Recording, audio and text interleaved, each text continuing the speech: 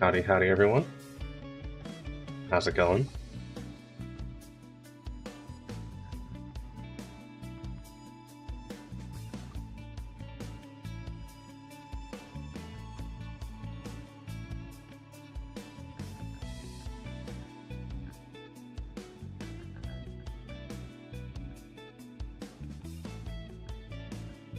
Make sure everything is good on my end.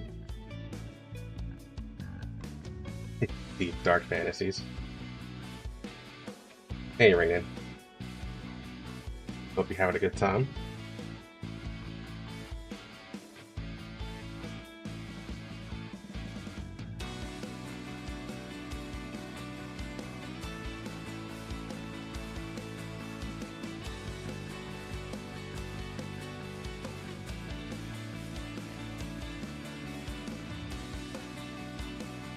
Right.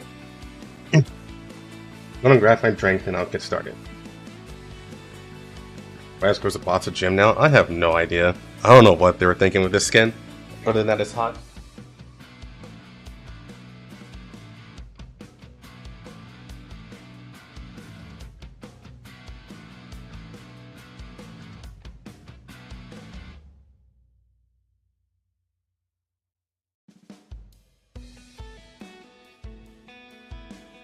Oh, well.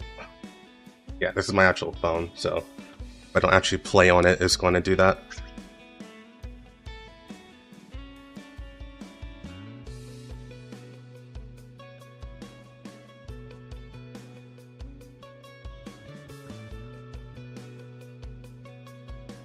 Yeah, so the first time I played this was on an emulator. It did not go well on the emulator. Tried it a bit on the phone and it worked a lot better. So, streaming this again. Hey Rocket Man, hope you're having a good time. So gonna try the whole, gonna try to stream this again. And give everyone a better showcase of this.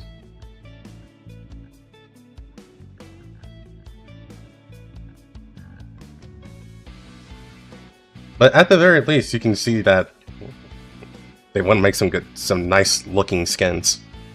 This is definitely a nice looking skin.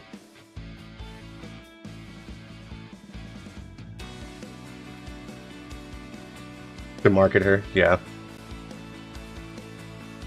That part is pretty interesting too, that they decided to use her as the main girl again, or the mascot again. Though that may just be because of resources. You know, she's already a model that's been made. They can just port it over. Freaky grows it. Hey, Relic Warlord, how's it going?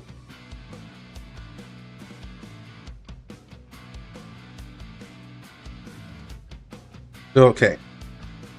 So I'm currently streaming this on my phone. My phone's right here. You can see it on screen. So I'll be playing through my phone, but I managed to get some software that I can actually stream this, so that the screen's bigger. You guys can see this better. So like I said on the Discord, this runs and controls a lot better on the phone. So if you guys are planning on play this on mobile, don't try to circumvent the controls by playing this on emulator.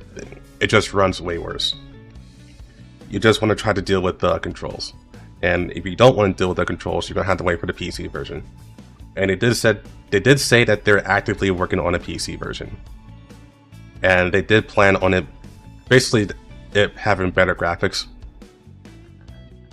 So you may be better off just waiting for that instead, but me being a Frontline fan, I at least want to get into this as quickly as possible and get a feel for it.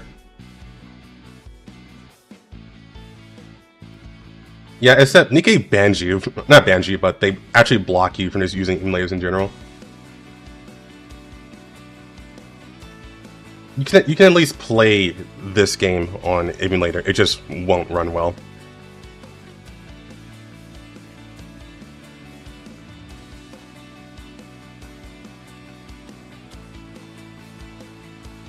Let's see if I can at least get some real people on here. I didn't try matchmaking yesterday. I basically just did co-op, and even then I didn't get anyone on co-op. So we'll see if we get anyone on here. If not, it is what it is, I guess. I can still at least show it off, not being a complete sloppy mess, I guess you can say. I don't know how long I'll be playing this. There's only 2 modes. But each match is like 15 to 20 minutes long, so there is that at least.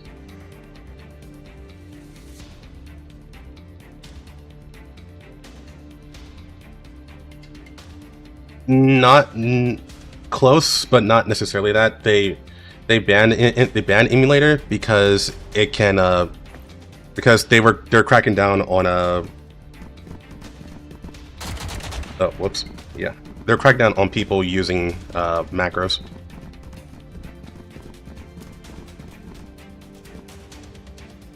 I'll actually check and see if there's actually people here. Let's see.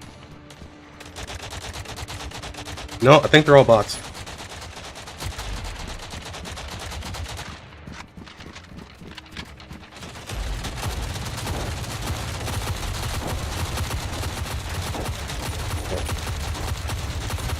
So, like I said, it runs better on mobile or an actual phone.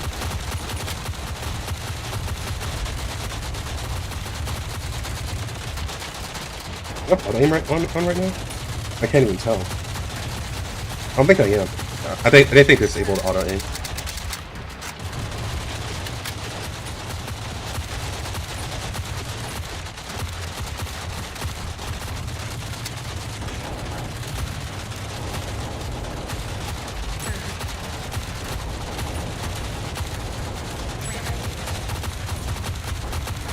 Am I getting hit? I think I'm getting hit.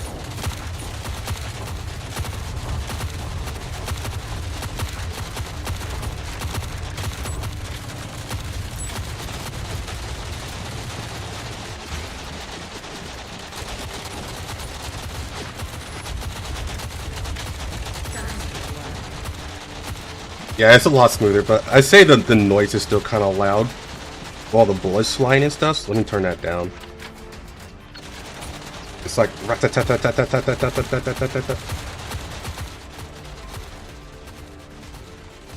let's go up to there's fine.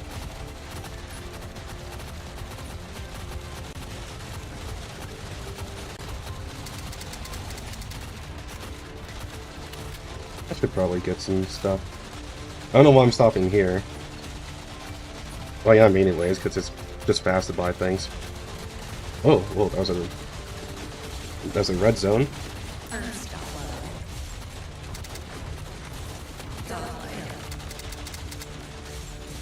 Okay. So, where's the creepy crawlies at? Where are they? The creep has to attack them first. Then I can start doing damage. Ooh, that's pretty sensitive. Hold on.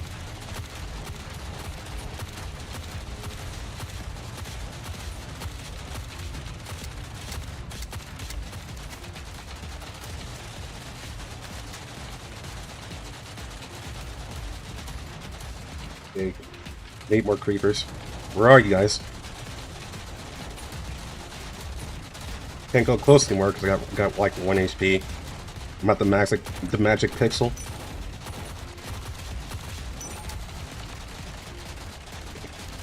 We're gonna reload. There it goes. Oh, never mind. We'll quick revive.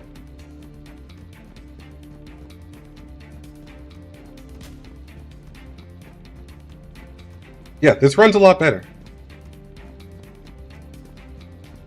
Lozon definitely needs work. I agree with that. It 100% needs work. So I'm going to assume that they'll eventually take care of the Guardian, because they're literally at 1 HP.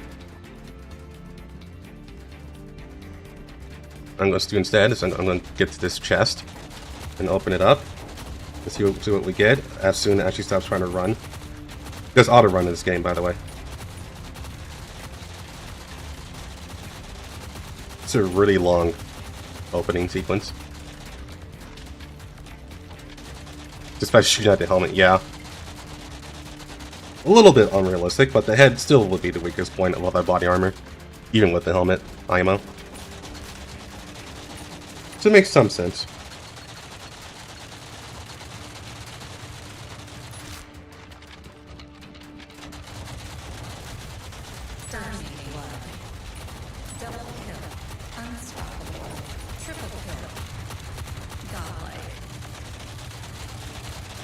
One.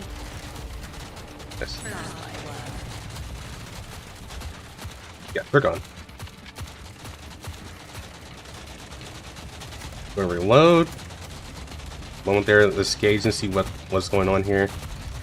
Let's use a special ability. Okay.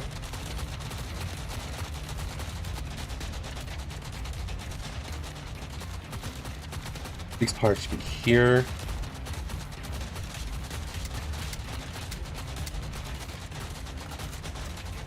Okay, so he should be getting his shield back soon.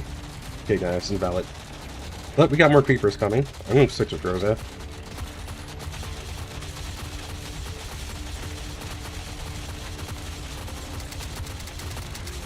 I'm gonna get rid of these creepers.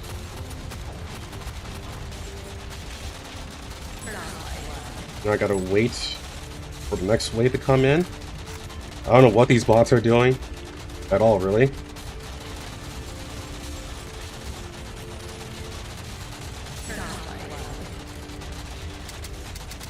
I legit have no clue. I also don't know what my patches are right now.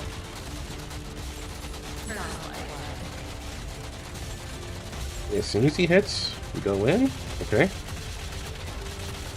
Right, that should be game.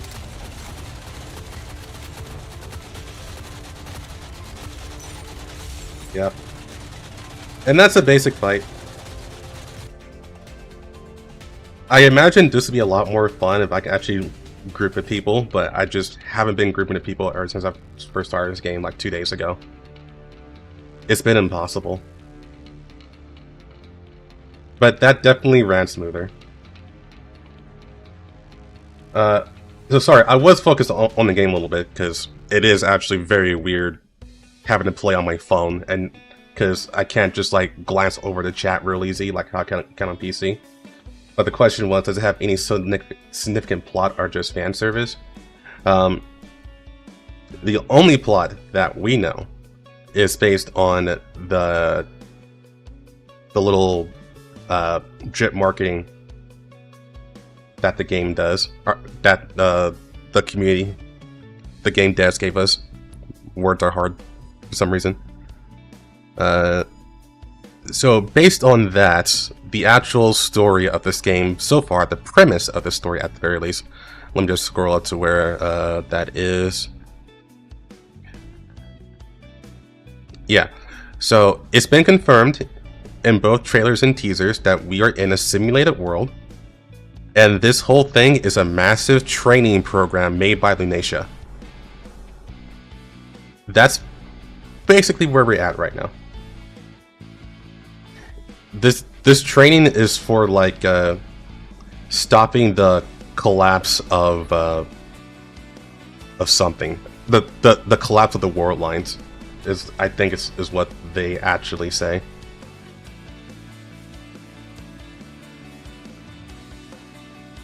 And her thing for battle royale, yeah. Like, this is an interesting way to train your people.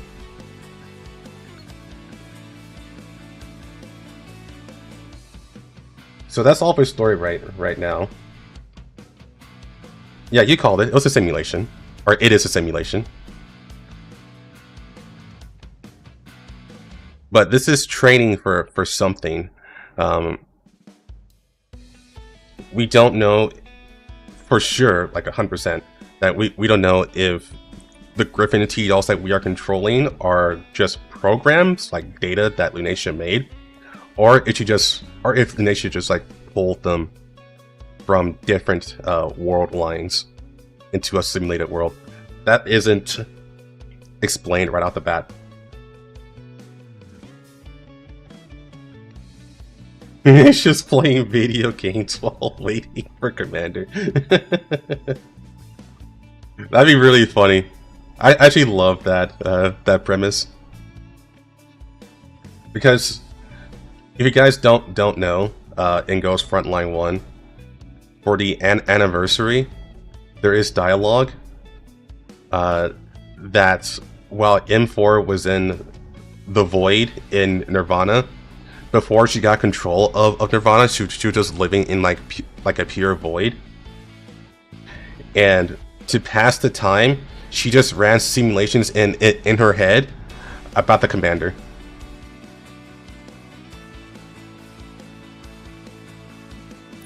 So yeah, I can totally see her playing video games waiting for the Commander.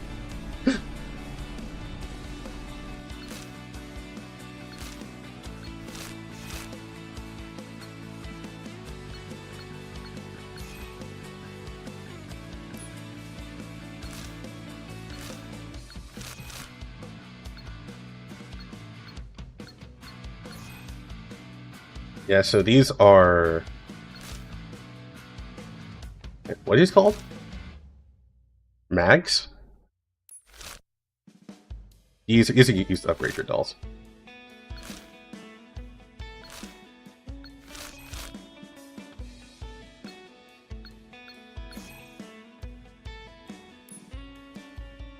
Playing H games.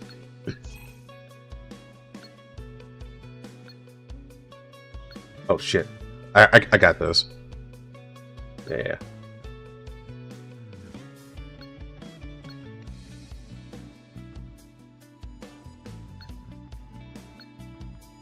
Pretty much, yeah. Even before she became Lunacia, she was pretty down bad.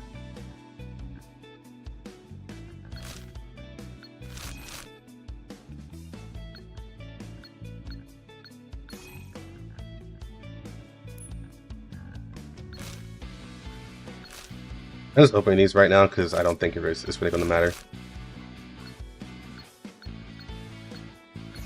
This beta is only open for 3 more days, I want to say.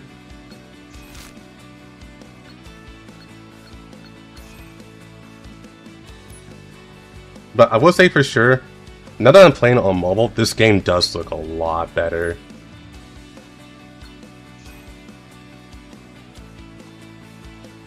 I can actually believe it's in beta now and not alpha.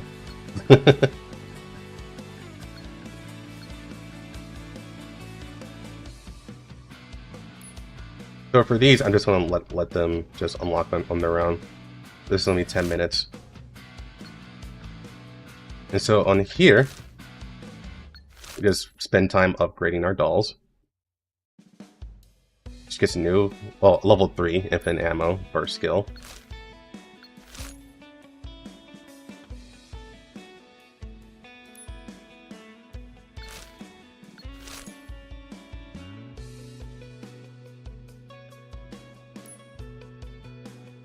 Difference is Nikke is assertive because she can just reset like a video game save, while M4 is meek. Yeah, that's true.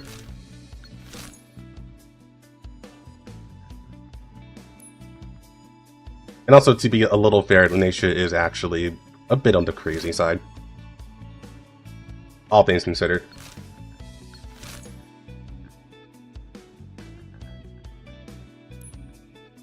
Like, we meme a little bit that she is a yandere. She is assessed, 100% sure.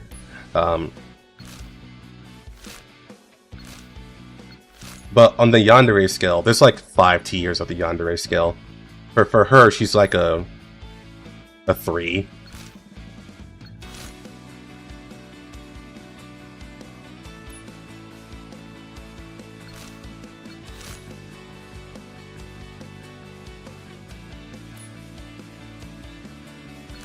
So not terribly bad.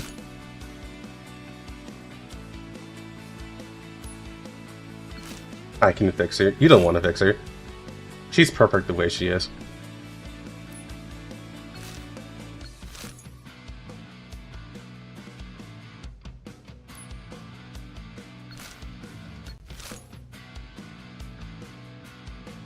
I don't know.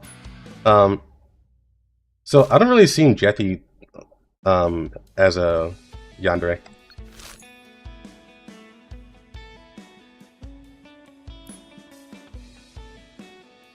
Because unlike Lunacia and the Commander, who were never officially a couple, at least not right now, anyways. There's that possibility, but I don't see them going that route. Jetty and Mundo were actually end up getting married and having kids. So she's not necessarily yandere, she was just heartbroken. Heartbroken enough that she destroyed the world. Or at the very least, let the world die. Hey, Plate Doc. Hope you're having a good time.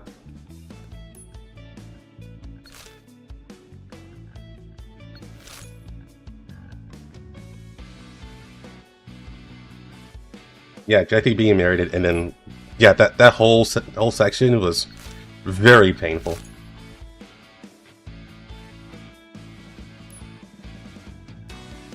Jetty had a Power 1000 installed. Yes, she had kids.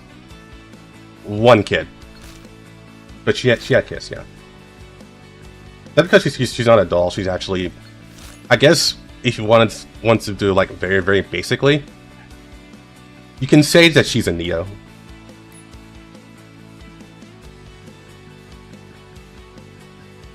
Although that's a pretty big oversimplification, but you can basically say she's in that league.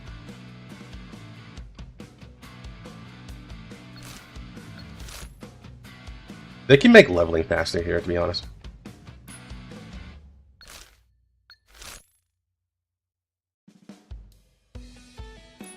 Wait, which Nita? I said Jetty. That's an oversimplification, but I'm simplifying it that way people understand that that even though she was created, she's not a doll.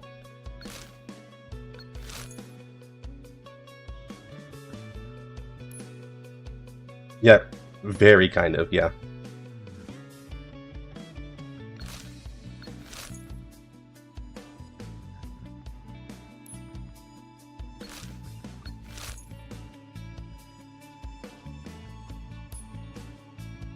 It's way more complicated than just calling her Anita, but I'm just going to leave it at that.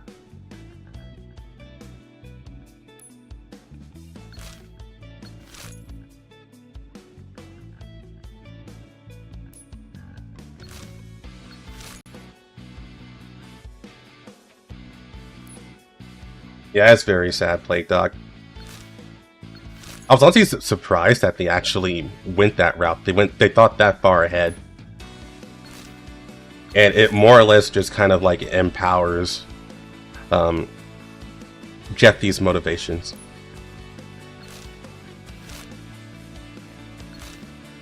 Like, Mundo, I may have to do some questionable things, so promise that you will never hate me.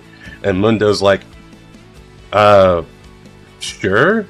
that's like the furthest thing away from his mind because he has like no context.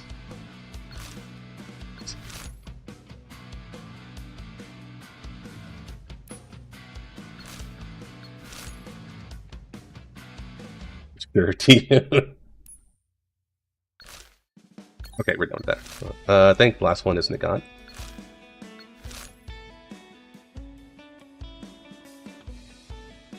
Yeah, we need more machine guns in Girls Frontline 2 for sure. They've actually been pretty neglected.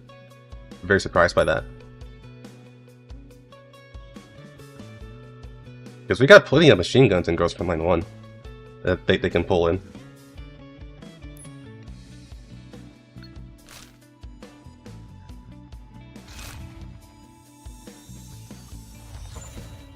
Oh, you don't kill me.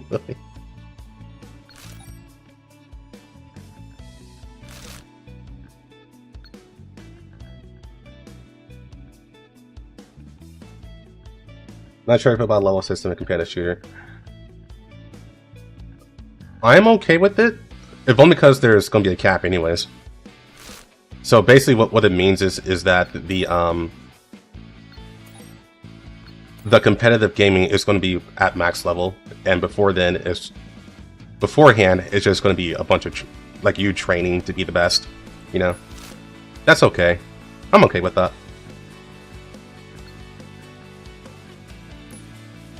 This game PvE, we'll see. Right now, there's only 2 modes. There's the PvP system, Battle Arenas, and there's co-op campaign. I don't know what they're going to lean towards, or if they're going to keep it balanced.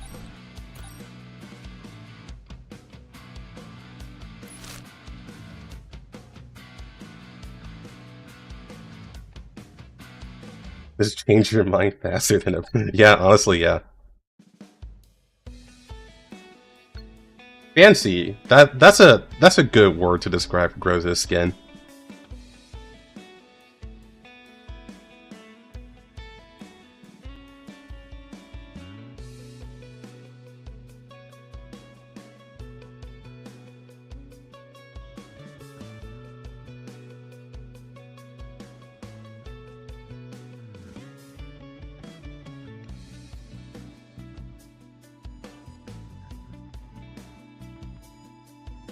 Face. She has style. She has grace. This doll has a funny face. If you get the reference, you get the reference.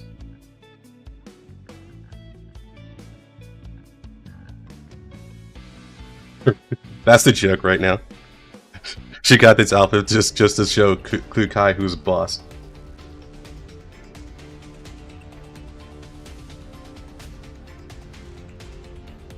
Get random people off the server. That takes work, though.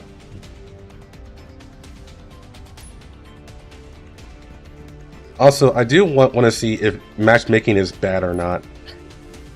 Like, if it's actually, like, legitimately a problem.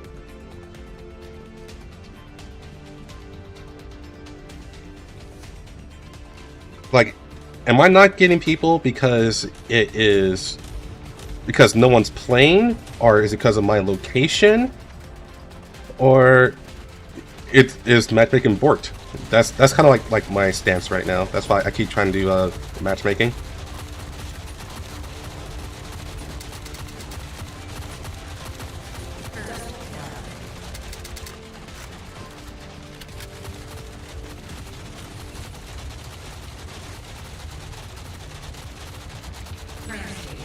Now, of course, if people in the chat have there's no creeps here right now.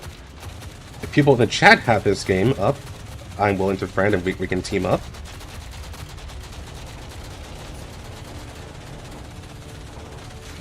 Let's bring it out here. I'm sorry, Spaz 12.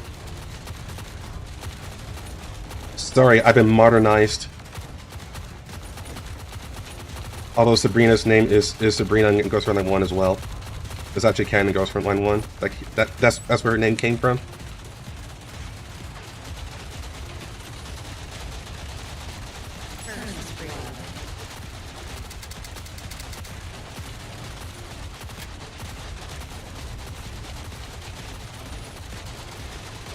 Oh, well, bait. That's funny, because I'm pretty sure it's Russians that make this game. Because the survey is in Russian. So I'm pretty sure it's actually Russians who made this game. And they love PUBG. PUBG is like their shoot over there. PUBG mobile, I mean.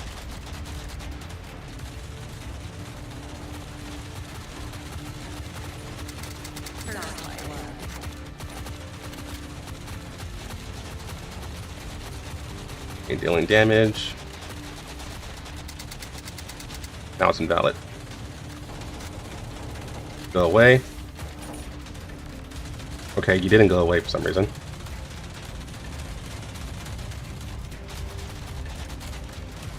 I like how the boss completely ignored that thing that's right in front of their face.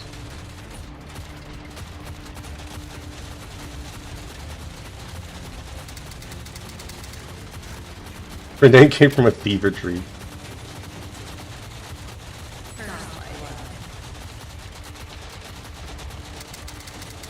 Limit. I don't think that's an option.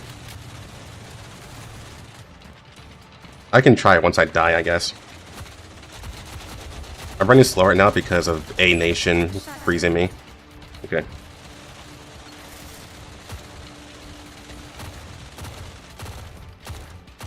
Yeah, Cheetah has a slow effect.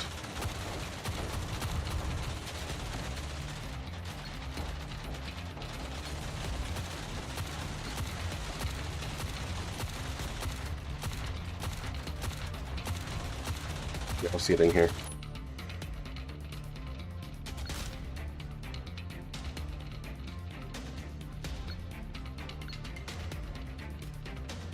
Dealing damage cuts chance to increase fire rate. This sounds good.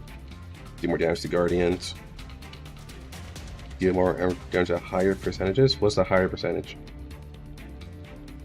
At higher armor percentage, so based on their stats? Sure. What's speed burst? Enemy kills reduce burst skill cooldown. Okay, that sounds cool.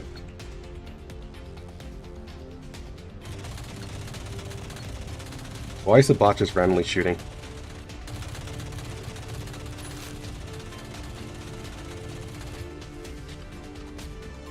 It could be. Like, you know, I'm not Russian, so I don't really know that much. I just know that PUBG actually is played a lot over there. I know that for a fact. Hey, Turn Ghost, how's it going?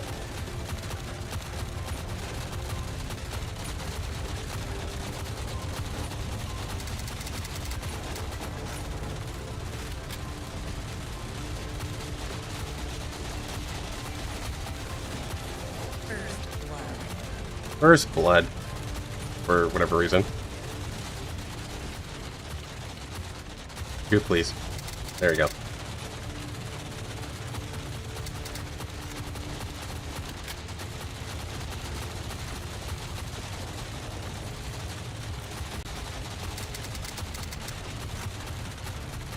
Okay, spot to Sabrina.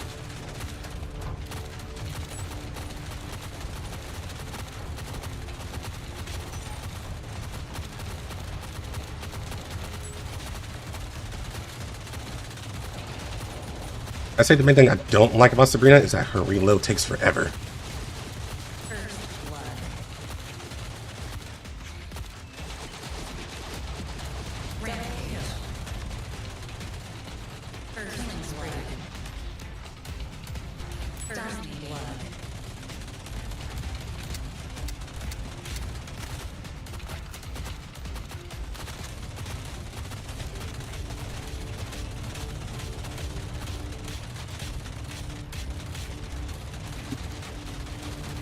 Excuse me.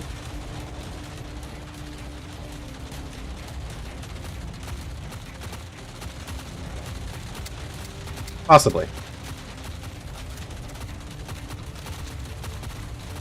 I don't live there, so I can't say for sure, to be honest. All I can do is look at YouTube and Twitch and see player numbers, report it.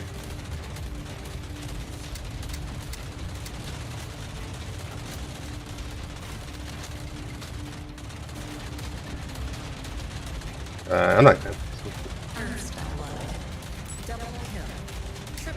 I'm gonna clear out these guys. There's my wave. Okay. Let's just get rid of you because you're in the way. And now, let's just clear these guys out.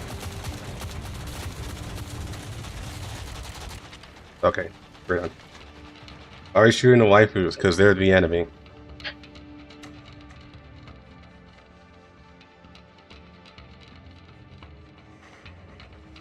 Don't improve the tank. It's such a big flaw. Yeah.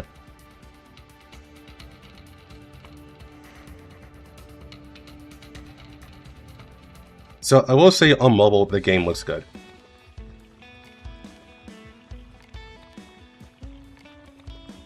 It was to see her friends suffering.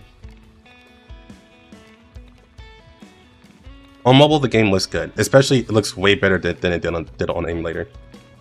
But I would love to see how it looks on PC.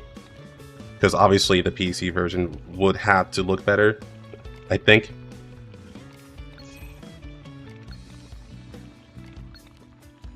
The mobile controls aren't bad either. It just takes some getting used to if you're not a mobile player. which I'm not. Honestly, I'm really not.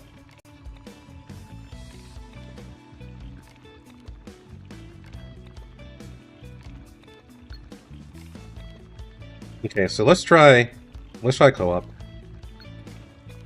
See if we get anyone. I know we don't match with bots in co-op. Oh, and this test have Russian language? What did it have beforehand?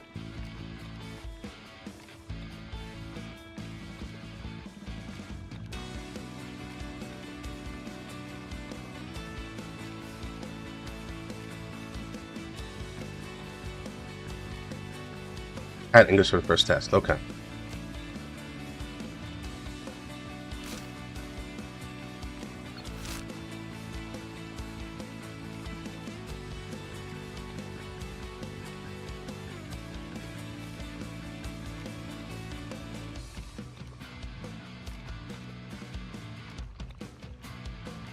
Malaysia, okay. Yeah, I didn't know that. I tried to look for information on the Hectake team. Hectake team? But there wasn't really information on the wiki.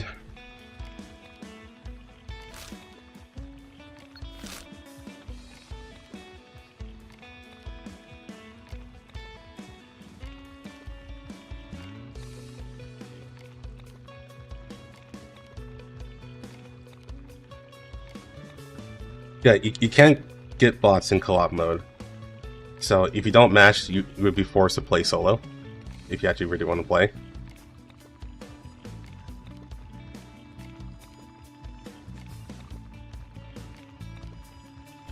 You're trying to be Catwoman.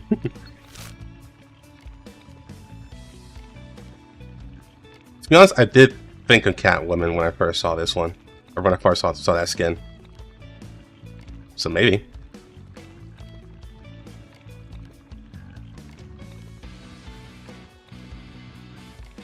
Let's see. Yeah,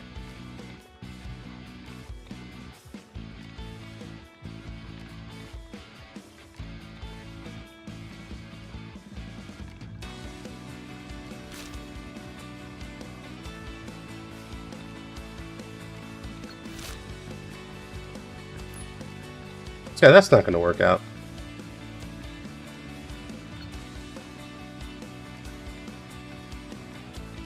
ASD, FDS.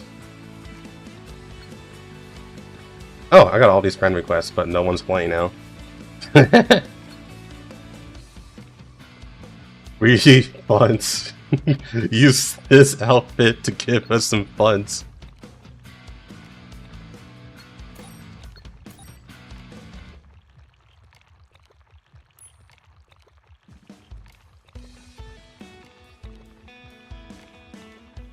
What about female commander?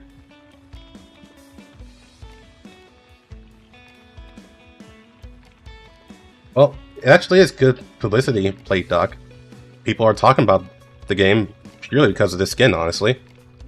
They haven't talked about the gameplay or anything like that, but with the fact that this skin is so popular right now, it's getting people to talk, it'll make people more interested in the game.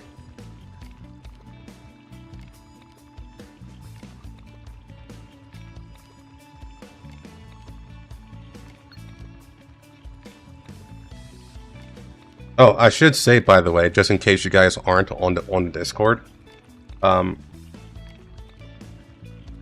you are able to just download, install the game, and try to get in, because they allowed players to register, even if you have not registered for beta, because, well, they didn't give a reason, but I'm assuming it's because of low player count.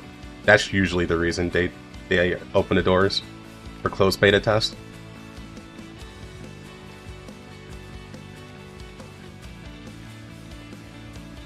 So let's just show off the co-op mode solo, because I'm not getting matched with anyone.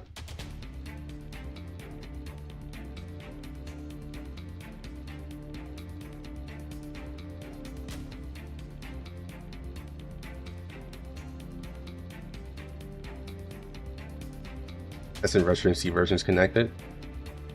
Where to download? You have to go on. Depends on your region. If you're in America, at the very least, you can't download it off of Google Play because it won't be there. You would have to go on a third-party site.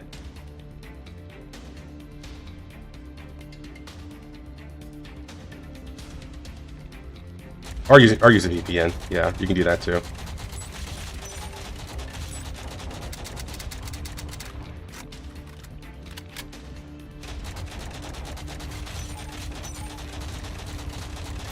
I like how he clearly hit at me, but the damage did not register at all.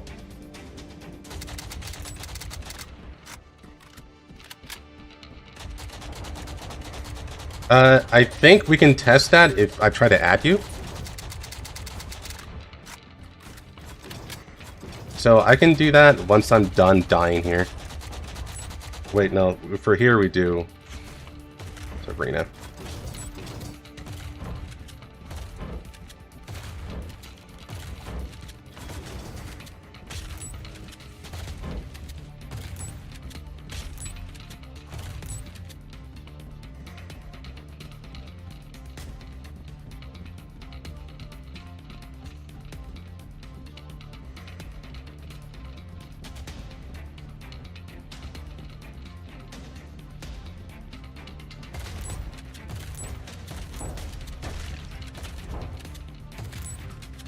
Yeah, feel free. Let me know when you're on, and then we'll add each other, and we'll see how it works out.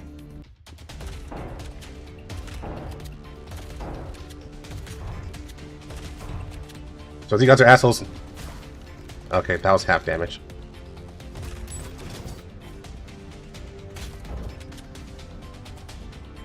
Hey, how slow you are. Wait, there you go.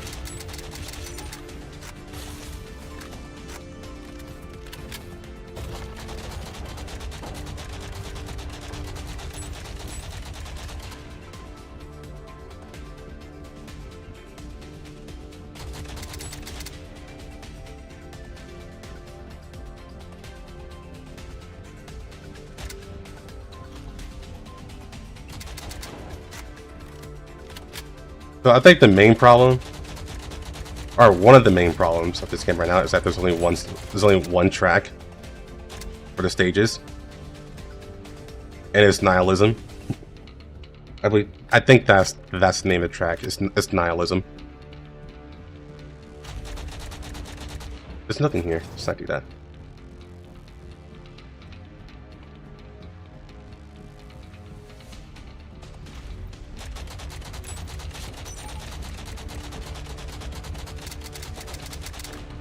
I love Ghost Frontline, but I don't know if I can if I can play this cheap Snowbreak.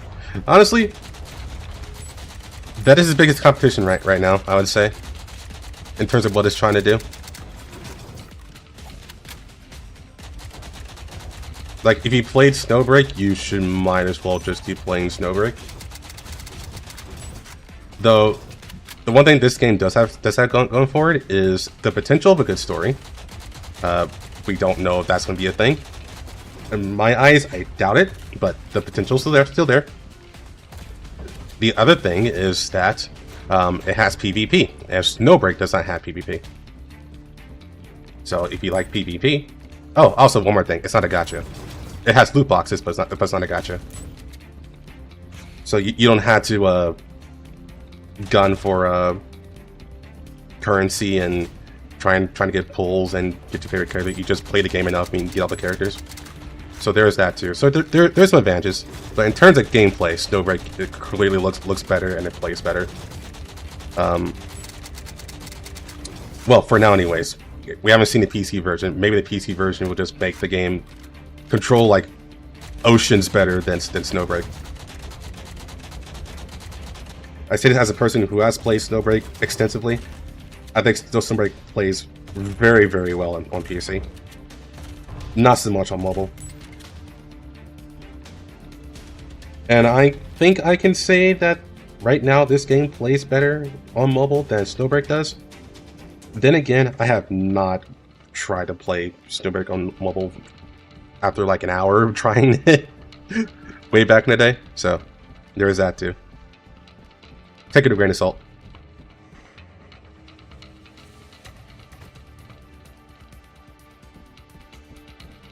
looks better but plays worse. Yeah, that's about where my opinion is at.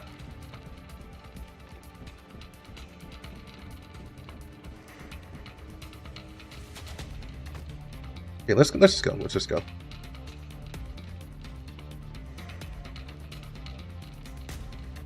Blue bots are just Americanized gacha rules. Agreed.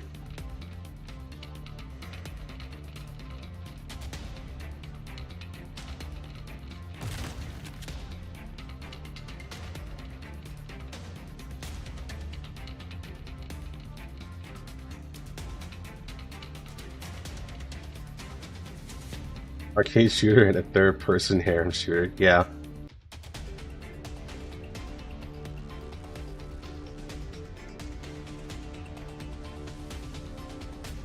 I mean, AI leaves a lot to be desired.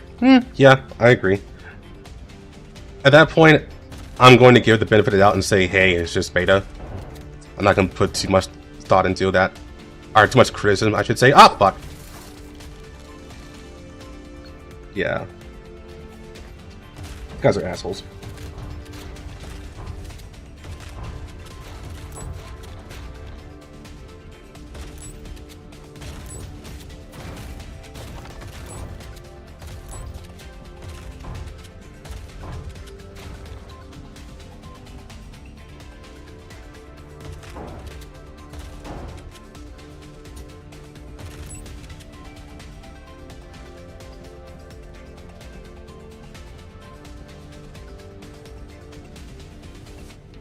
I could board as OST. I know, I know.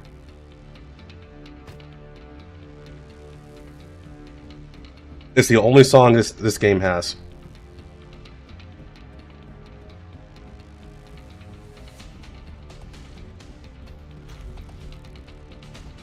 This game has multiplayer. This game is a multiplayer game. It has matchmaking and everything, but I have not been able to match anyone. That may be fixed in a moment as soon as I add people. In fact, I'm gonna do that right now. I was trying to get to the boss, but it's taking way too long for me to get to the boss.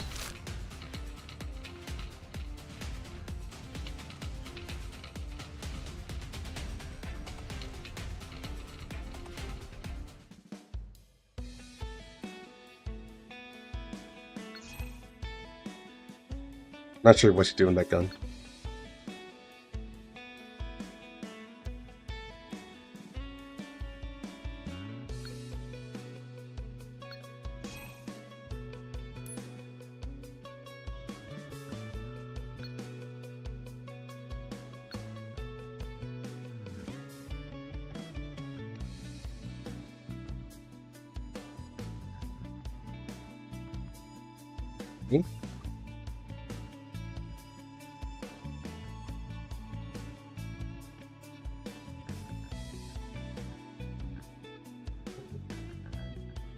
Euro.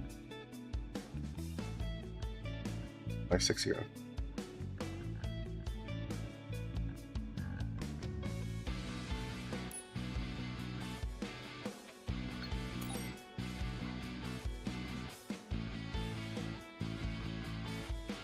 Now, it's probably better if you guys add me instead. So let's see. There we go.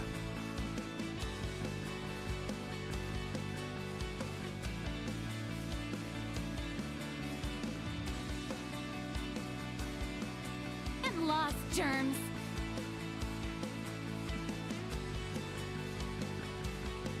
Thanks for the follow.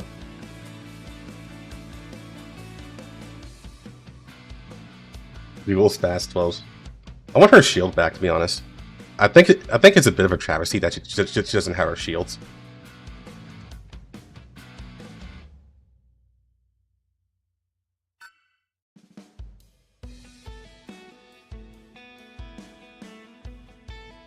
I hit accept, but it didn't throw me anywhere.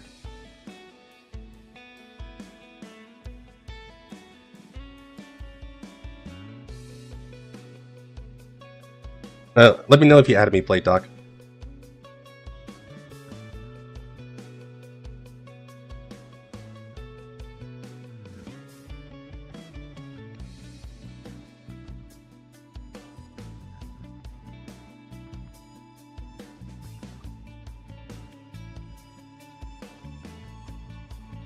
As the only Chakra has Mega Arms? Yeah.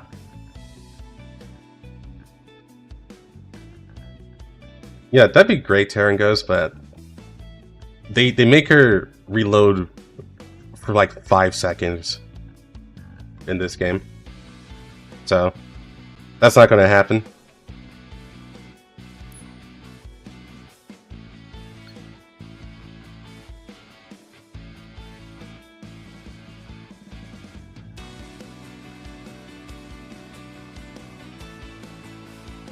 So, Play Doc, were you able to add me? Because if not, I'll go ahead and add you.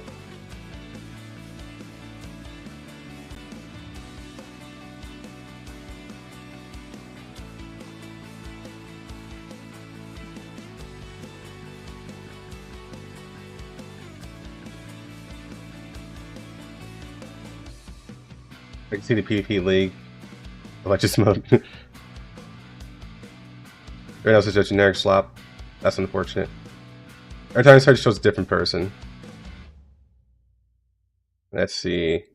If it's a different person, I'll try to add you instead.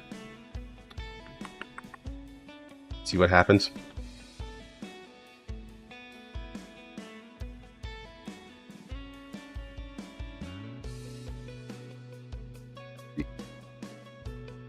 One 077 940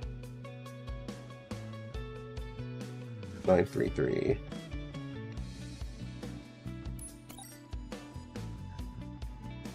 No, you don't come up either. That might be interesting. That's probably because we're on different servers.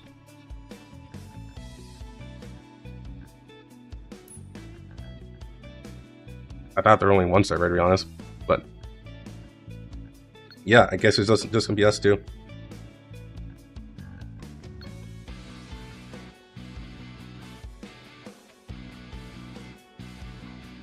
I'm a ghost, yeah. I'm a ghost to you too.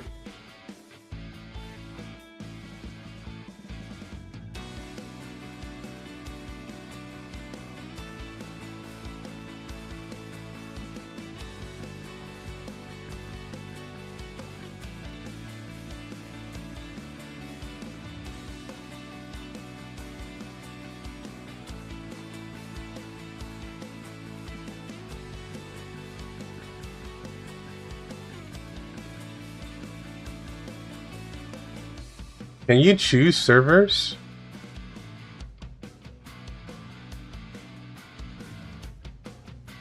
Or do you have to download a specific build?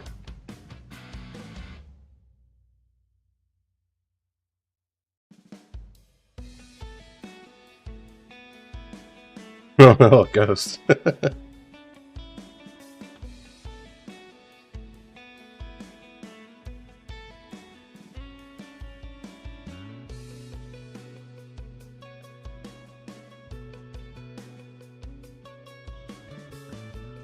Specific build. Okay, that's unfortunate. It's very unfortunate.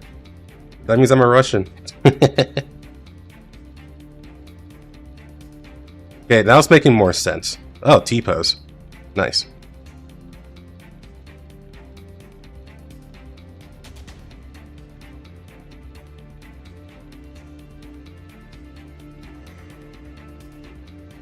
There we go.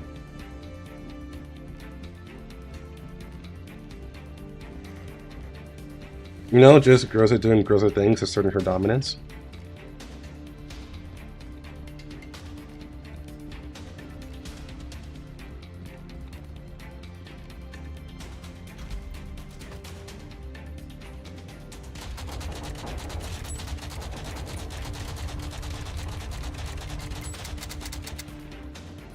Look.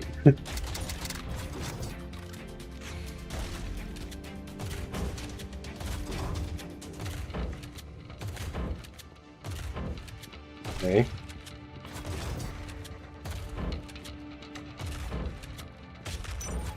We feel annoying.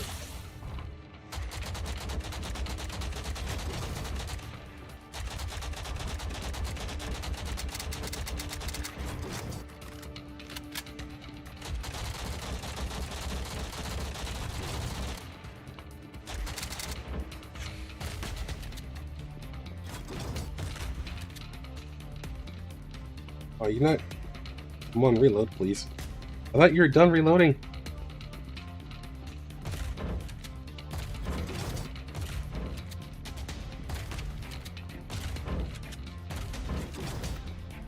Surprising amount of low damage. Too far. That's like forever and a day. You're not late to the stream? Not at all. All I've done so far is play this game. It has potential.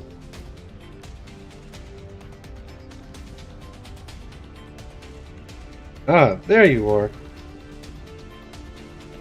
My little buddy. Wait, did I get stuck? Oh, I think I pushed into the wall. Wait, what the hell?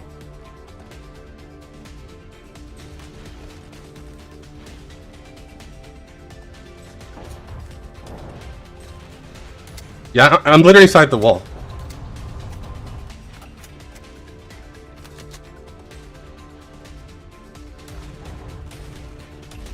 Yeah, because I'm hitting the wall from the inside.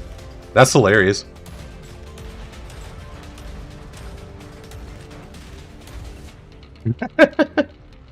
Is these abilities at least?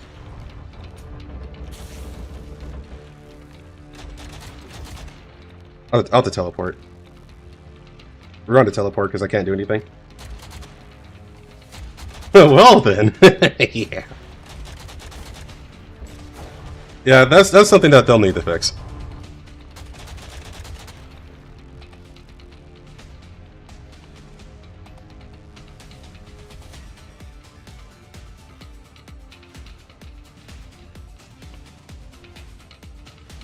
Yeah, so don't get pushed into walls.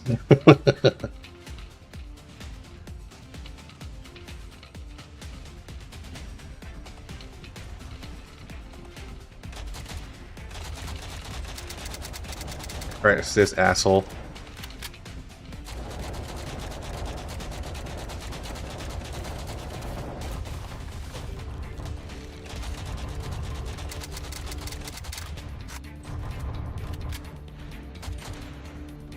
Plus side, they couldn't kill you. That's true.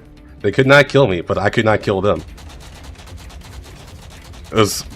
You can maybe call it a pacifist run.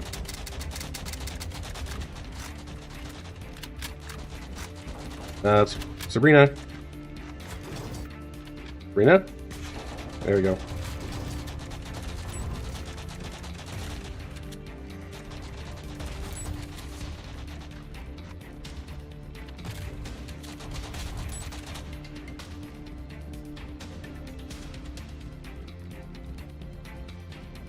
I think shotguns are pretty strong in co-op. You can deal with the terrible and awful reload speed.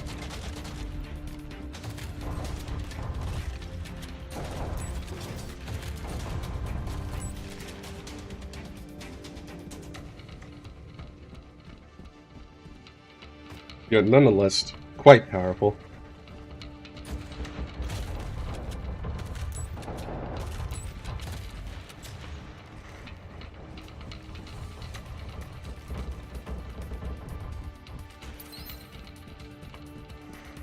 I think we teleport in 60 seconds.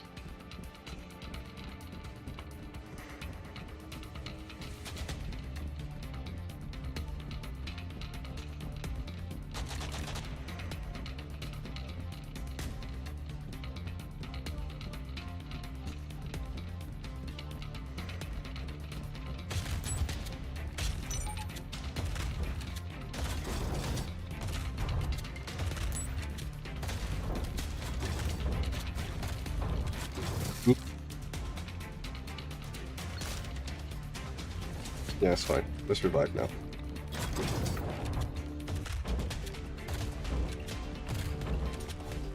I killed by an elite.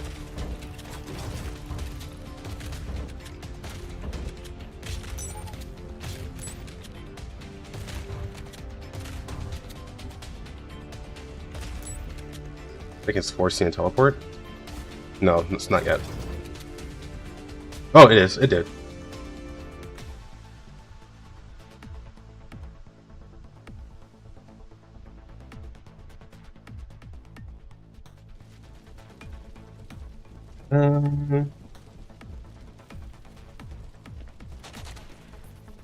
Do that. Where are we going in?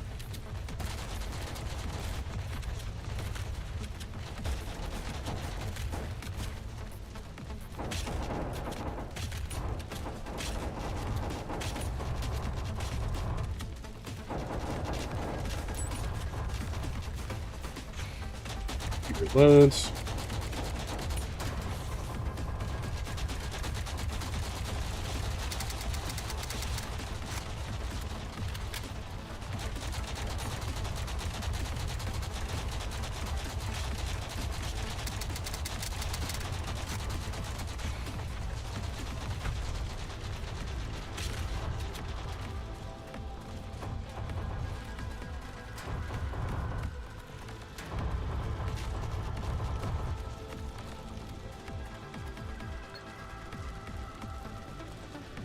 Yeah, Spaz's reload speed is so monotonous.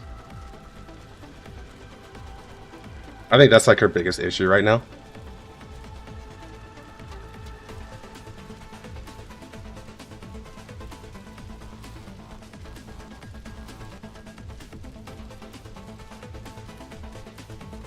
Now, I would love there to be, if we had like a third person in the group. Yeah, if there's a third person in the group, I think this would be a lot more fun.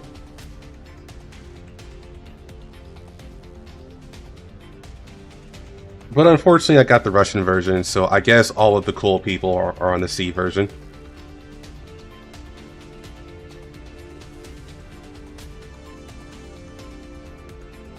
Maybe I'll re-download it and try to find and try to get the C version next time.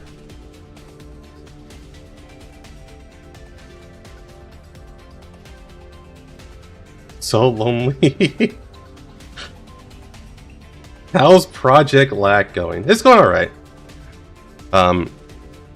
It's a lot better than on the emulator. See, I'm playing on phone.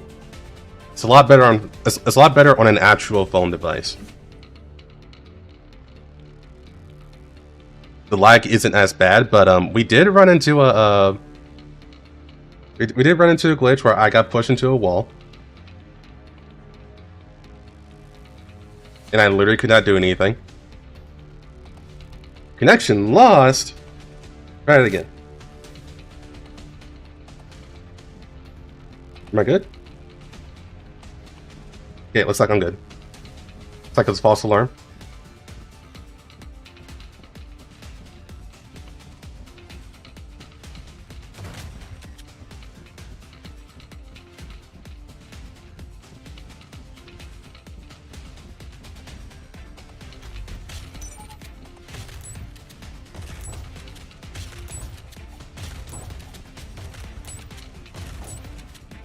They should not code in your game. So I think one big thing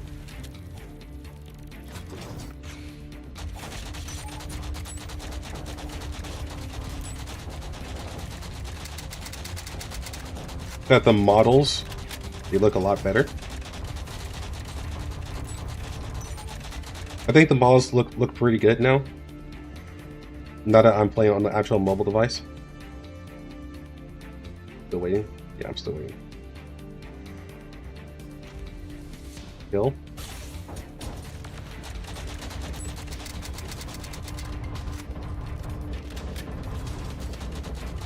But it is a little generic. I'm not sure if these robots are in reference to the KCCO. I want to say they are. Maybe. I have to take a closer look at them next time.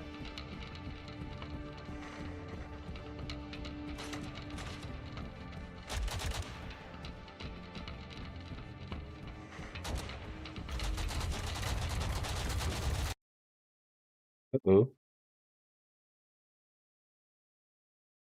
Looks like my game crashed.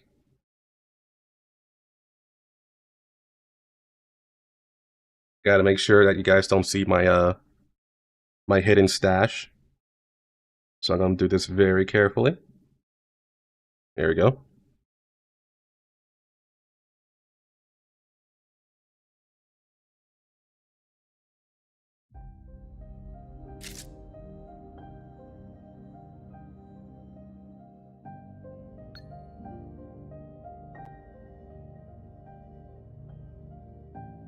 Yep, that was a crash.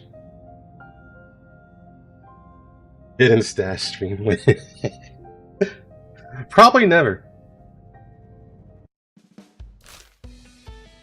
Return to combat. Okay.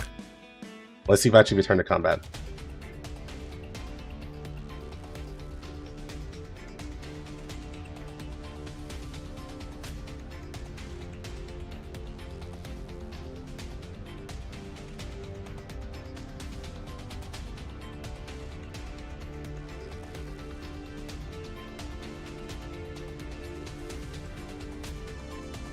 He's absolutely cracked. I wish I could just have one person show up on my end. Like, it was just one person. I feel pretty good. But I feel lonely when I play PvP.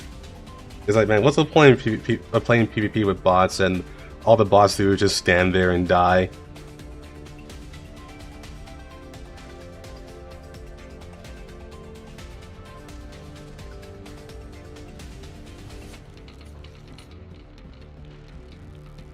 Okay.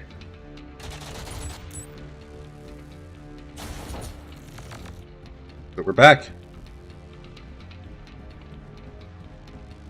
Back in the safe and sound.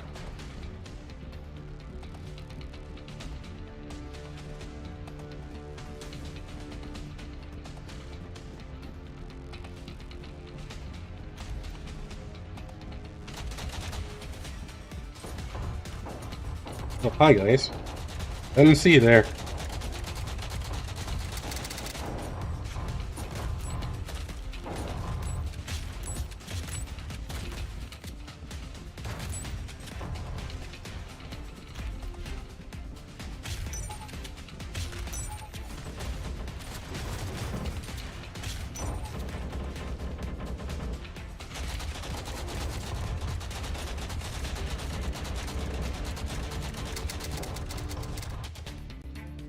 Oh, we teleported.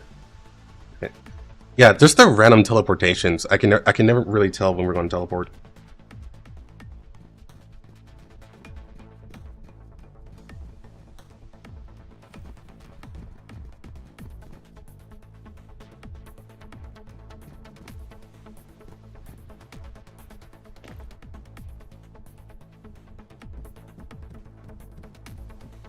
This is new. I've never been here before. Oh, there's another platform to jump off to? Where is it?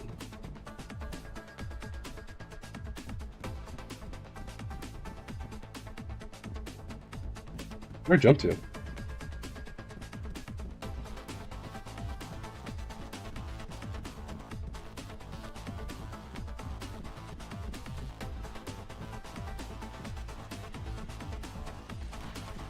Oh.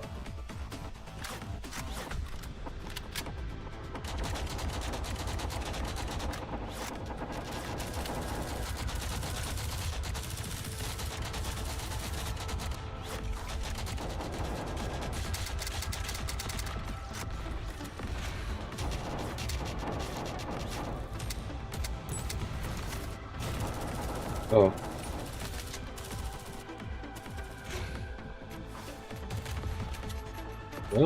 Hello. There we go. Oh, Sabrina. Why are you not reloaded?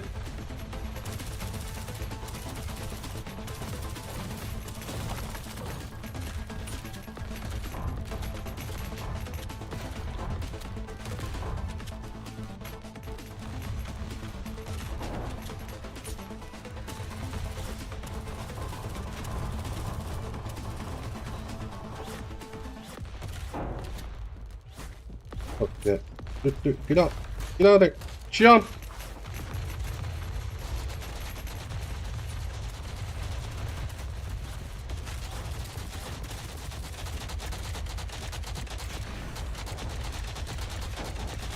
It's so messy with bad controls.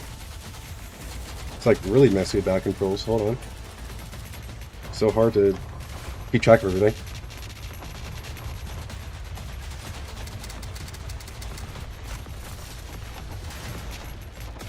I can revive this site, that's fine.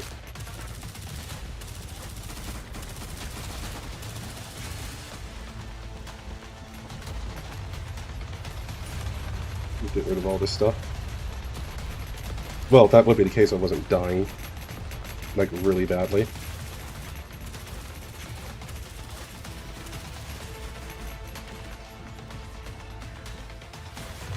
Did that platform just disappear? At random?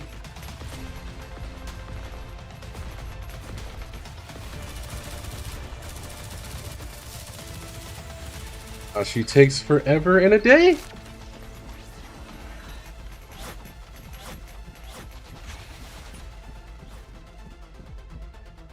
Why is my control so bad? Hold on. Camera?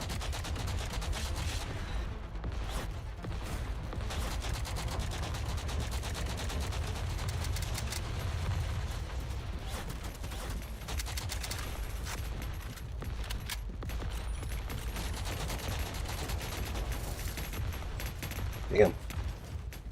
Did you send the Terran Fire back? That was like a strange dream. Oh, I should actually hit the revive button because there's a timer on there. Okay, so I gotta survive for like 1 more minute.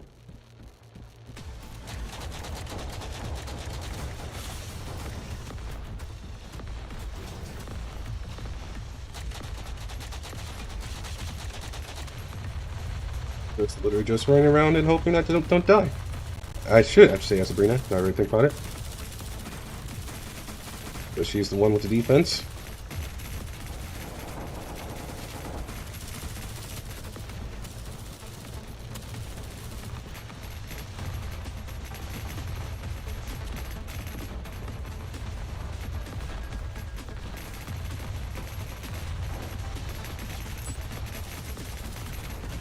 You're about to die. Even with Sabrina. Got burned damage on me.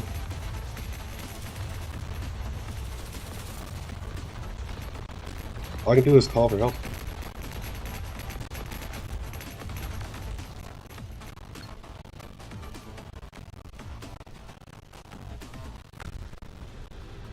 I get the feeling this game is very low budget.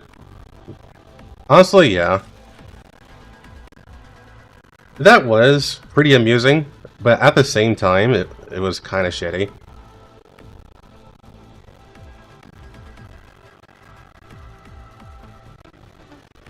Hero's reviving you, but my name is Hero. So am I reviving myself?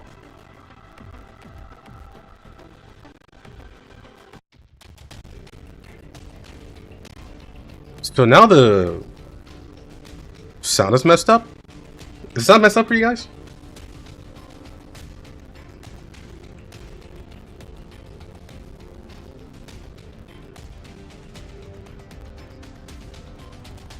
Yeah.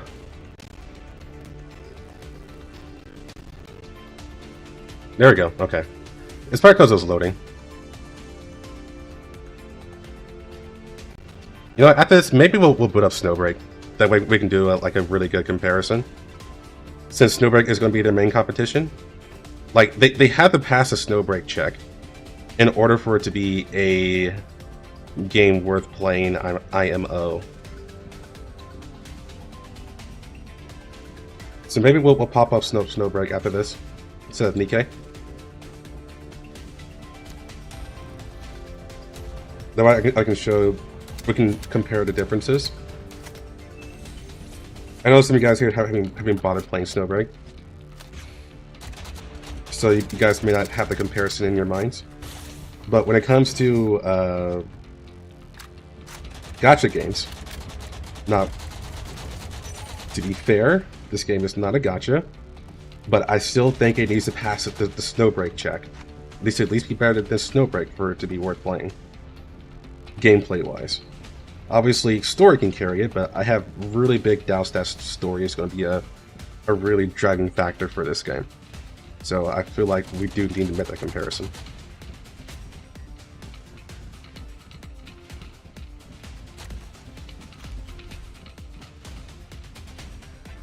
Open this? Please?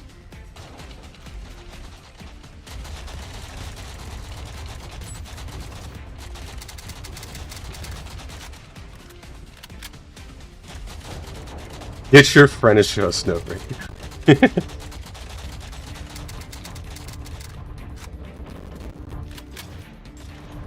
No, I myself still have Snowbreak. It's still on my computer. So I can show you myself. I still have my account too. I just haven't played it for a super long time. Haven't played it since the anniversary, really.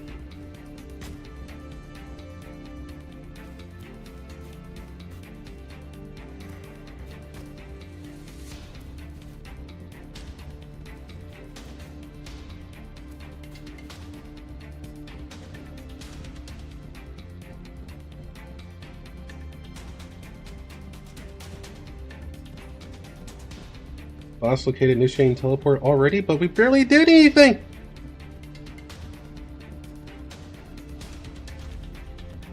Didn't have time to run around or anything, so don't teleport us yet.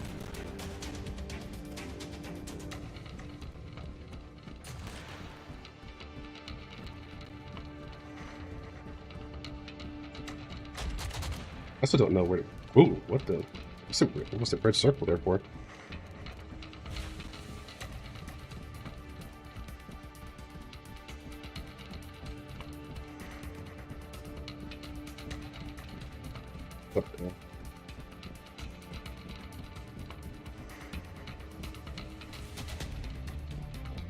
Okay, so it's up that road.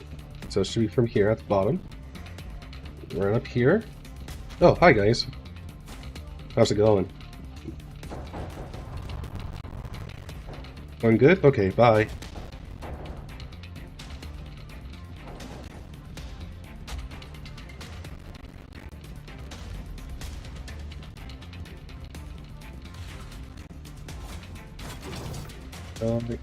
Can I not get close? Okay, I'm dead.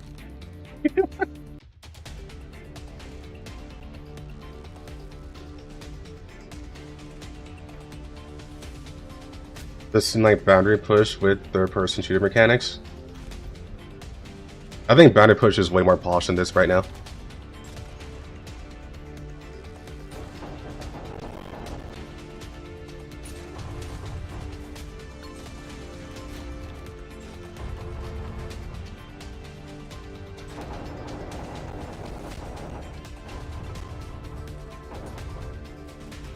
Oh, this is simulation, so everything is still around.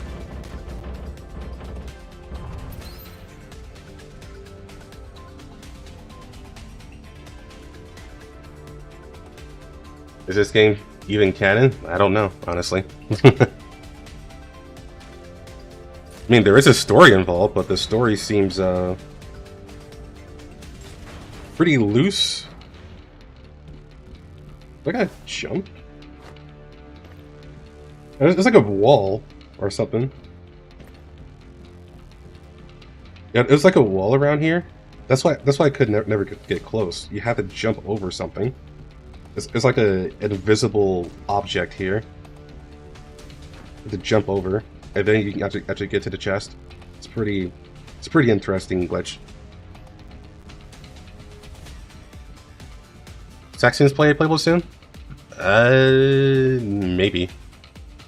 That is very hard to predict. Right now, the prediction is based on the third weapon during the doll silhouettes. So we know that one is M200, another one is probably Shiki 100. The third one is a shotgun, or a big gun, I could say at the very least. People are debating between Sextons or DP12. Now, both have been mentioned in the story. Sextons is currently in the Elmo. but DP12 has been featured heavily in the story as well at this point, both in journals and in China, the current Chinese story. So it can go either way. Defeat both bosses simultaneously. Okay.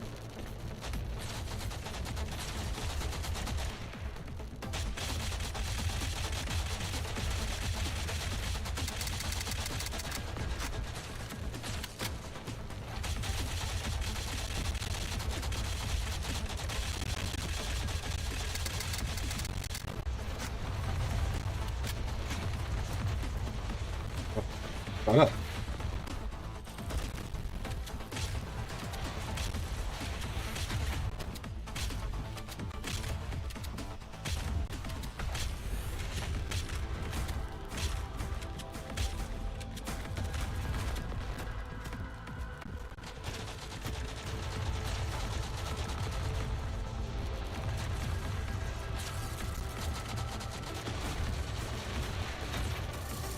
Yeah, I think I died to like either that shockwave or burn damage. One of the two. This is all in Ignatius' head.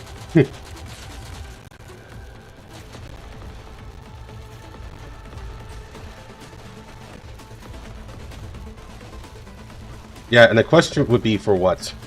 Is the question.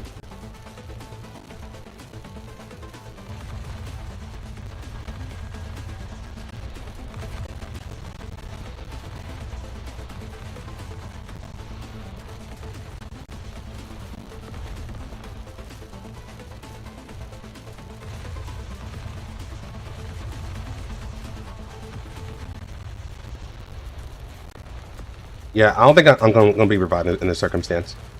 Probably because they're just throwing out a bunch of missiles and stuff.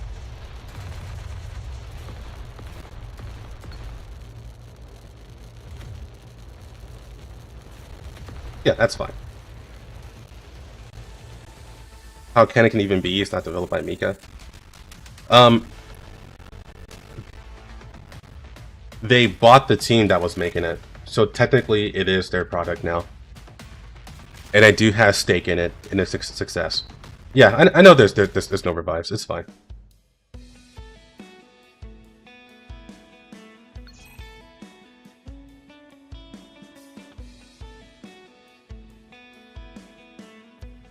That was pretty enjoyable though. We got pretty far.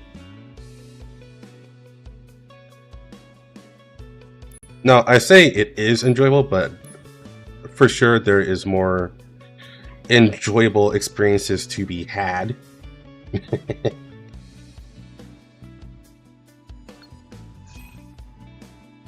But I do think it's been an hour and a half. I do think this game does have potential based on the hour and a half I have played.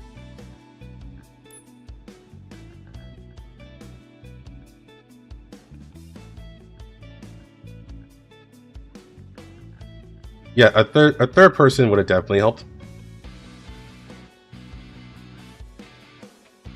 But the other half is that one, I'm not used to mobile controls,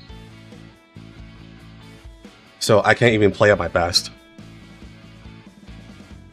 And two is that there are some BS mechanics. Like one, you can be one shot by Hammer Bros.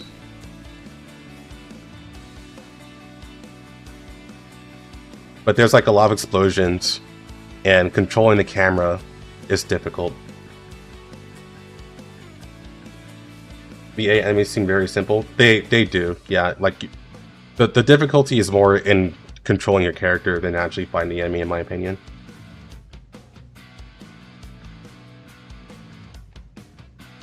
Now, this may be solved if I just got way better at playing a mobile game, like an actual mobile game.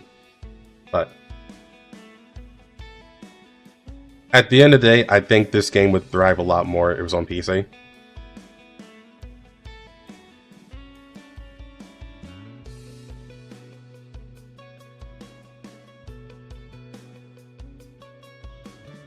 Not brute chieftains from Halo. Yeah.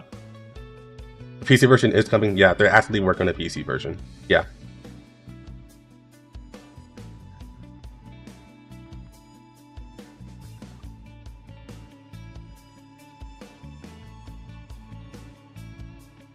And yeah, that's a big thing too. The ping is very high for both of us, or for all of us even. So we can't even do like an accurate description.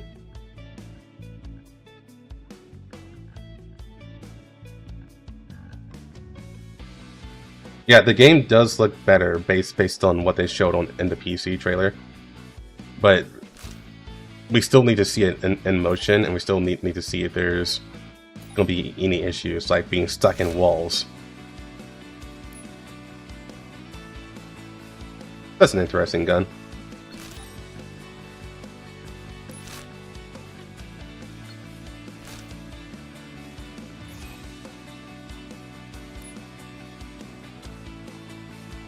Maybe ask someone else to join. I've already did that in chat, but they need to have the Russian version of the game. I didn't even know that there are two different builds, one for Russian and one for C.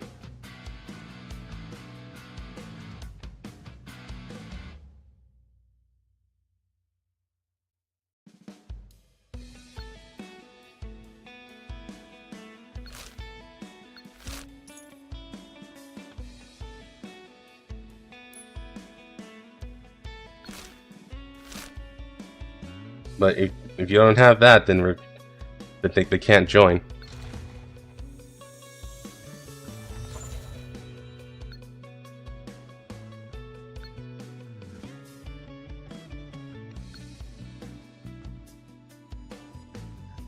Let's hope they won't rush the game out.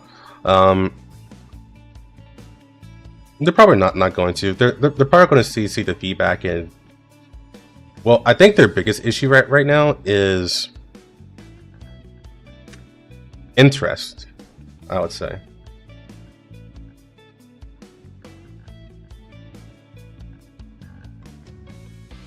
I think interest is going to be the biggest problem. But that's just based on what I've been playing. Well, that's SPKP.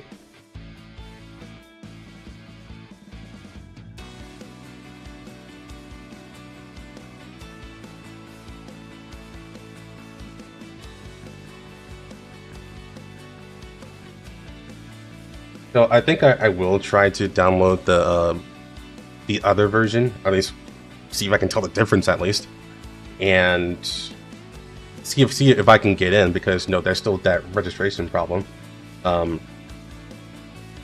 If I can't register, then so be it. But if I can, maybe I'll have a better ping there. But if not, yeah, we'll at least see if there's any players I can grab.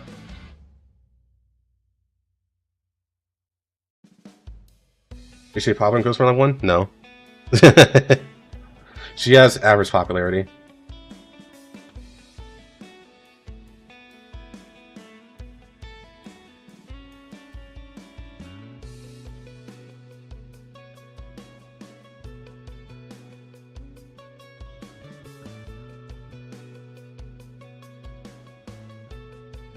Here, let me update Snowbreak.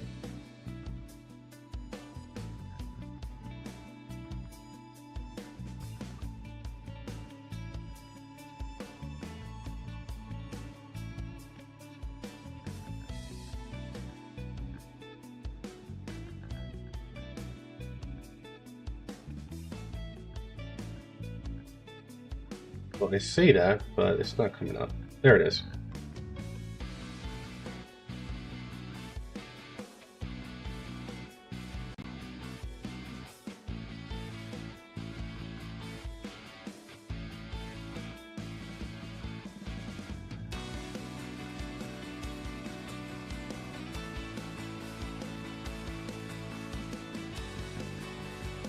Yeah, at least we have a 3D model of her, so she can be ported over to Ghost Frontline 2, if they really want to do that.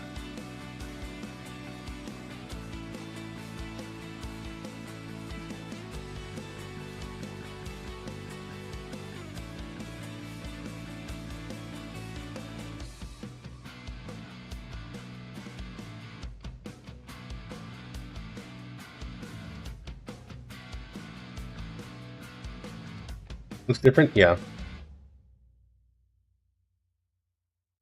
This is because they are using her Ghost Frontline 1 outfit.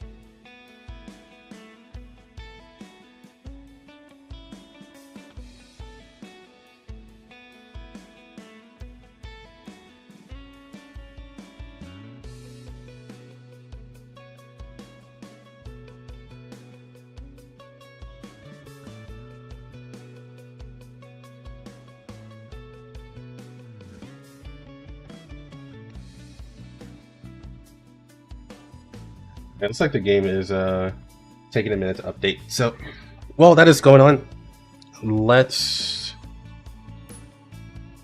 see if I can get into a combat situation. Oh, I think I leave the party. Since I'm not leader.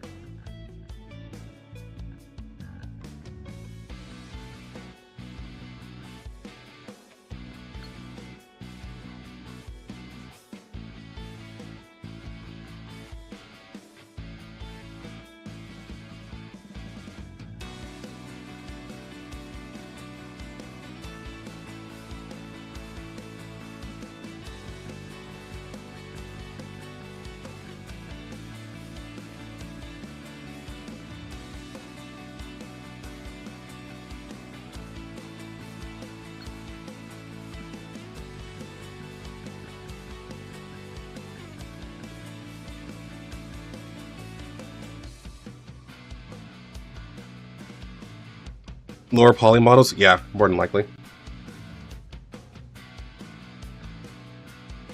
Wait, hold on. I think it's just got done updating. Give me a second. We're not gonna get people in here. Hold on.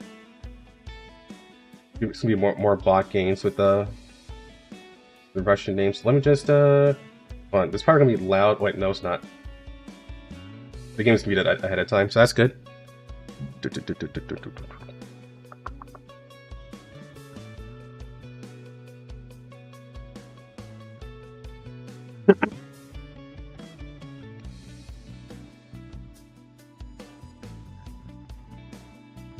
need to make sure that this game's actually updated before I swap to it.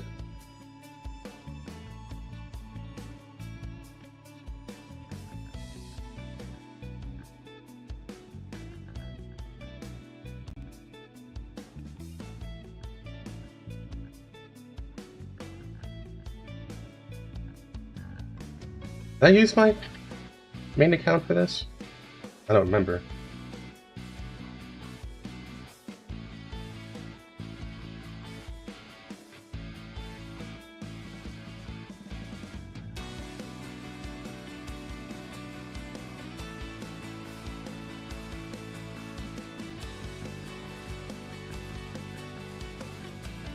Ah, I did. Okay.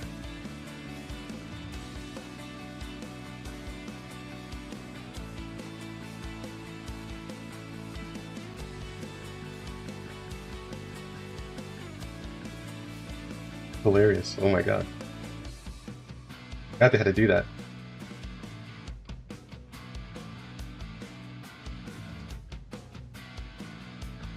I know you guys can't see anything.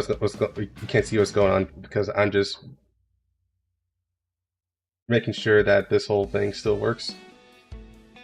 You guys won't get jumped by anything.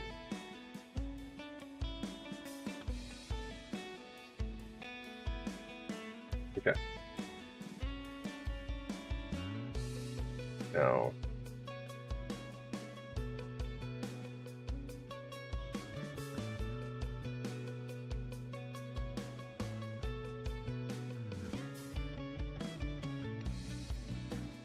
For a second part of Ghost Frontline too. Yeah, me too.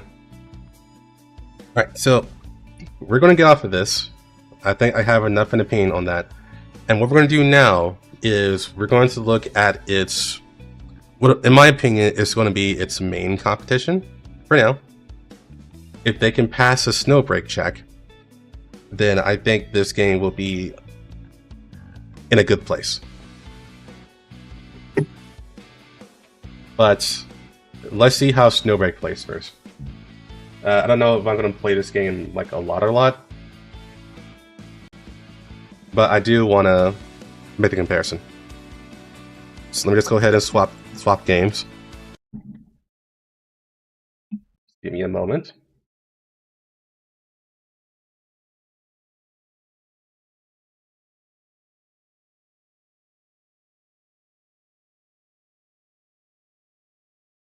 You can play on mobile Snowbreak? No.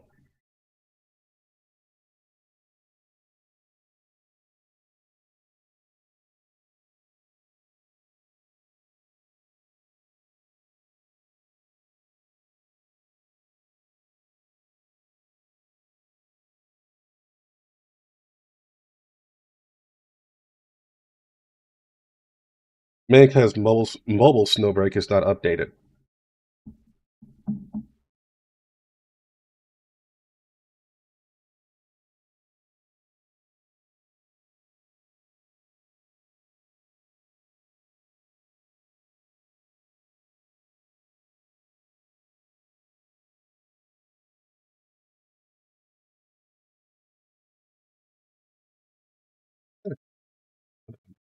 Oh, I don't make sure it doesn't blast your ears off.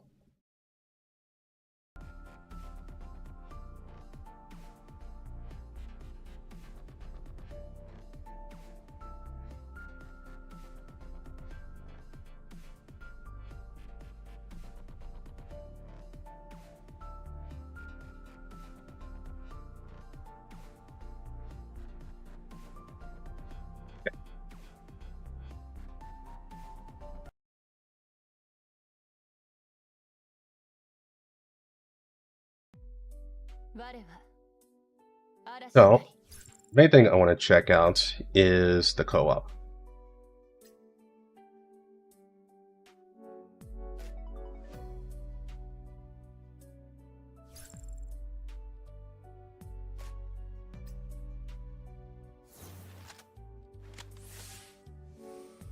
Oh, they changed a lot of the UI actually. Looks cleaner.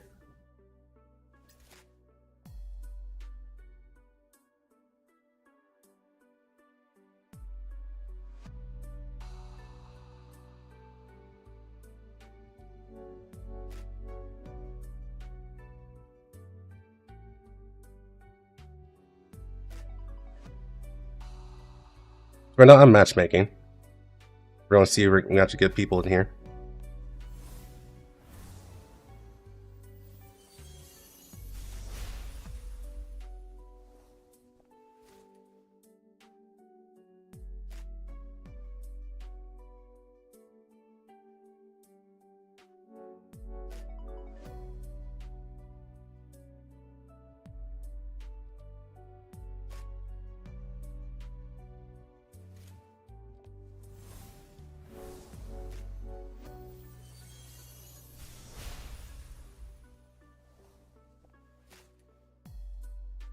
Well, it's not fast. That's one thing.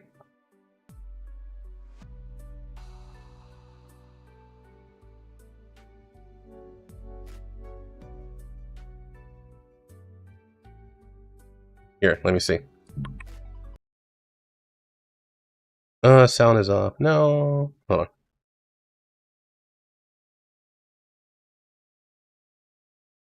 Hey, you get on Snowbreak.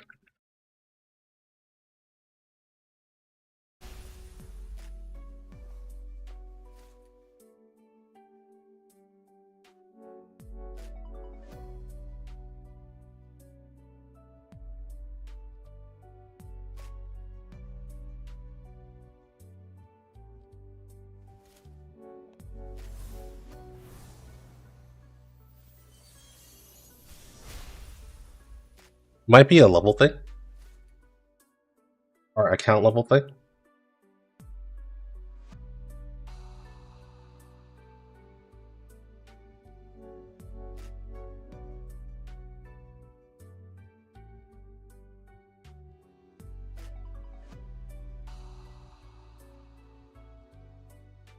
I'm calling my friend and seeing if she's going to get on.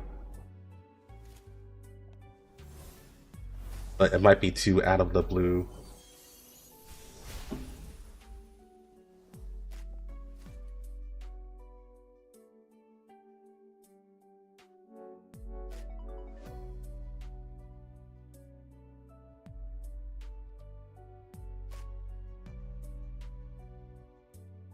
Oh, it's not a good sign.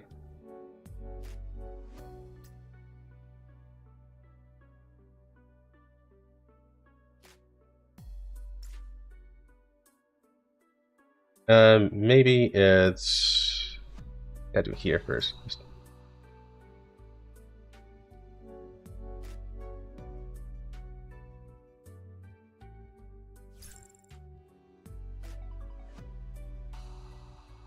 Oh, there we go. That was instant.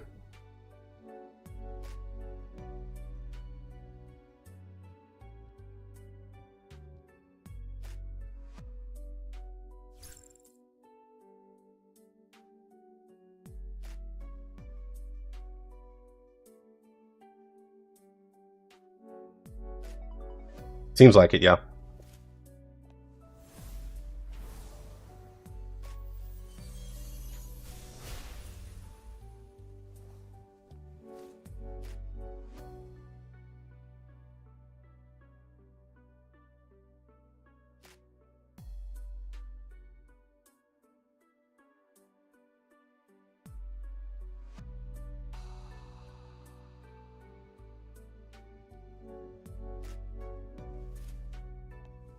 That's like people focus on the events.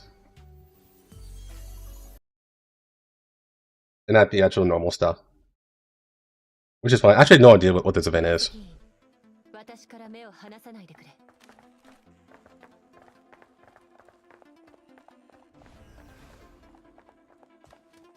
Oh, it's just a defense.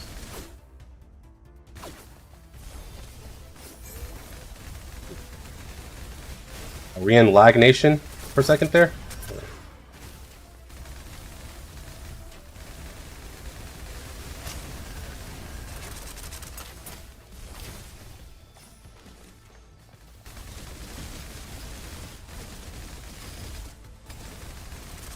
Okay.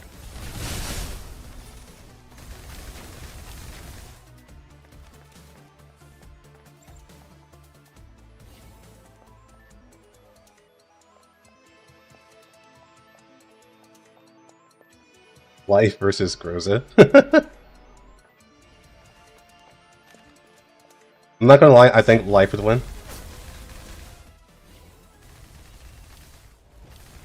Unless she becomes super OP, like how M4 became.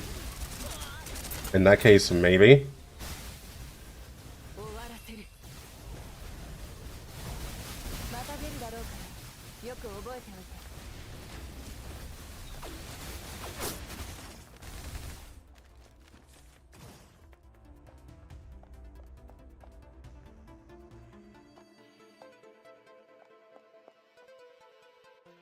Wife? Ah, easily Groza.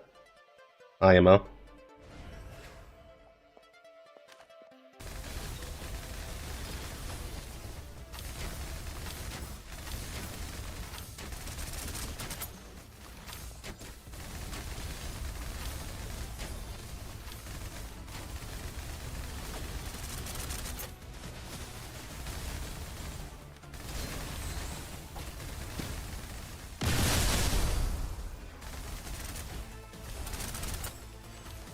Yeah, Groza's definitely win on that part. I agree.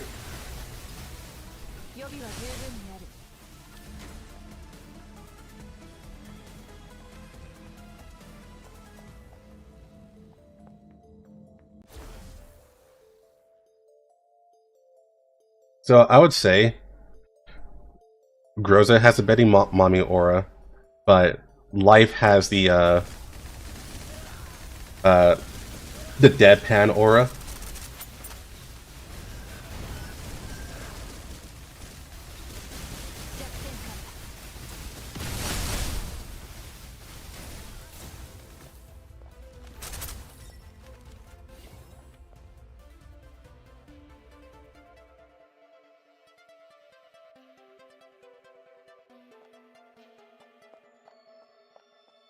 Both have, yeah, true.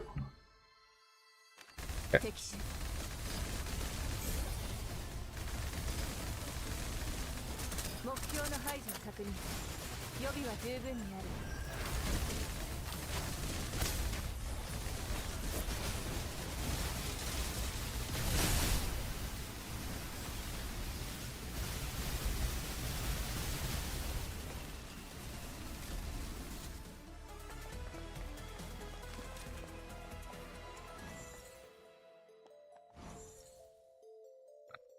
Is this really it?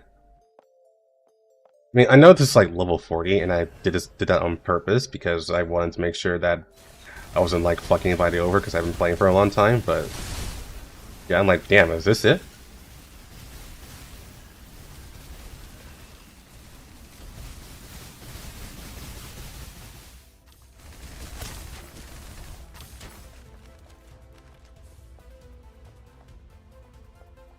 So right off the bat.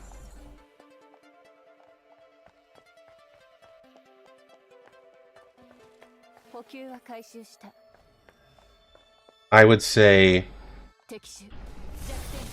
Snowbreak is already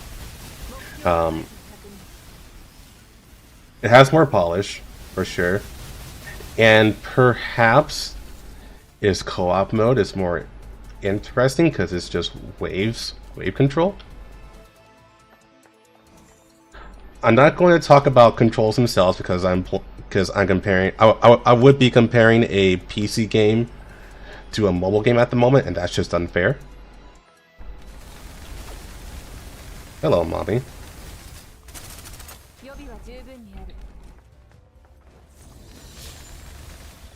But fighting against waves and enemies is probably going to be more interesting than as a co-op mode than the current roguelike mode that's going on right now.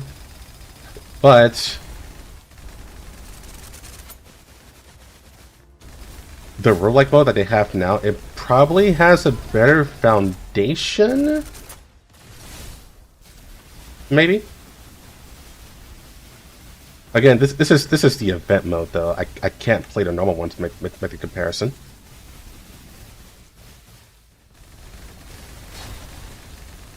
That's pretty difficult to do at the moment.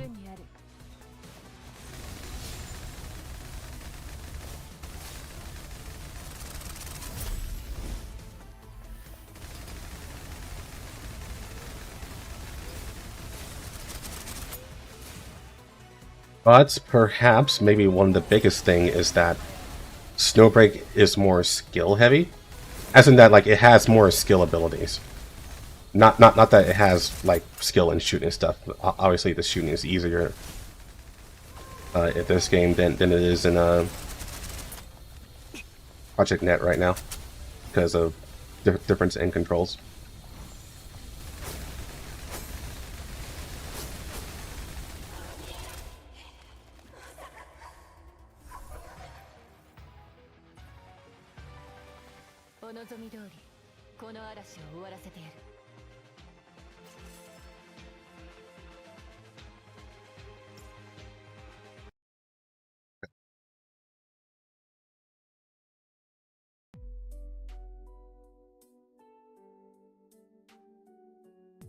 Pull out. Let's pull back. Now,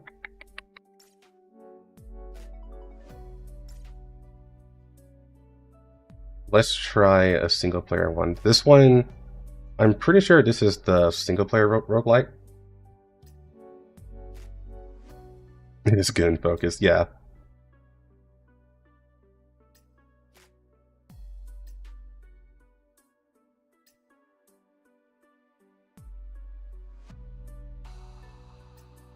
I feel like this one needs to be Penny.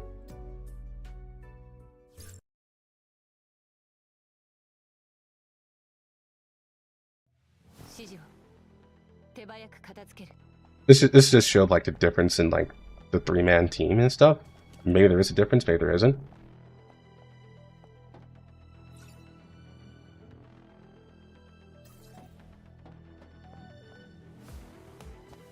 But we'll see. I gotta remember how to play.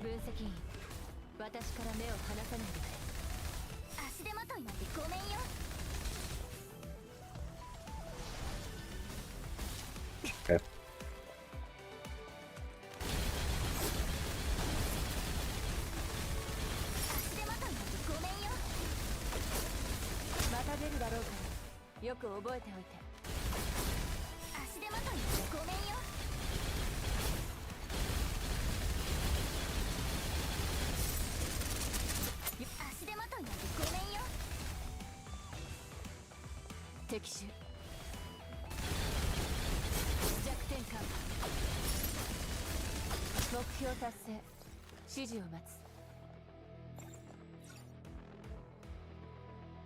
So there's a buff here.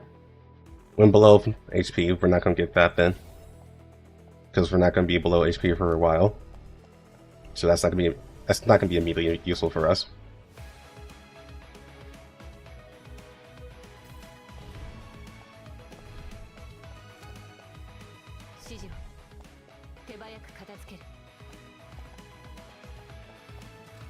This is a kill all enemies floor, wherever they are, because I don't see them right now. Oh, they didn't spawn in yet, that's why.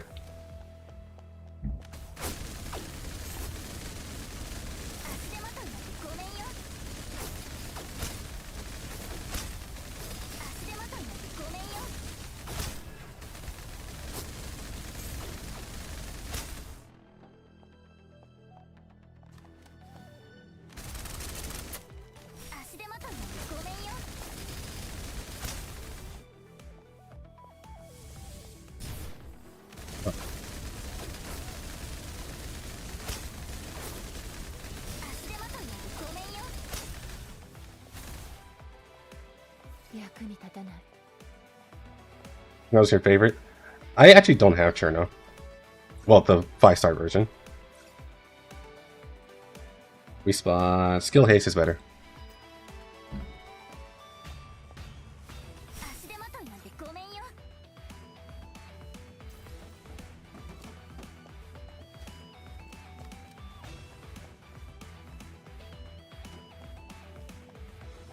Like, it's pretty funny because I think the one character I actually wanted from this game is Enya. But I never play the game when Enya's actually up. Like, she's up right now, but I just don't play the game enough to actually get enough currency to get her. And I'm not willing to spend money on a game that I'm not going to play anyways. Ow. Whoa, fuck. Okay.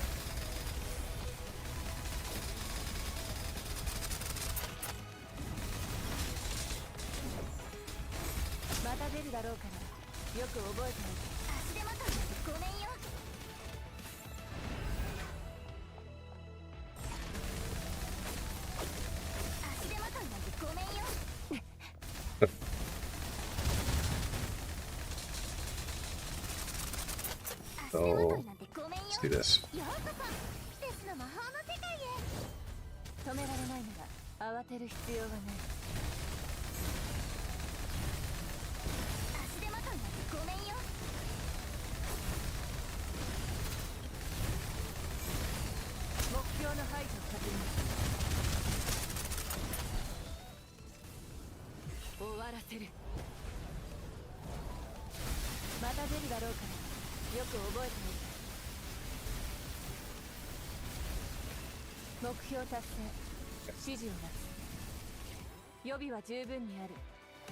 I love good old screen nuking.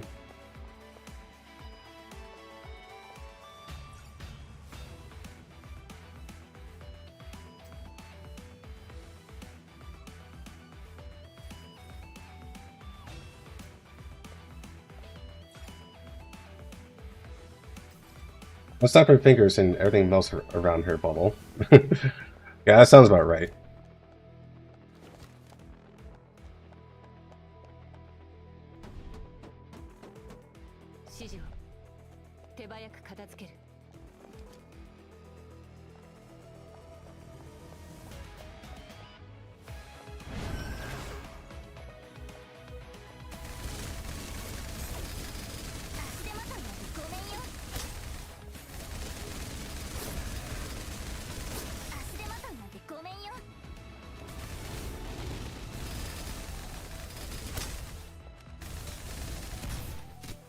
Ouch.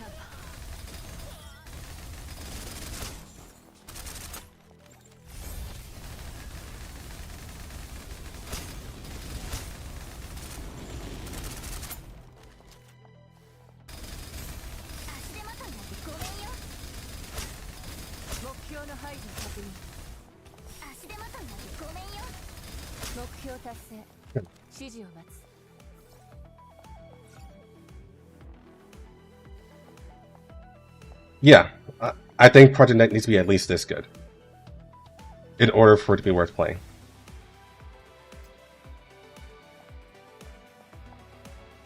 And if we compare what I'm playing right now to what I just played in Project Net, I say the only real thing Project Net has above this game is maybe difficulty. And I say maybe because I'm playing a game on mobile. So there's going to be a natural difficulty with just controlling the game compared to PC. But then there's stuff like, oh, you get one shot by the Hammer Bros in Project Net during co-op mode, which is BS, but that does mean that the game is more punishing than what you usually see in Snowbreak. But then you have stuff like skills, reload speed,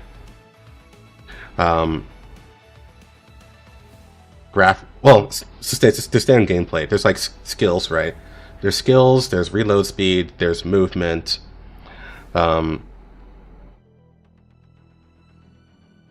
sound effects. Right now, that's all in Snowbreak's favor. It's not in Project Net's favor. The way how the team interacts with each other, like especially with this team, where you have Life as a hyper carry, and Finny and I believe her name is Tess. They're both mainly there for support. And you can see the vision there as I play the game. While with Project Net, again, it's a very, very young game, so there isn't anything really developed at the moment. But since they are using 3 per person teams, there needs to be that synergy as well. So they don't have that under the belt right now, and it does need to be close to, not better, but at least close to where Snowbreak is, in order to be a viable game worth playing over Snowbreak, because they also need to pull fans from Snowbreak as well to play this game, because a lot of people that went to Snowbreak actually have been waiting for Ghost Frontline to be a shooter game as well. So that is one thing that they probably are excited for Project Net and waiting to see the finished product and seeing how that goes. Have I played Warhammer 40k Space Marine? I have not. I've seen it played on stream before. I've seen a person I follow play it on stream to a big audience, and it looks very fun. Looks very raw, I guess is the best way to put it.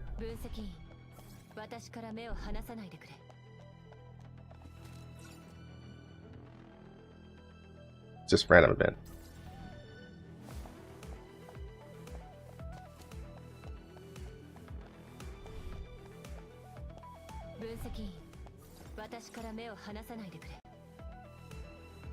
Use threat value? Okay.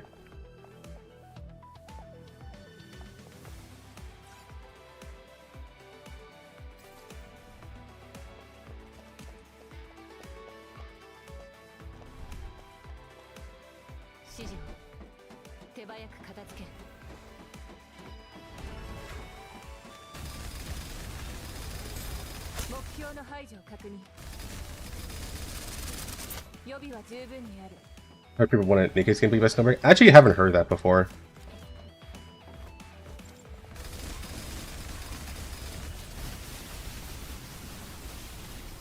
I think Nikke clearly knew what it wanted to be, and I don't think anyone has. If anyone says that they wanted Nikke to be like Snowbreak, is like in hindsight,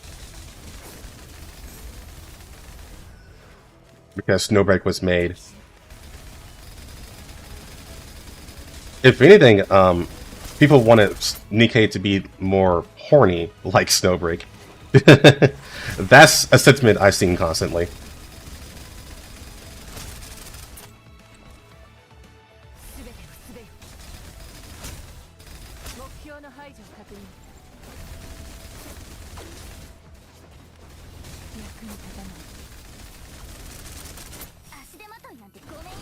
I wasn't doing my rotation.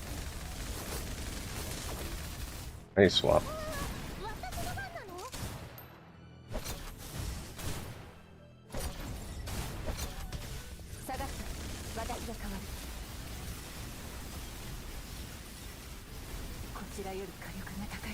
Still getting hit. It's interesting.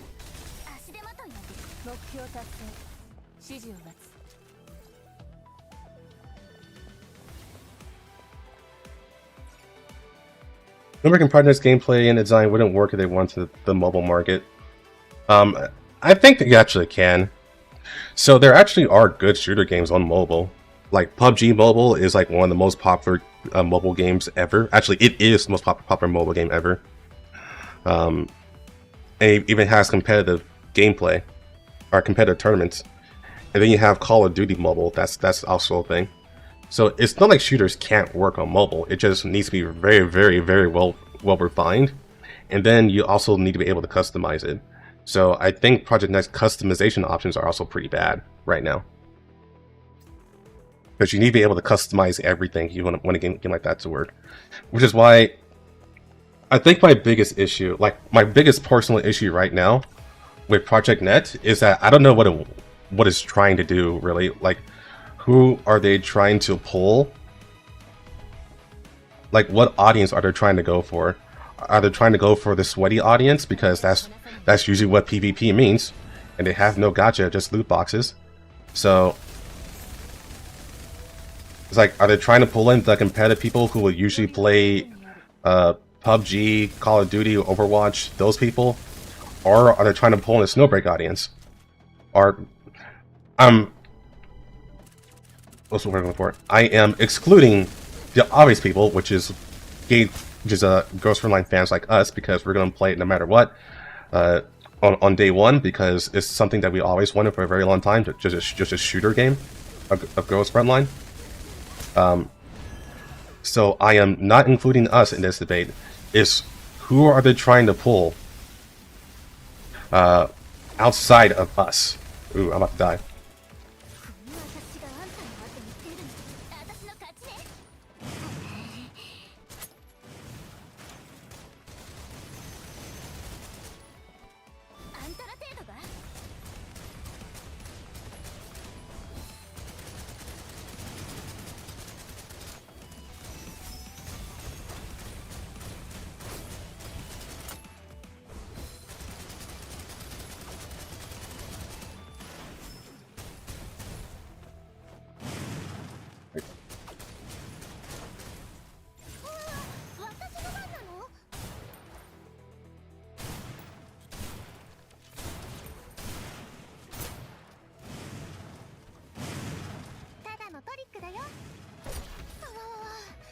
I guess that worked.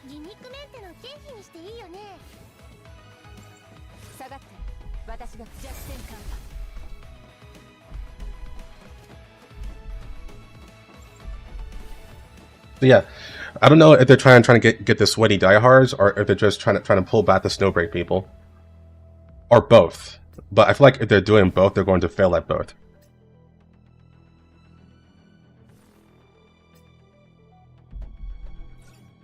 Like, if they're trying to pull in the competitive players, it needs to be a really good competitive game with waifus in it.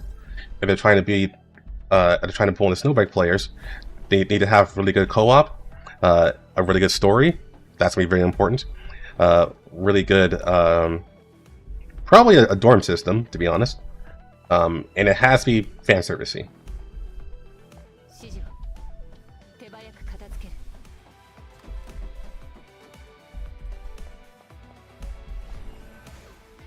I have heard that they're developing a shooter,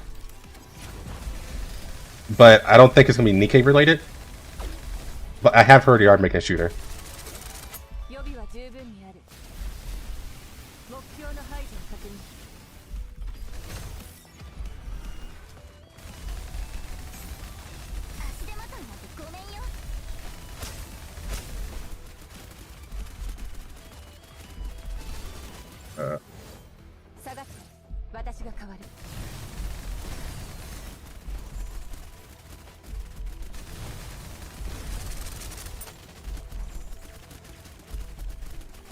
Can't get a heal, can I? Oh.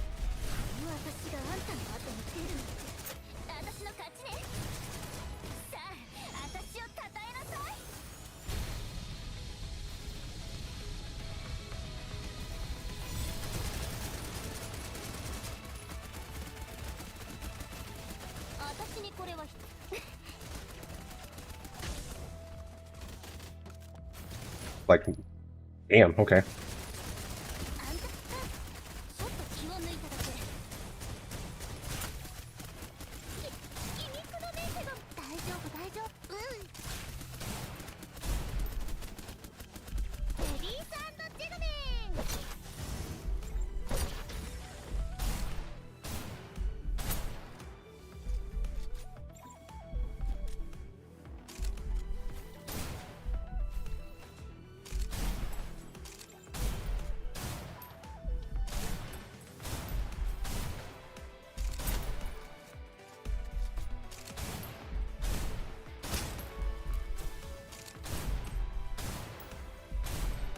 Oh, that's interesting.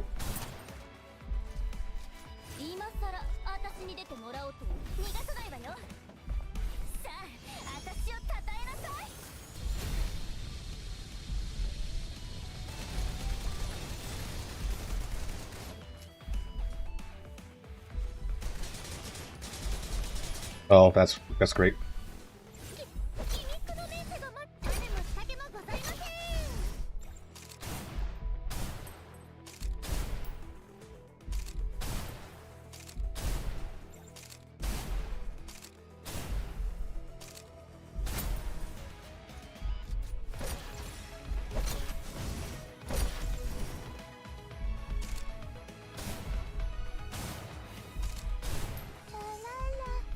Oh.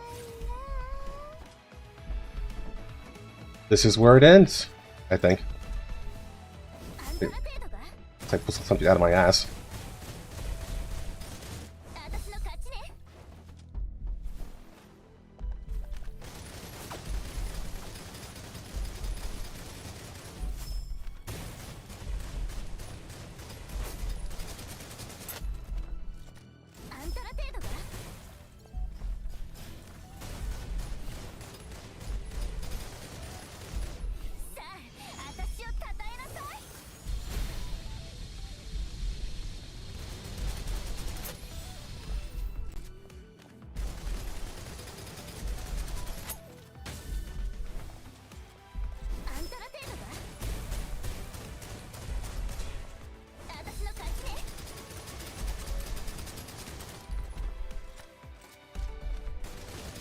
Maybe?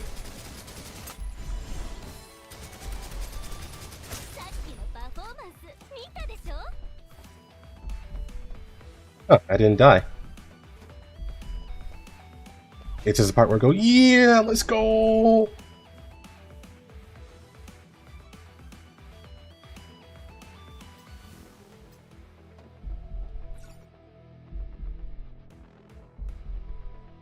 Safe house.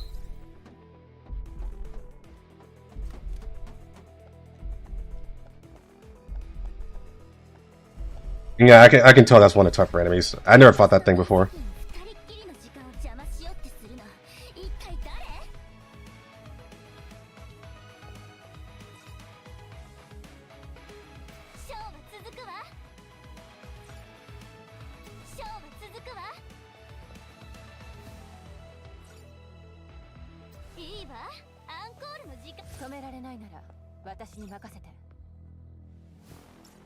I don't have tactical interference.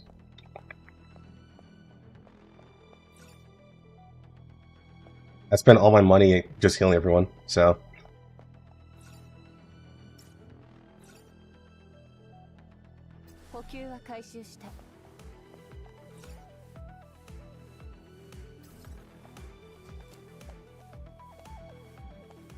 Let's see if we can reach the end.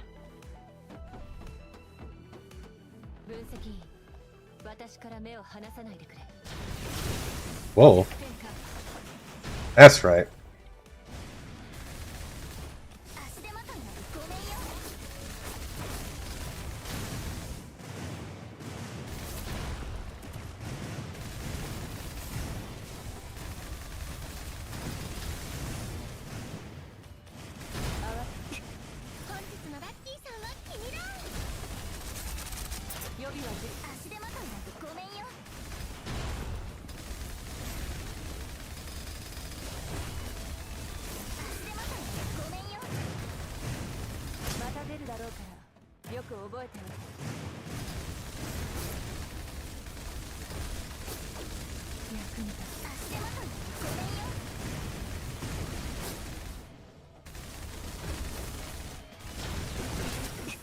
Ooh, whoa.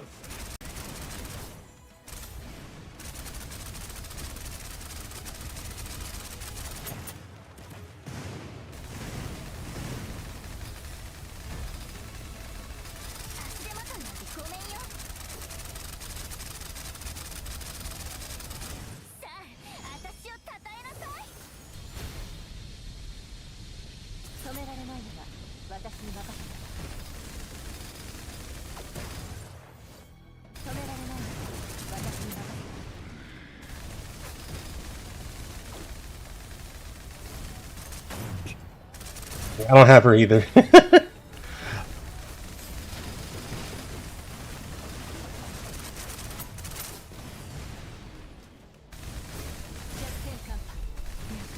I am one of those noobs that really should play the game more, but I just haven't. Woo! You trying to hit me, huh? You. You try hard. You try hard, you.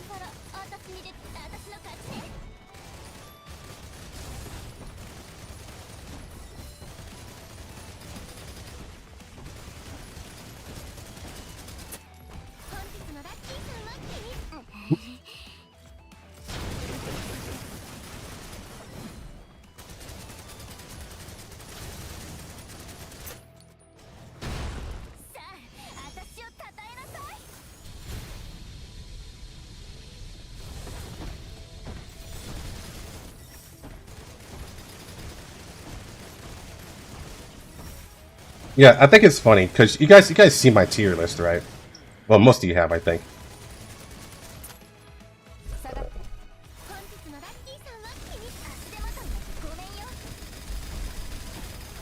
Well,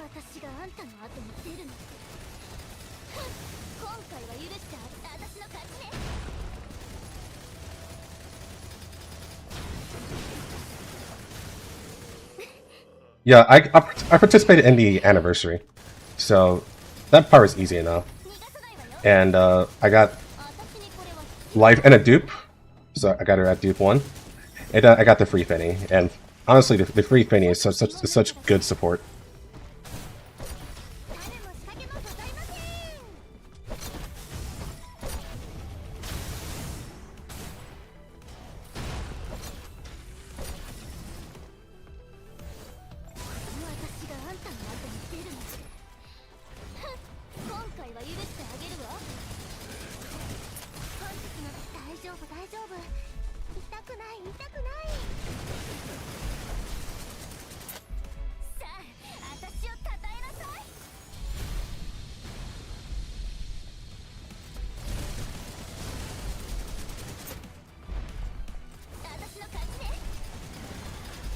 Ooh, I didn't see him coming. Ow.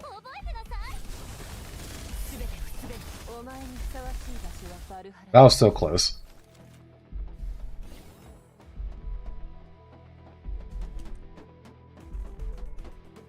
Yeah, you guys see my tier list, right? When it comes to the Snowbreak, I kind of have a feeling out that I might have gotten more appreciation for it ever since playing Project Net.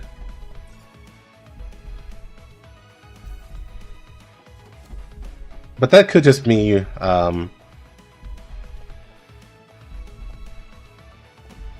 just making a rough comparison. Like, obviously, Project Net is still in development. It does still have issues going on.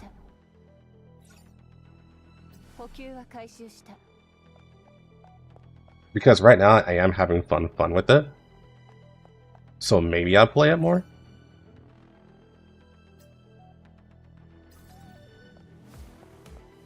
Who knows? Maybe you need something rough around the edges to appreciate something that is more smoothed out over time.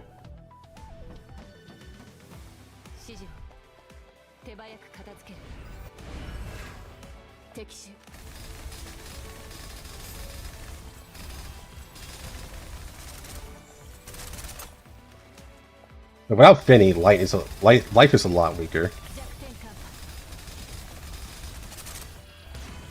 Kind of needs that ammo that Finny gives her to be a super shooter.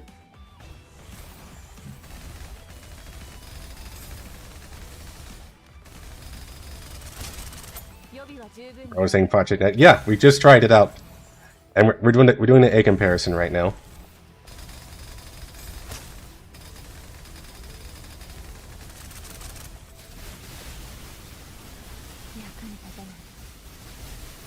Because in order for Project Net to be, let's say viable, it kind of has to be on Snowbreak's level at the moment.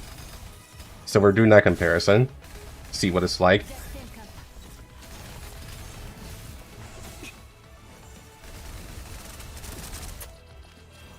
Yeah, I played it for like an hour and a half.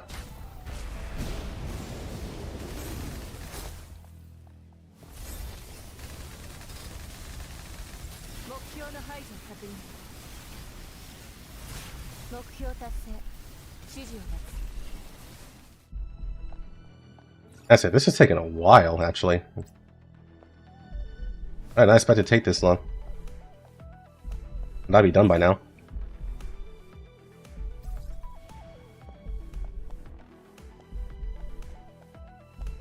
My geez, where the boss at?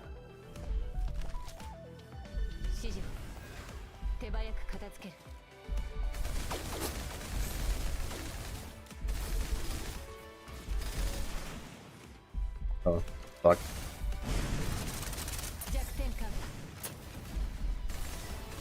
The fan project. Yeah, that is correct. But it also got picked up as a official game by Nikke, which might be might be either a good or a bad thing.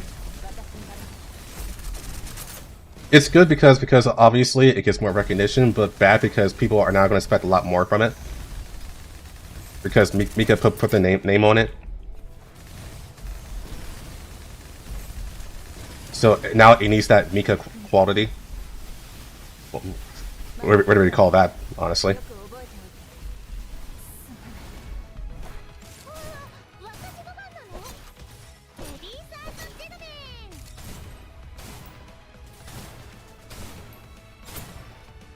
Holy shit, how you're not dead.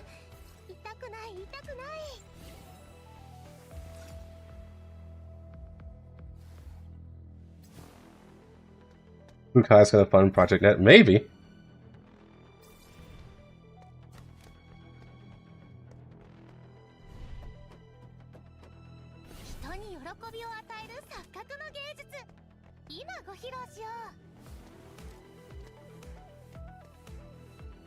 And a mobile game quality, yeah, I get you.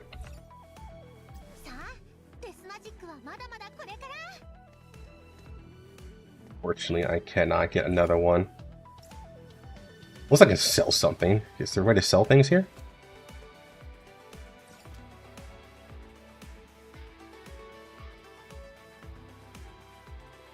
Salvage. Yeah, let's do that.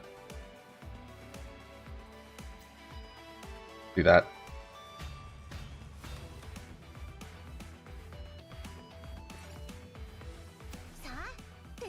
Ooh, congrats, Lantran.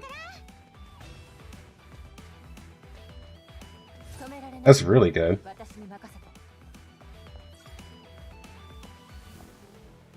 Yeah, I still have just a plain Jane V0 Kukai, which is still awesome.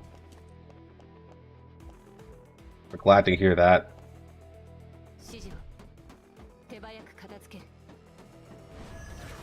I don't know if I'm gonna go all in on Springfield or wait until possibly RO again. Wait until Rebella comes out.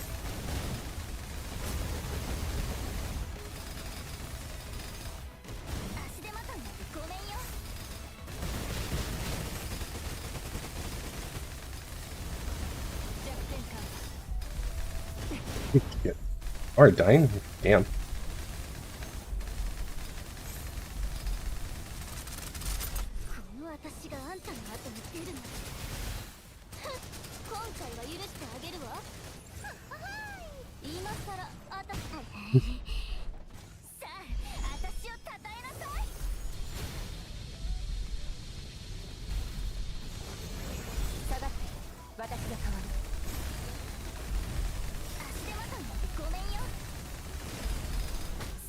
Oh, gosh, too late.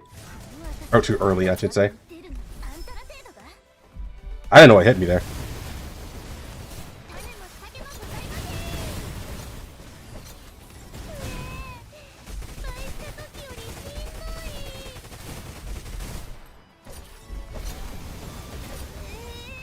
Okay, this shock may kill me there. And that was at the boss. Do I have a save?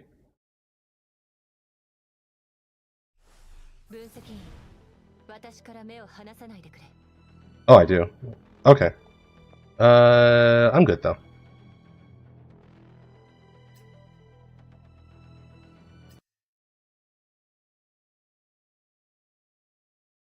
I'm going balls to the wall for Sapo when she comes. That makes sense. Alright, so as far as this game is concerned, obviously it has had a lot of time to build itself up, obviously. And it's come a long way, for sure. So I will admit it is a little unfair to compare this game to something that is still in development, Project Net. But I do want to make it clear and frame this in the right way and say that Project Net, if it wants to go the casual route, it has to be at this level from the start. At least in terms of looks, in terms of feeling, and in terms of gameplay. It has to be at least at this level. Now, if it's going to go the sweaty route, which is going on full on PvP, that means it's trying to pull from the Call of Duty people. Is there maybe Sternova? Maybe Sternova people as well.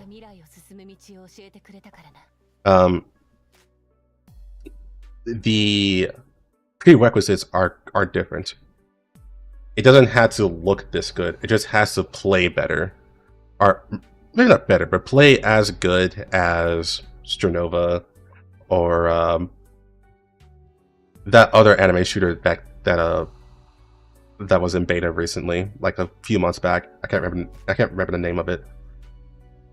There's also Call of Duty and PUBG. I don't think they should aim to be like Call of Duty or PUBG.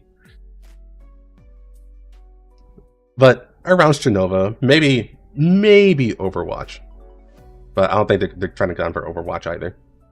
It looks like that they're really trying to do like a mix of what Snowbreak has done, especially with the 3-man team, and you can swap at will, and make those rotations like that. They're trying to pull a little bit from Snowbreak, but then also make it competitive. Which is why I feel like it's in a spot where it's a little bit confused on what it actually wants to pull from. And that's just as far as like gameplay is concerned. Obviously, when it comes down to polish, it needs a lot of polish. And I'm still having the issue where I can't play with anyone because apparently I have the Russian version and not the Philippines version. And maybe that's why I'm not getting the other players, because no one has the Russian version. So I'll have to try that on my off time. Real, yeah. Yeah, Jack of all trades, master of none. Definitely that. And I know life. I know life. I don't think it's even a matter of it having a clear identity. It's more of like, I can't see the vision right now. Because it doesn't have to be strictly like Snowbreak or strictly like a PvP sweaty game. It can do both, but I'm not seeing how it all comes together yet. And part of that may be the lack of polish at the moment. I also hope that there's plainly speaking, I hope there's more content besides a co-op mode and a PvP mode. That's where the whole thing about it being a fan game originally allowed into the Super Secret server. See, I would love that too, Pokey. I want an MGS style game, but for Ghost Frontline. I think that's probably like the best it could do. If it's not going to go full on strategy RPG route. like how it is in Ghost Frontline 1 and 2. Something more like the MGS style. Too much sneaking around? Well, you don't have to sneak around in MGS. You can just go on. You can just go shooting.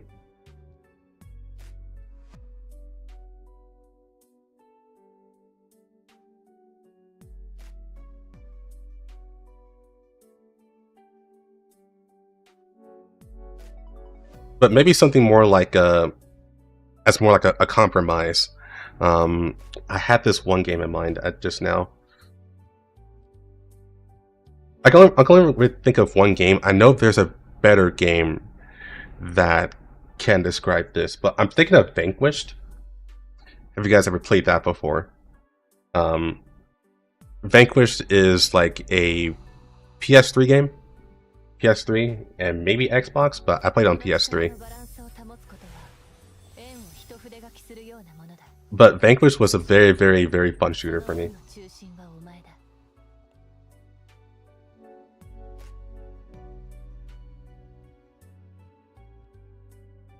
Yeah, from Platinum Games, yeah. If we play like Vanquished, then it'd be like a super good spot, in my opinion. Like Vanquish wasn't really a sweaty game, but it was high octane, yeah.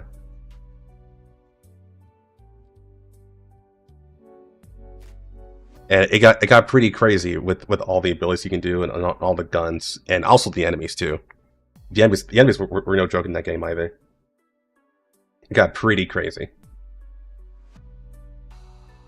And Ghost Frontline could do well in that environment as well.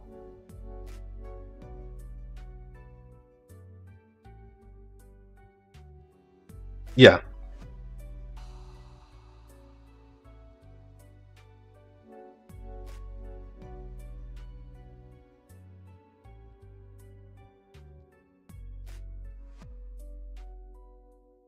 Even the scuffed Archetypes fighting game played on Roblox. SOCOM? It's been a while since I played a SOCOM game.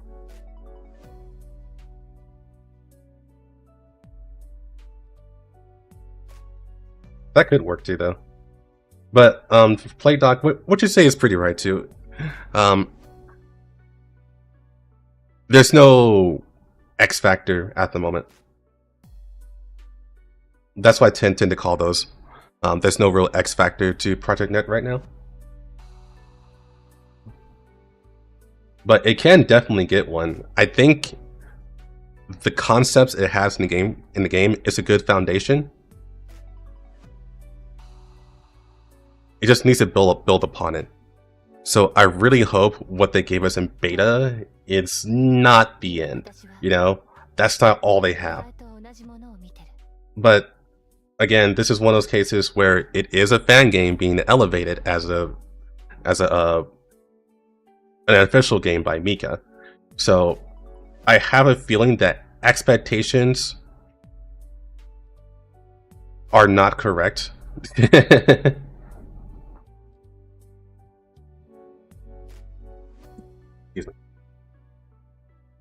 Like, we may need our expectations to be a lot lower for a game like this. But it's really hard to tell right now.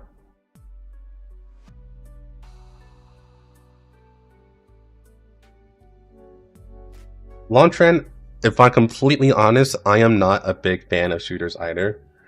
When it comes to like favorite genres, obviously my favorite is RPGs. And then right under it is strategy RPGs. And then below that is platformers. Like shooters, I don't really look for shooters. I'd rather play a visual novel over a shooter, in my honest opinion. But I also like shooters. And I guess I'm just too varied like that. So the thing is that Project Net is a shooter game. So we had to expect it to be a shooter game, right? Now the question is, what type of shooter game does it want it to be? Is it like I said, Does it want to be a sweaty shooter game? Does it want to be a casual shooter game? Does it want to be like a tactical shooter, where you have to use teams and stuff like that?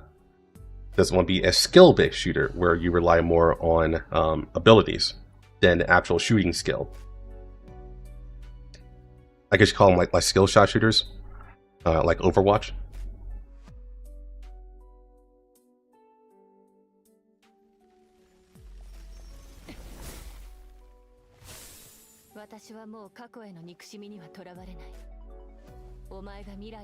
Yeah, there's also the survival genre as well, so survival shooters. That's kind of a genre itself now, thanks to Fortnite. And I guess you can also, well, no, you can't count that. Yeah, it's mainly just Fortnite that's popularized it.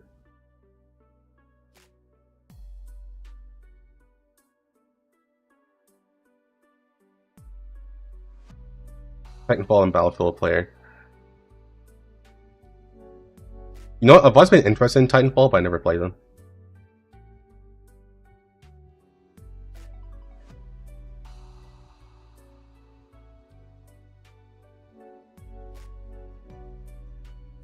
That goes for arcade. No, yeah. I remember when I first tried Call of Duty, I stopped at the tutorial because I was so much interested in other things. Like, I don't even think the game Call of Duty, when I was playing it, I don't think it was bad. I just really was not that interested. I just wanted to try it because it was so popular, and I just wanted to see what the hype was about. But I just couldn't get in. I couldn't get into it. And that was like when I was like 12. I think that's when Modern Warfare came out. It comes from Titanfall 3.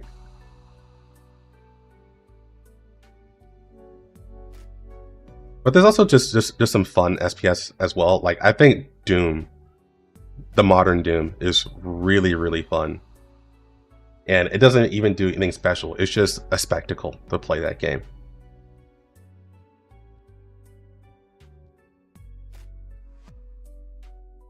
Be good at Project Nikke can follow Helldivers. I know Helldivers is really popular, but I never played it. So I can't really say much on that.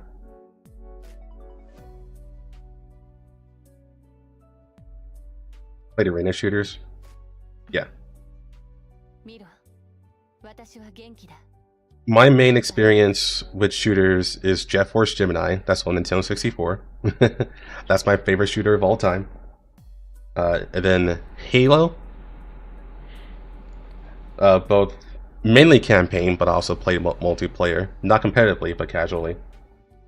I played Vanquished.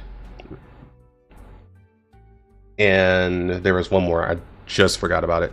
But there's one more. Oh yeah, Snowbreak.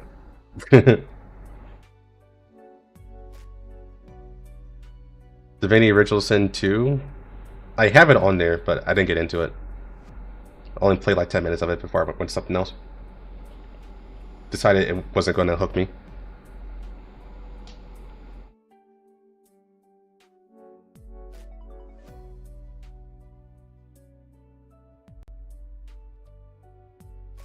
Probably got overblown, yeah. I mean, sometimes it is what it is. Because the same thing happened with Halo as well. Not Halo 1, but Halo 2. Halo 2 got really competitive. So from that point forward, it became a de facto multiplayer game instead of focusing on the campaign. They did a good job balancing both, Bungie did. But eventually, once Bungie left and 343 Studios took over, they got a lot more focused on making multiplayer strong. And I think they fumbled the bag with Halo Infinite multiplayer. I don't know for sure because it's been a long time since I played Halo Infinite, but I only played the campaign, not the multiplayer. I wasn't interested in multiplayer at all. You'd also lose to a Jackal sniper. Yeah, fucking Jackal snipers. Hey, Golden Shower. Nice name. I like that one. Snowbreak is better than Project Net? Yes. But it also is a bit of an unfair comparison right now because Project Net is in beta, and their circumstances are different. My current theory is that even though it is a Nikke official game now, I think it's still the team itself, the Hectate team, or the Hecate team. They're just still a bunch of fans trying to make a pretty good fan game.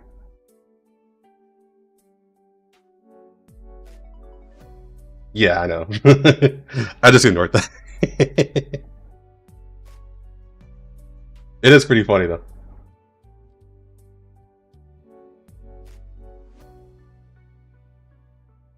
So I want to say that our expectations may be a little bit too high for Project Net. Just throwing it out there. But objectively speaking, Project Net needs to be as good as Snowbreak in order for it to take off.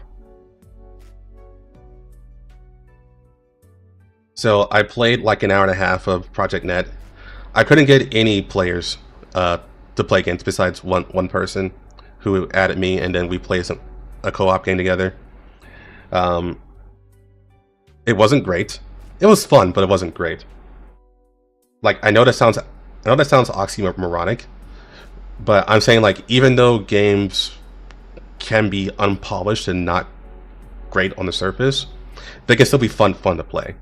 So the fun is there in my opinion. It's just, you know, there are other games that you can play that you can have even more fun with, and I think Snowbreak is one of those games. The PvP section, I honestly cannot get a good read on it because I just can't match with other players right now. I'll have to see if I can change that by getting the Philippines version and see if I can run into players on that.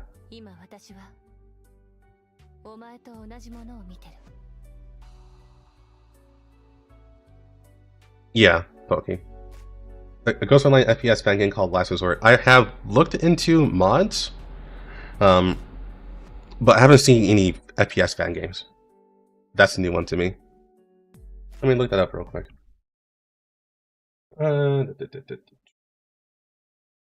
Last Resort, right?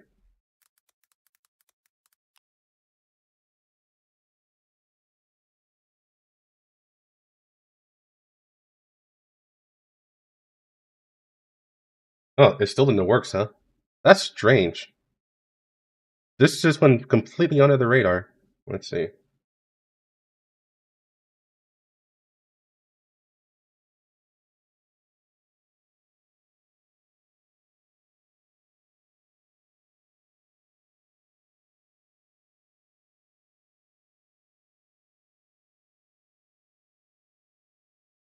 Looks like they made to the 1.5 version. There's a trailer here. Let me pull this up.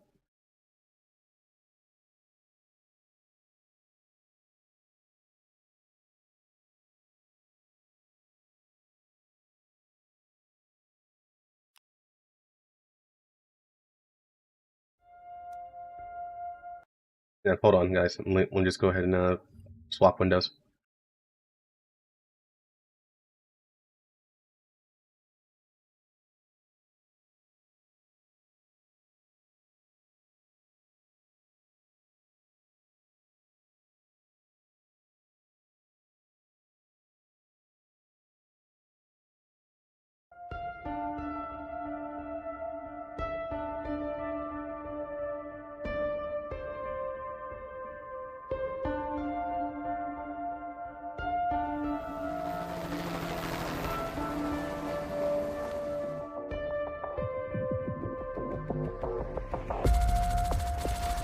Oh, dinner gates.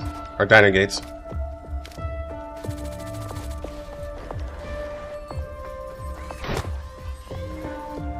Oh, melee attacks, I saw that.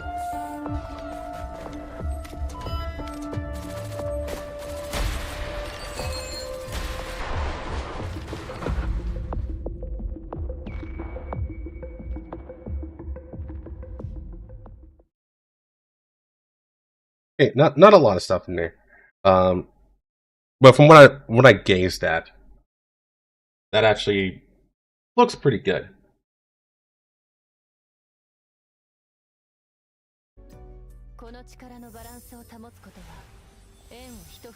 I can see why you would bring it up. I think that does look pretty good.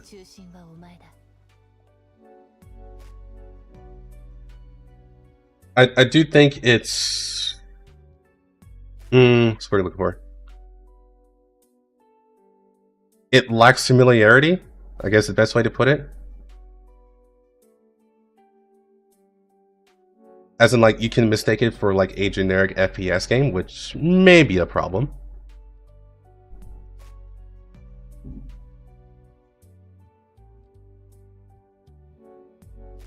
Which is why I think a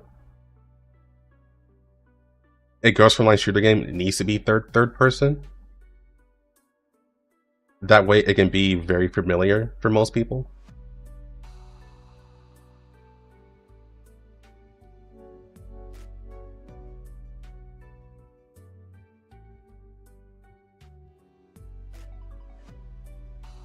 Like, the dynamic gates are there, of course, and that's what made it fairly obvious that it was a Ghost Frontline game. But the actual character that you're playing, you really don't know who you're playing as, and that could be an issue. But props to the person who made it. It does look pretty well polished for a fan game.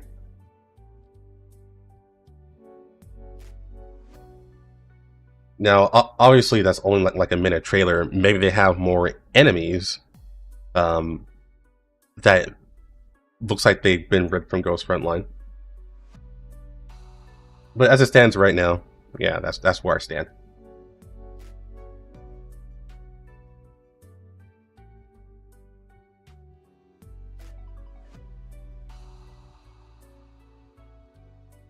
Oh, Lost Planet. Yeah, I played that. I didn't play Lost Planet 2, but I played Lost Planet 1. That is a game I haven't heard about in a while, actually. Yeah, I can see Lost Planet working out.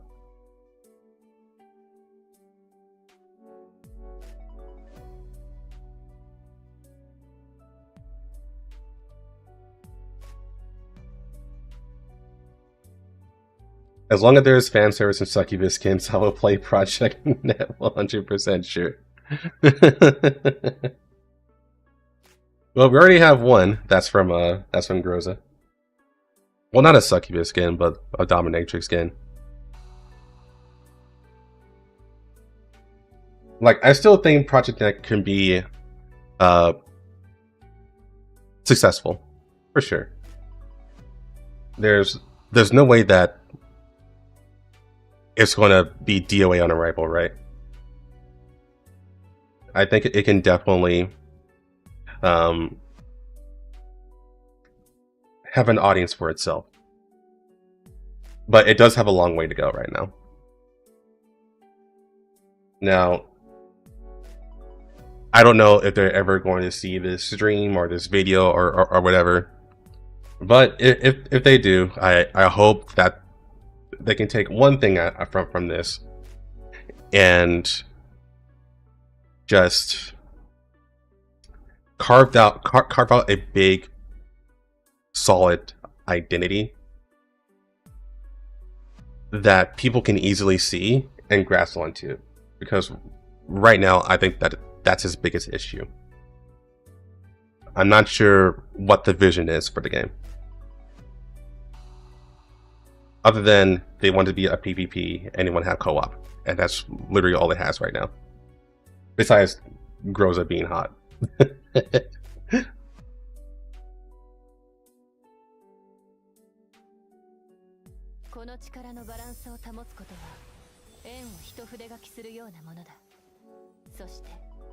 Yeah, let's see.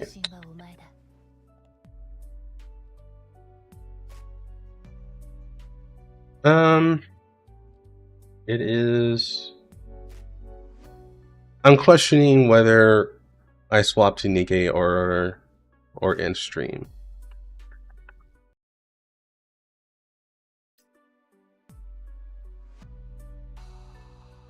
because I actually don't have too much to do in Nikke right now. And we actually spent a lot longer on Project Net, and then I brought in Snowbreak as well.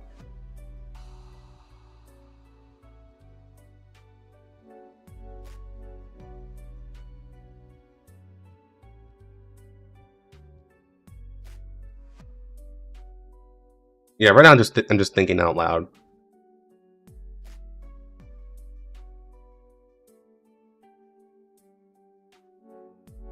The thing is, I can't stream tomorrow. Well, yeah, I can't stream tomorrow because I got things to do tomorrow.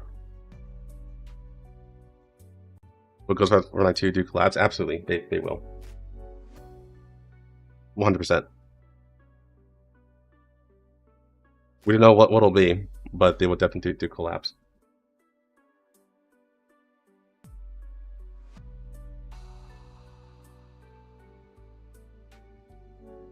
Yeah, they're gonna do a collab with itself, yeah.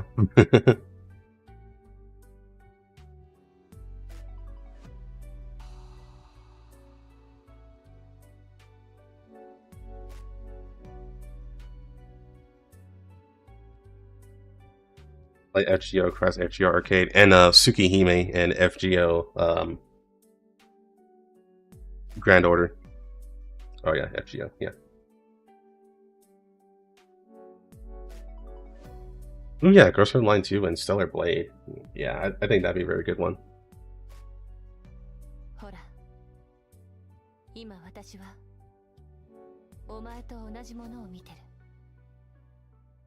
Possibly.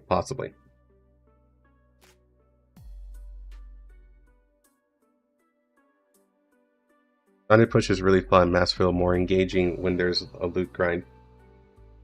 You know what? I think I actually am going to play Nikke. Even though I don't have much to do, there is still stuff to do, and I can just chill out as well until I have to play the game, I guess. But I don't think that's going to happen.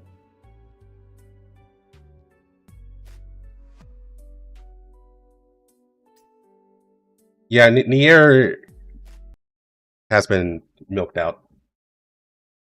IMO.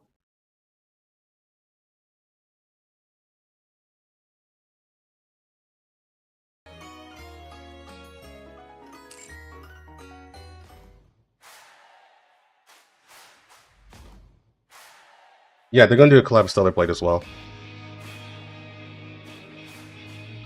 Oh yeah, Nier did have a collab with Stellar Blade. I forgot about that. I still need to play that.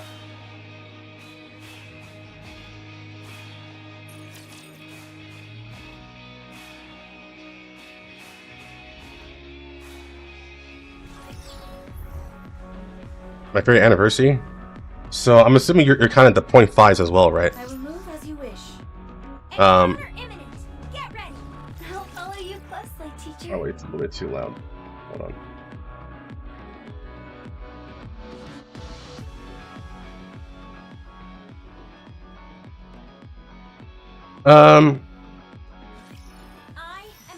Probably the Cinderella story. Old Tales, right? That's what it's called. That one was just a very solid story. Am I called a story? Yes, I am. Why don't they just develop something like an infinite magazine? Better reload. Under the might of the kingdom. Your eyes on what is stupid. Yeah, I think my favorite is Cinderella story. Like, Cinderella is not my favorite character, but the story in Old Tales, it was very strong. It's incredible, actually.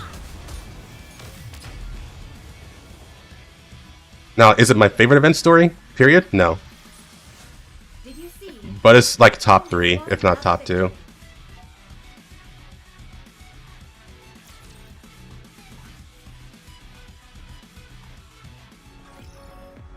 Encounter. Come on, let's go. My favorite Nikke,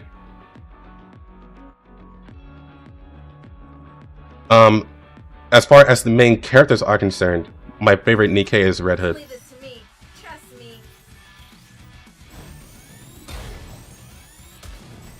As far as the side characters are concerned, you know, the ones that don't get much love in the main story, my favorite is Mary.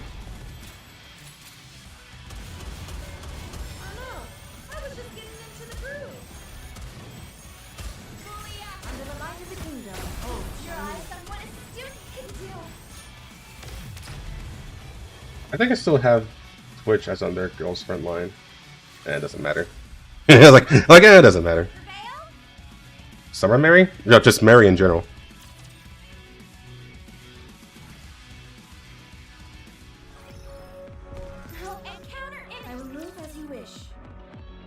Like, Mary is a really awesome character.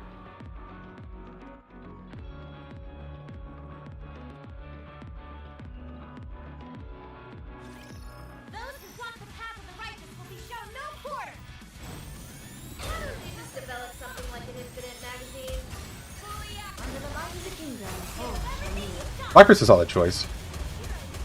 A little crazy, but she's a solid choice.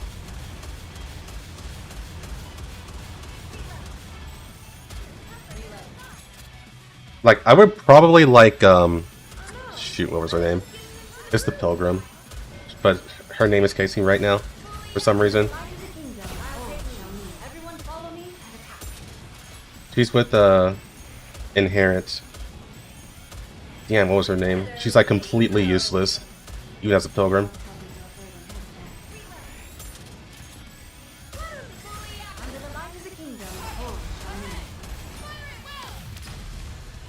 Like, I have her as a character. I'm going to have to look up her name. This is bad. I used to know all the Nikke names. But then I played Girls Frontline 2 forever, and I stopped playing Nikke every day. So now I forgot names.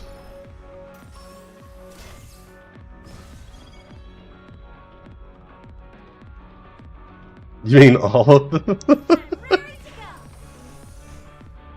on, let's go. Let me just pull her from the list too. It is dangerous. As soon as I see her, I'll probably remember.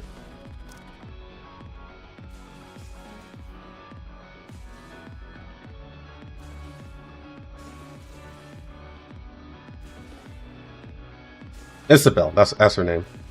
Yeah. Isabel would probably be my favorite.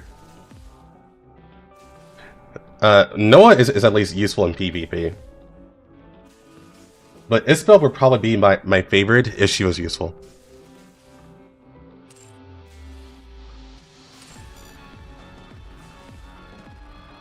Proceeding to target. But she's not even useful, she's actually the complete opposite. She's useless. She's worse than even the than even the other useless units. Like, you can't use Isabel anywhere without actually nerfing your team to the ground.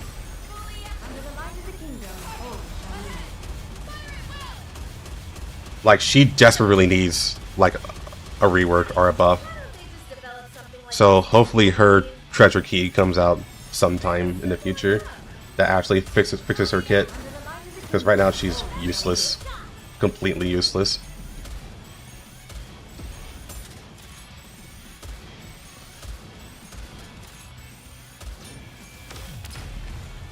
Yeah, that's awful. Free red hood skin is equally amazing. Yeah. As long as we're together, I will never fall. Yeah, isn't Azure Primalia isn't that having some drama right now with censorship? Are you ready? I'm ready to go.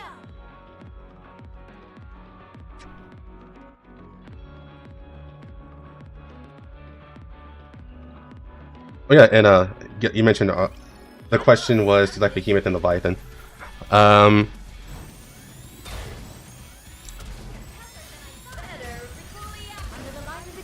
Jury's still out. I think the latest story made Leviathan look like a bit of an idiot.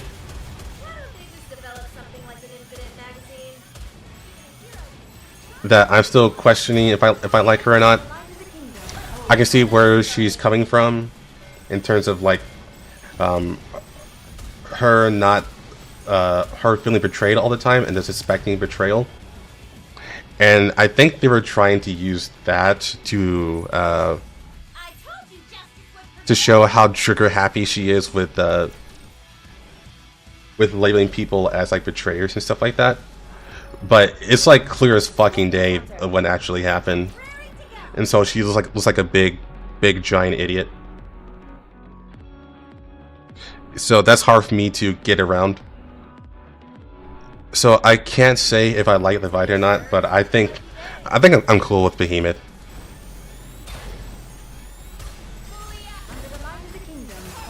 Her artwork is okay. Not my favorite for sure, but I like her character. In fact, I like the 4 Beast characters a good bit because they're very different from the other antagonists.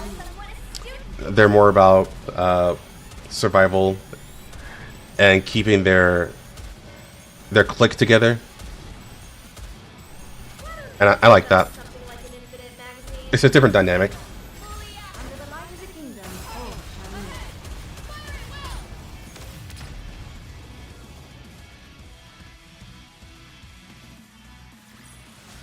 As long as we're together. The tiny bots.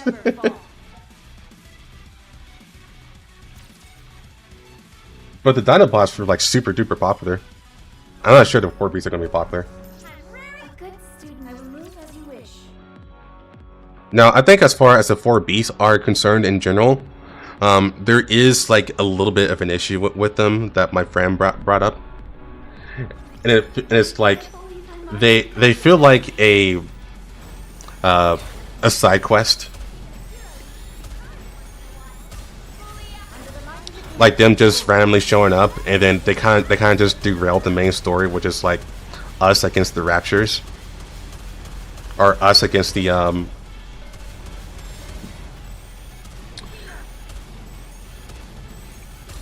heretics.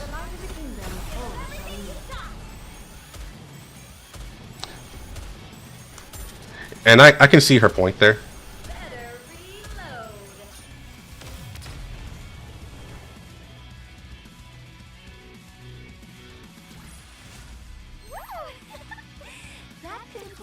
But I do like that they're also like expanding what factions are out there. Because for a long time, it was really just the Ark versus the Raptures. Now we have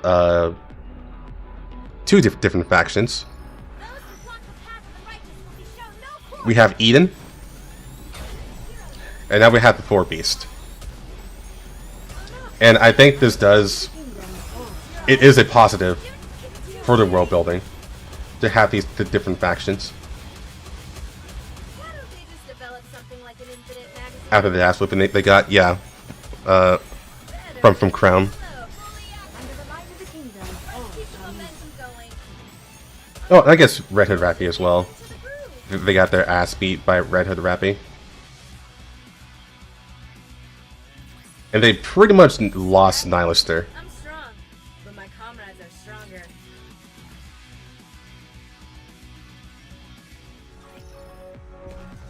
Come on. Step back. It is I'll follow you closely, teacher.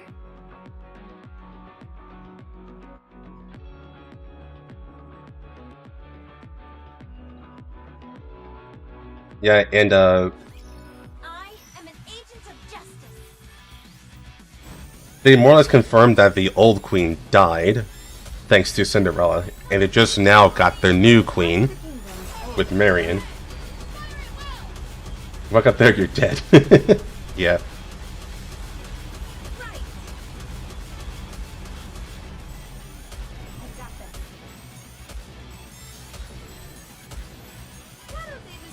So they kind of have to see where that goes.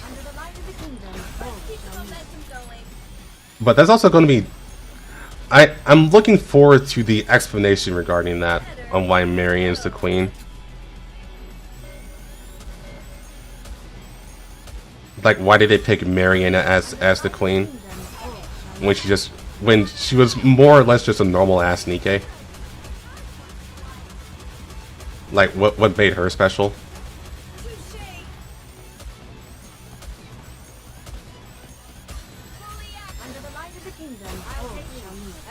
Because there's still the thing with Lilith as well.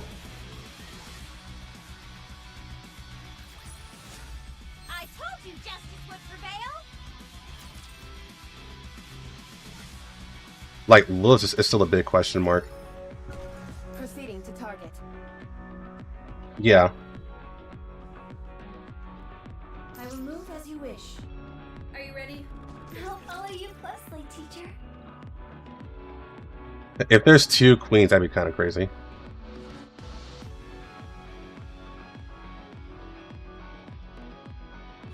For video? Time to show the majesty of the kingdom. That's might have been by Pyres. If there's multiple queens, that'd be quite the curveball.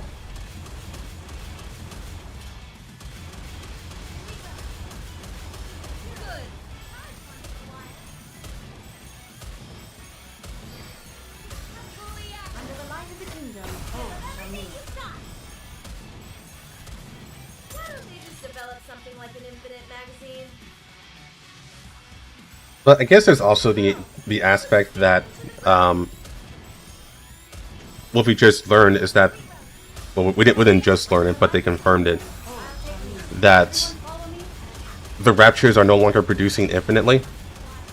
They're now limited in number. There's still a lot of them, but they're at least limited in number now. So now it's like, okay, how are they going to produce now? Because they still had to produce. And maybe they're trying to do that by taking Nikke parts and making more heretics. They're trying to evolve in that way. So yeah, maybe having multiple queens is the reason for that. Because they're trying to evolve now that they're limited.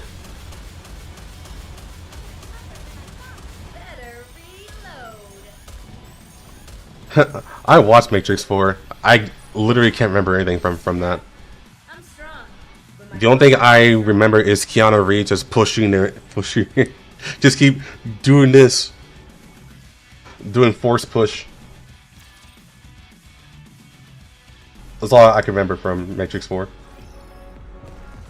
Step back. I'm ready to go. Either that or Mary gets brainwashed again. Yeah, I hope they don't do the whole brainwashing thing. That's been overdone now. It would be the 3rd time. Commander, stay behind me. This time they just made it fairly obvious that there's like 2 different sides of Marion. There's like the sweet Marion that loves a commander, and there's the Marion who has the instinct of a queen, of the Rapture Queen, that she can't let go of. And I think the further she is away from the commander, the worse it gets. Obviously, she has grown up, that she's not so codependent on the commander anymore. But I think the commander was like the main person who was curbing that instinct. I'll follow you. Are you ready? I'm ready to go. Is this a story mission? No, this is hard mode.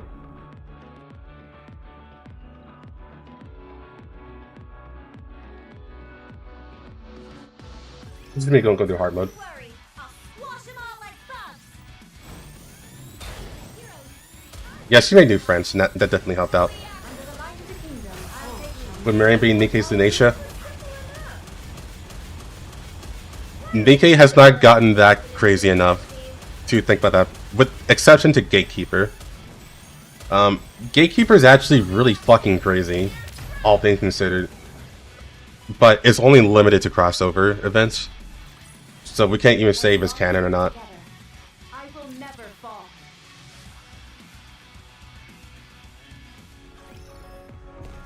Step back. Proceeding to target.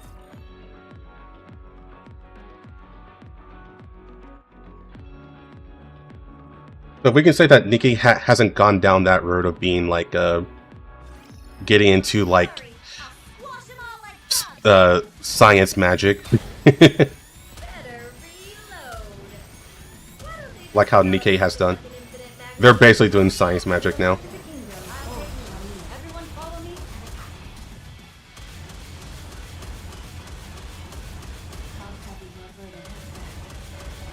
Not yet. Yeah, true. Not yet. Under the light of the kingdom. Feast your eyes on what a student can do.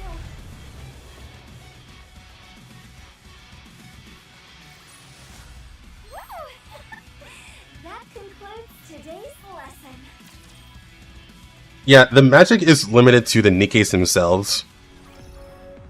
Because there's this thing, I forgot what it's called. Basically, all Nikkes have special abilities that is... Oh yeah, they're called manifestations. The manifestations are basically explanations to how they have superpowers. They have quirks, quote-unquote.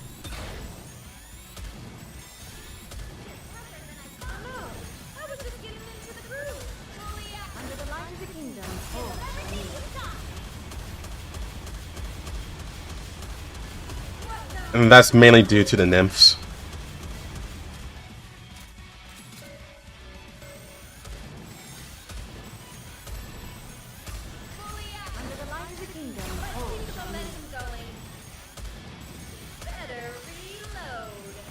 So I think the witch is damn, I am blanking on names pretty hard. She's also part of Inherit.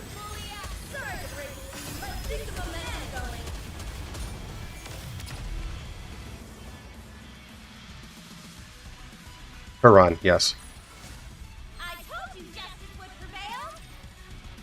Yeah, I'm really embarrassed that I'm blanking out on names. Because I focus on hard and girls Frontline. That I just do not remember names anymore. Besides the important ones. Step back. Come on, let's go.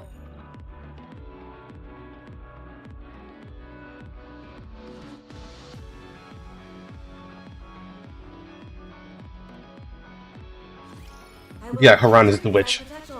She's also does necromancy for some reason.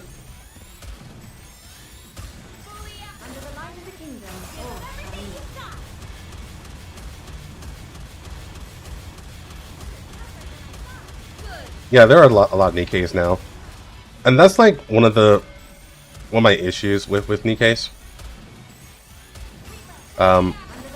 There's so many good characters, but they just do not have the room for them in the story anymore, because there's now just too many. So they can only really focus on the best of the best, which is Counters, Matisse,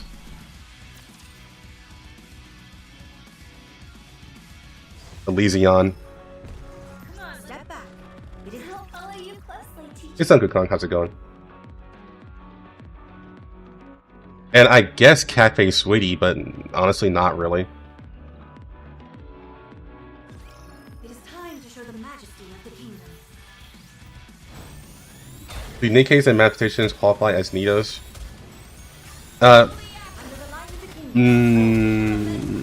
Sort of. That's a stretch, though. Because the main thing is that Nidos, even though they are cyborgs, higher levels of Nidos are fully biological.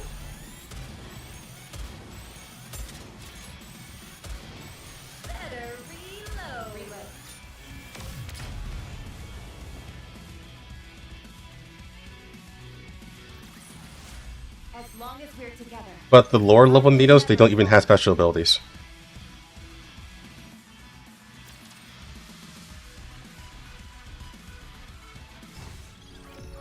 They're just enhanced cyborgs, or cyborgs in general. And Nikkes themselves, they're also cyborgs, but only with their brains.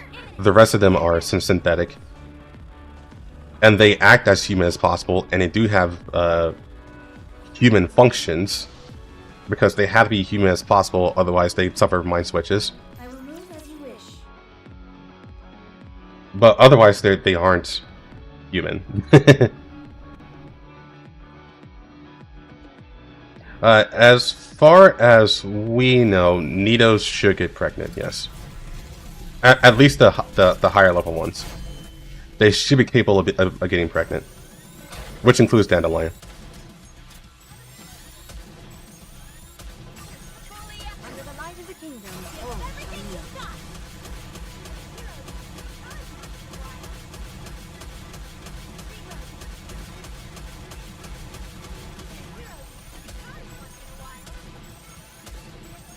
Yeah, no womb force installation needed for Dandelion.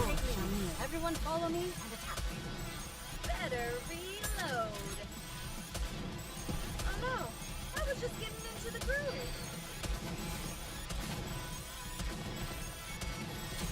Why don't they just develop? Oh, in case you guys didn't know, you guys probably do, because you guys probably look into it because you're degenerates. But yeah, Nikke can't get pregnant. Please just kill this.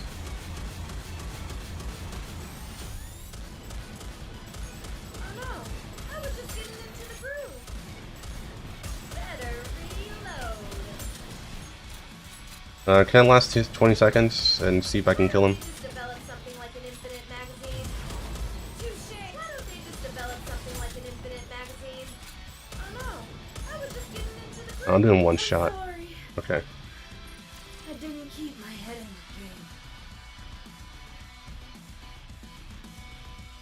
game. Yeah, Cappy Sweetie is that they are the elite squad for Tetra, but honestly, they don't really feel like it.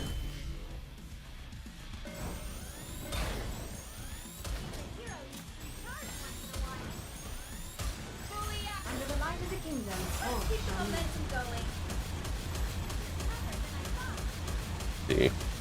Yeah, let's keep it going. Why don't they just develop something like an infinite magazine? Under the light of the kingdom. Oh, everything you've got.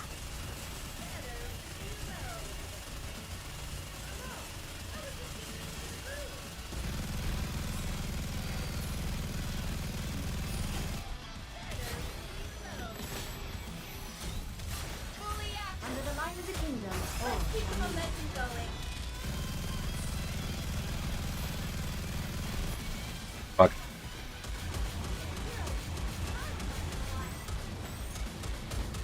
Why don't you just develop something like an infinite I want to preserve beautiful memories of my campus life.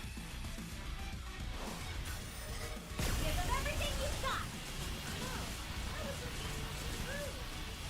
Oh, I lost Red Hood. That's bad. But things should still be okay.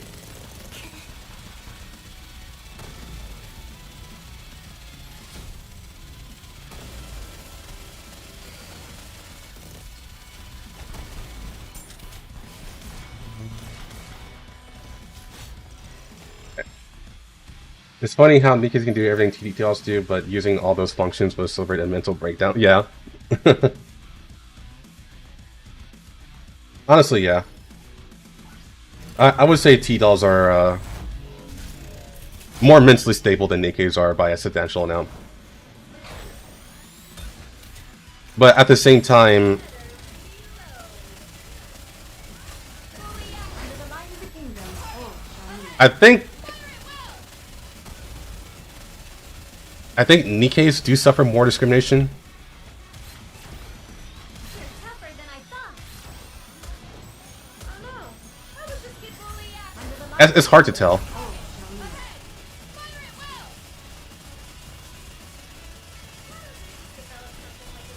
Because you're kind of comparing who has the worst trauma. Like I think T-Dolls have worse lows than the dolls do. Or T-Dolls have worse lows than Nikke's do. I think this is Develop good. Better reload. because I think the worst that Nikke's got was basically a goddess fall, right? I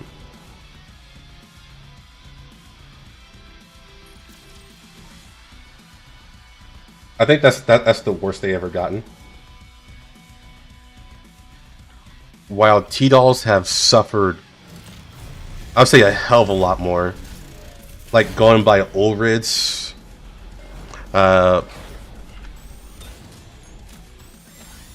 Ulrid's journal, And then you have Nikita's event. And then you have all the stuff that happened in Ghost Frontline 1. Yeah, then you have the whole, they took our drill-ups type of thing.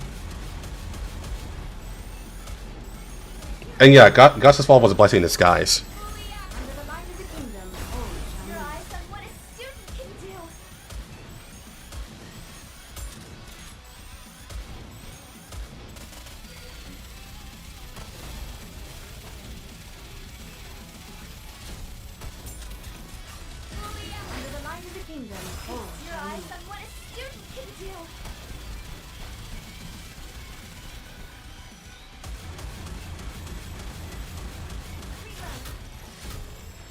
I'm gonna have to get Marion in here. We'll see.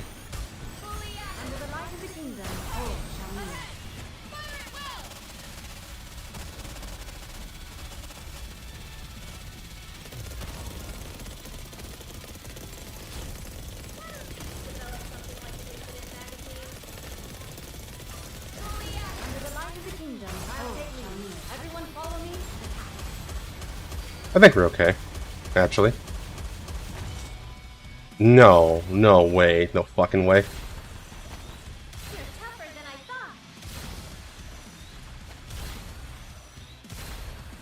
Yeah, Nikke has an English dub. Yeah, that's what I want, Marion.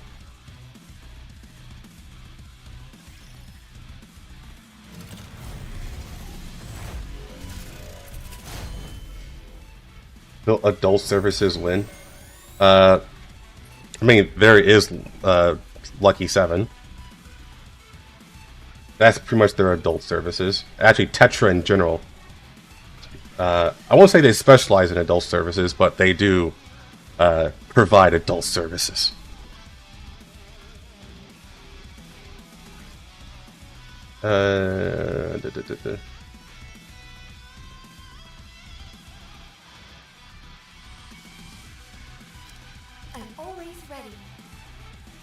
We'll try that.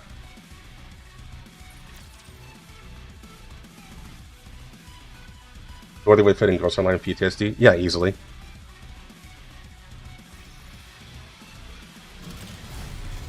Honestly, Ghost Frontline and Nikke, they're very similar. Like, all things considered.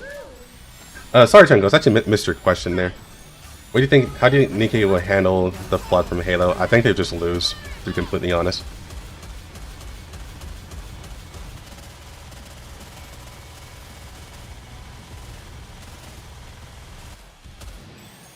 I don't think there'd be much of competition.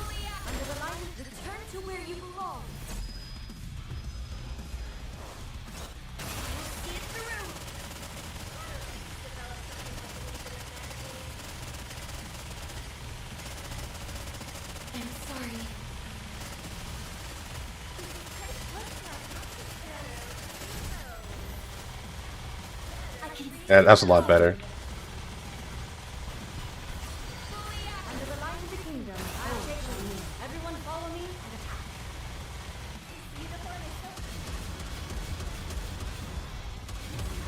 Oh, Ray? Yeah, she's in this game. She was a clap unit.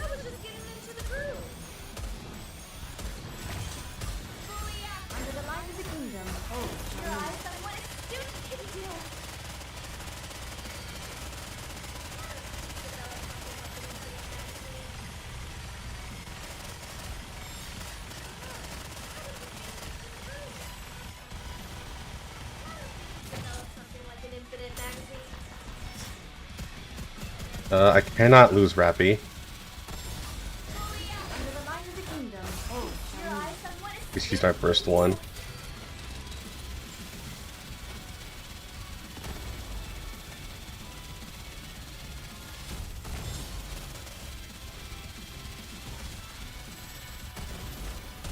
Preparing to reload. We want to preserve beautiful memories of my kids. Everyone follow me and attack next.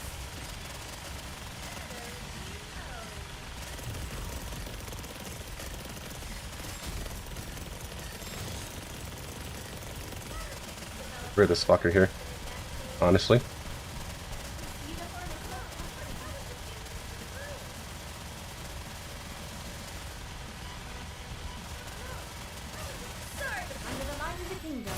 Oh, I lost Red Hood. Or not Red Hood, but Rappy. So I need to kill this now.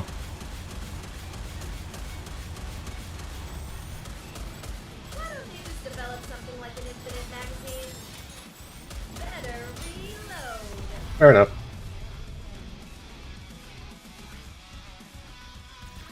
Once I start Blaze the future of Nikke and the monsters of no. No, Celebrate and Nikke aren't in the same universe. Celebrate is its own thing. That said, you should play Snowbreak, by the way. Snowbreak is a really good game, in my opinion. It's one of the best games of last year. IMO.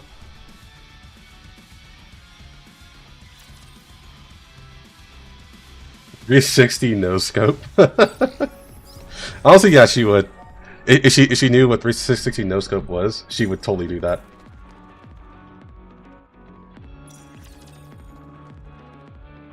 Wait till PC version? I think that's out already. Let me see. I want to say it's out.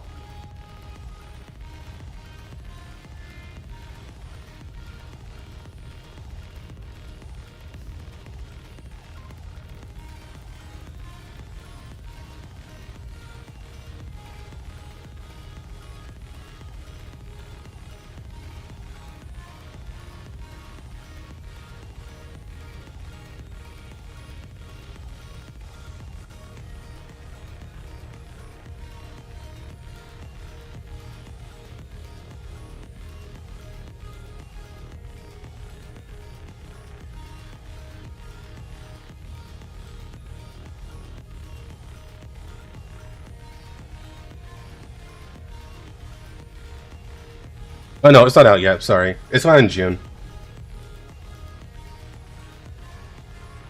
So, about 2 months from now.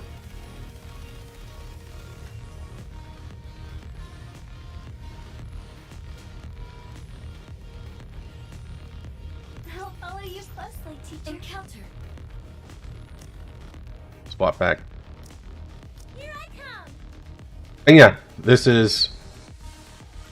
I know someone was asking about that. Yeah, there's an Evangelion. Actually, there's 2 Evangelion collabs. So there's actually like another set, but I didn't play the last event, the last one, because I didn't care. I was like, wow, we're doing this again. So I just kind of just skipped that one.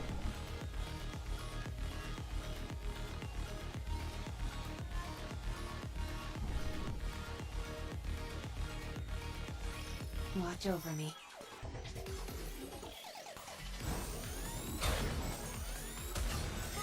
Under the light of the kingdom, I'll take you. Everyone follow me. What's it, Time Crisis? It basically is. It basically is Time Crisis.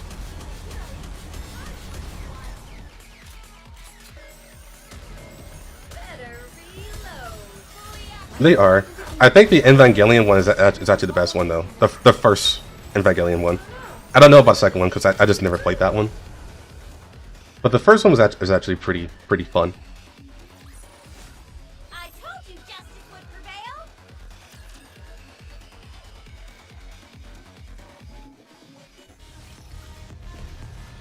I will move as you encounter. Come on, let's go. 500,000 gems. That makes sense. Like if I say like the main. Okay, so it's a good thing for players, but it's a bad thing for shipped up. I say the main issue with Nikke is that once you have your campaign team, you don't really have an incentive to pull unless you're a sweat in guild rates. So you're able to pile up so many resources for whatever you want.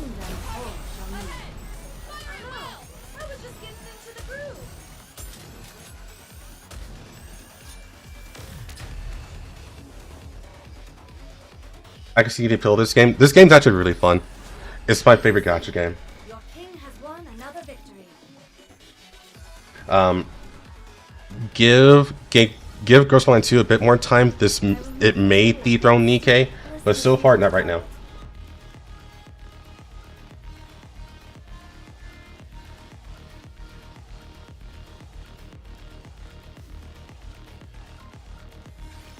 I am an agent of justice. You're right, yeah. Why don't they just develop something like a under the light of the kingdom? I'll take the lead. Everyone follow me. I say so far the only reason why I would spend on Nikke is for skins. Skins is basically the only reason.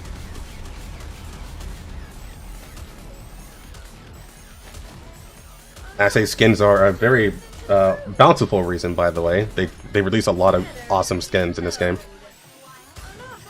Under the light of the kingdom. Feast your eyes on what a student can do. Why don't they just develop something like an infinite magazine? But I feel like it may be problematic to not feel the need to pull on any banners. Did you see? Your king has won another victory. But for me personally, I think the game's in a good spot. I don't want them to focus more on a gacha. Just focus more on skins. They're making a lot of money on skins. I'll follow you closely, teacher.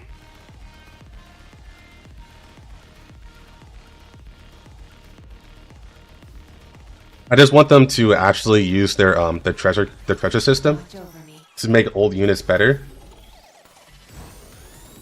That way I have a reason to use some of my personal favorites like Mary. Like I really want Mary to be good. That way I can use her. Like they actually made Helm good. At least I learned from Playtest too, yeah.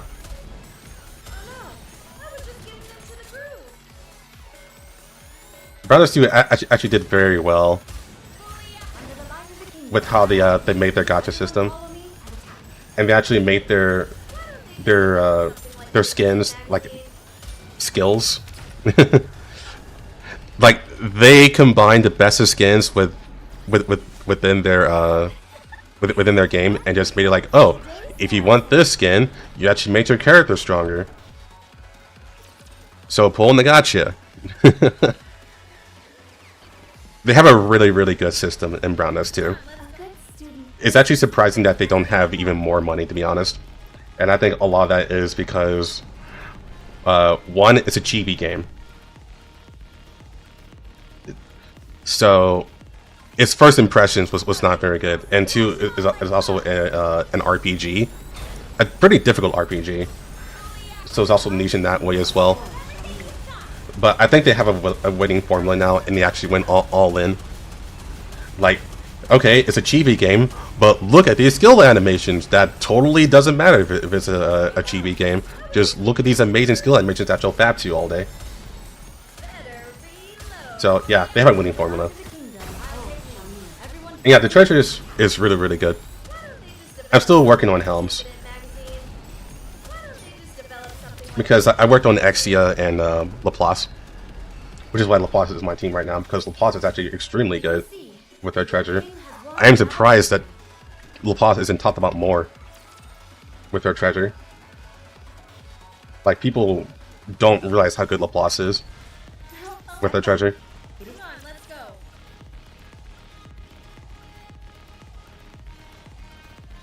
Yeah, Playtest 2 is like, the saying is that they're on the edge, right? Like they're on the edge of being like an actual hentai game. But I would say Playtest 2, they're not just on the edge, they're moonwalking on the edge. Like, they so badly want to be a hentai game.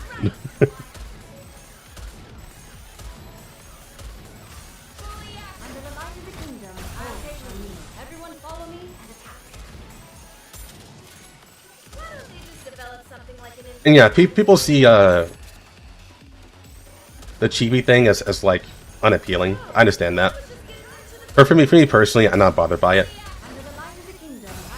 I'm just more saying that Playtest 2 basically circumvents that nowadays. That is more or less a non-factor. in my opinion, because the skill animations are so well made that you can really just forgive them for having their the chibi as like the front of their game.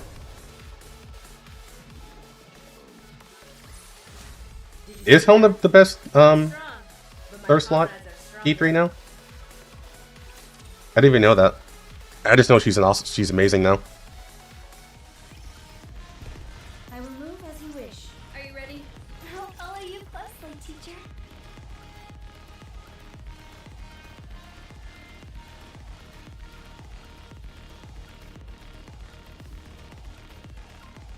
You know, a part of me also wants to play Azure Lane, but another part of me does not, because I feel like I can get what I want from Azure Lane by just looking at the art and being satisfied with that.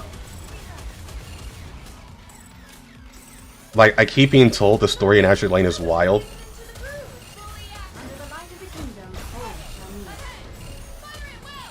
but whenever I see the gameplay of Azure Lane, I'm like, is it really worth it?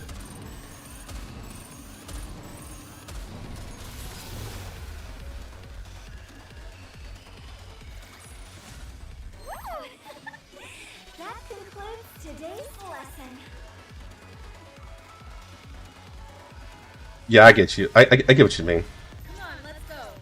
Like I said, I don't blame people for Proceeding to target. for not liking chibis.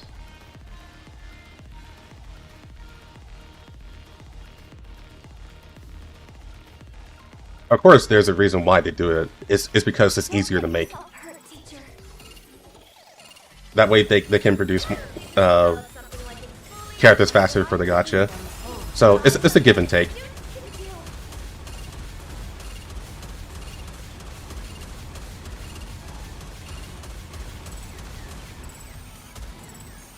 And at the end of the day, if you really want to look at the art or the skill animations, you don't need to play the game for that. You can just go on YouTube and look at all the animations.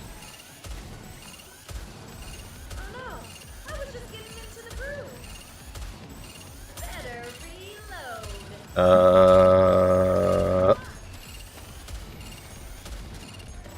we go.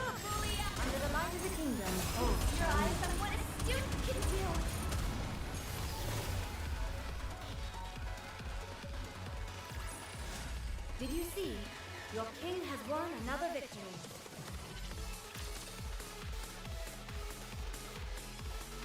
Yeah, pretty much. Proceeding to target. Now that we know it's possible, and in fact it's... Wait, let's put it this way. Now that we know it's possible, it's expected.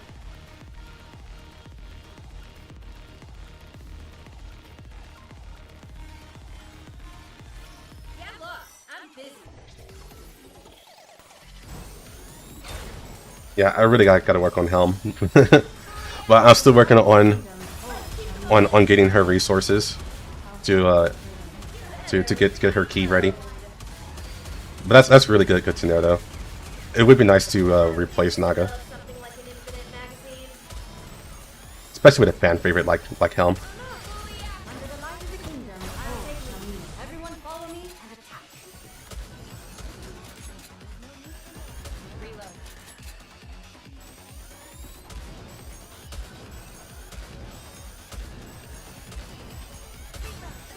Under the light of the kingdom, let's keep the momentum going.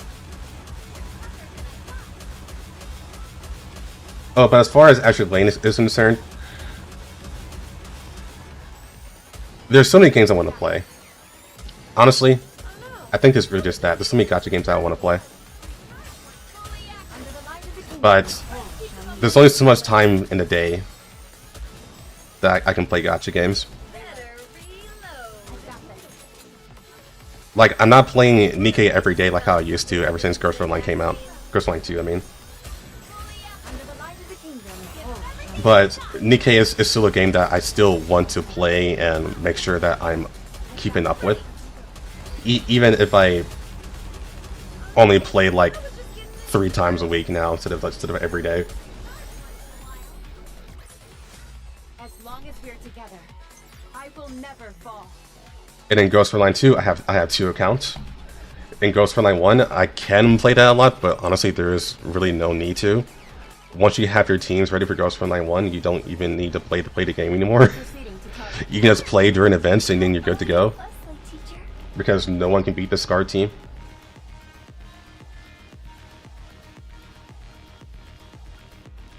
Much base tag so much better. That makes sense. It is time to show the majesty of the kingdom. Better reload. Under the light of the kingdom. And honestly, I shouldn't even need to use Rappy, or honestly, maybe I don't even. It's not even my best choice. I should probably still be using D-Killer Wife, but I like Rappy, so that's why I'm using her.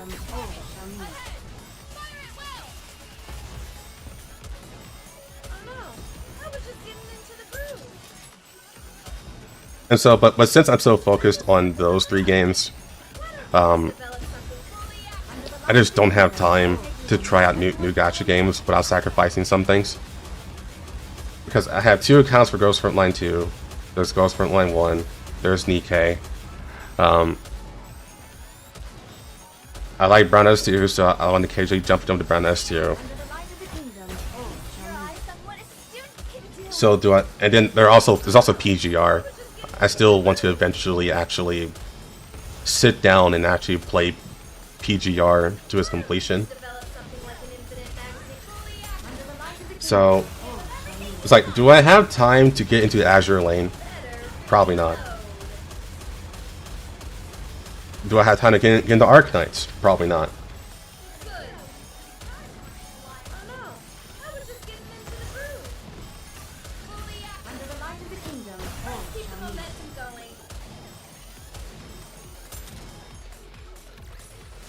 Yeah. As long as we're together, I will never fall.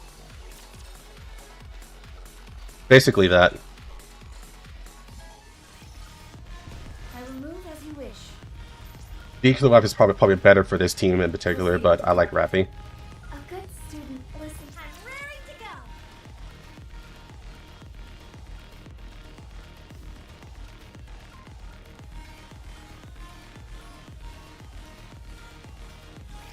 I will protect you as I protect all my subjects. Under the light of the kingdom, I'll take. But if I had to pick between Arknights and Azure Lane right now, it would be Arknights, because Arknights Infield is coming out. And if I want to learn more about the story of Crown's Dead, that's okay, I guess. If I want to learn more about the story of Arknights Infield, it'd be good to play Arknights. But then I heard Arknights' story is very long and convoluted. Like Ghost Frontline. Oh, wow, okay.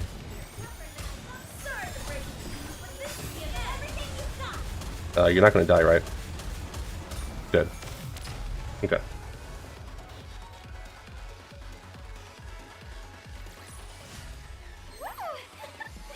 That concludes today's lesson. I also hate tower defense games. Step back. Come on, let's go.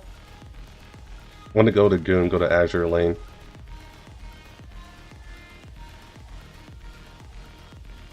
So, the serious talk is Your king shall secure another victory for the is the gooning all in the skins, or is the game actually full degenerate?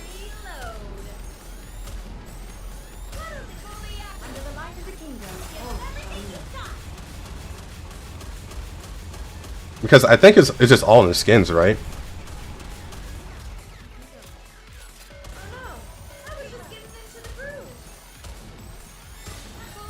Under the light of the kingdom, all shall meet.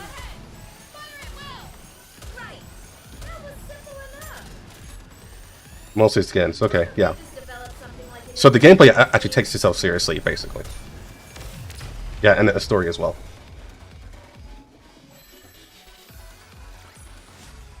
And I think like chapter 9, But my comrades are stronger. which I know it's not the best part, but I think that's as far as I got. Come on, let's encounter I will move as you wish. What's the best gooning gacha? Honestly, probably this one. TBH. Those who walk the path of the righteous will be shown no quarter. I mean, there is still Snowbreak. When it comes to degeneracy, Snowbreak is very strong. Everyone follow me. Like body interactive skins, do that.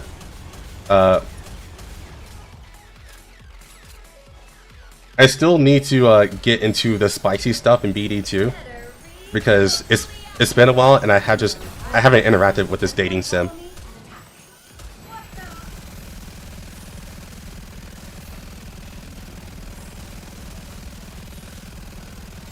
Like, it may actually be BD2 though. I'm dying here, so fully active. Yeah, you're not active. You're dead. So have you guys actually seen Snowbreak's interactive skins? Yeah, they have no idea. But fortunately, I haven't really seen people, at least very rarely have I seen people say that Frontline 2 is too lewd. That mostly goes to Silly Zone 0, which is just even dumber. I never played Horizon Walker. Not interested.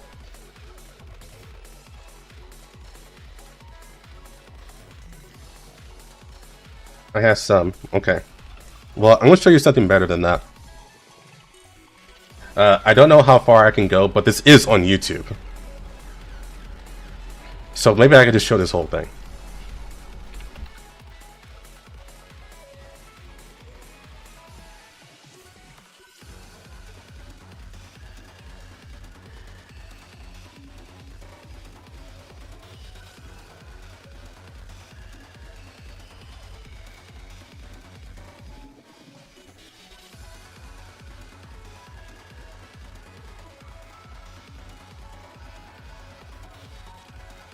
Just for a dorm alone. Yeah, he's a normie, so it's okay. Like I'm not going to blame him because he's more or less a normie. Or yeah, he's a normie. So here, I'm gonna swap. First, I'm gonna mute this.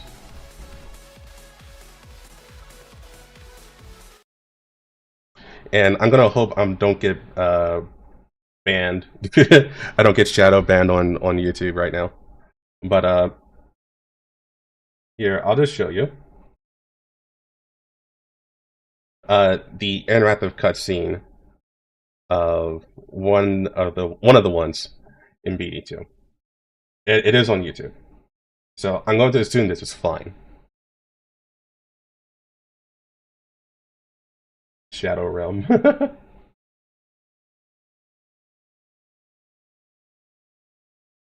So this is one of Lowen, or Lowen, however you say it.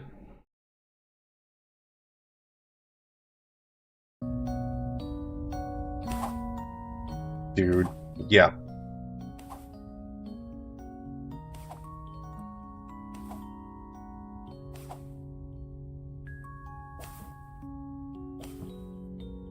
And this is the interaction you get when you get max affinity. And this is Brown Dust too. So I think the age rating right now is 12? Age 12?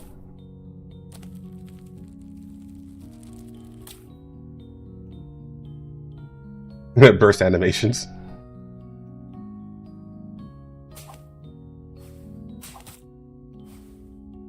More game sneak.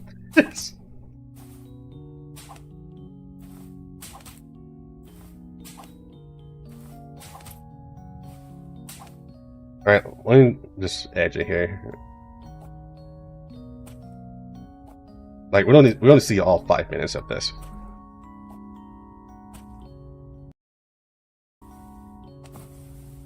Dude, they're so right.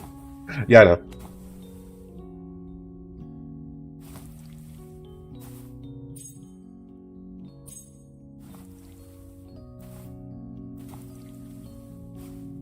Yeah, we're doing some research purposes.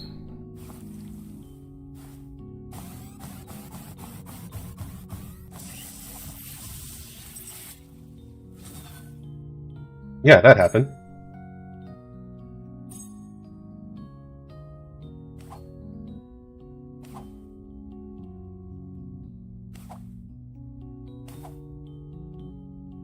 So, going ahead again, just to see if there's anything else.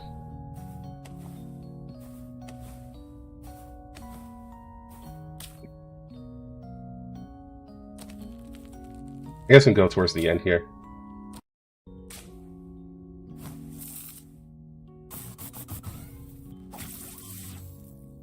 Yeah.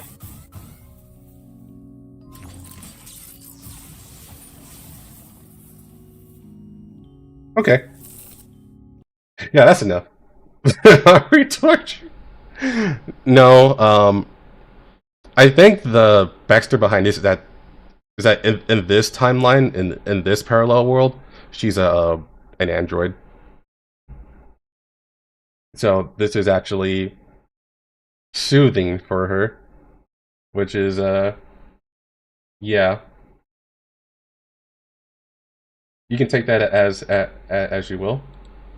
So yeah, that is the Gooner game that all Gooner games want to be. That's what I mean when I say they push as hard as they can. Yeah, they push as hard as they can, without actually going into hentai territory. That's as far as they can go. I think one person said is hentai without the H.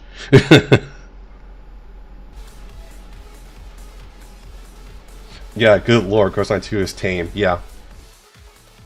And yeah, that is that game is still rated 12 plus on Google.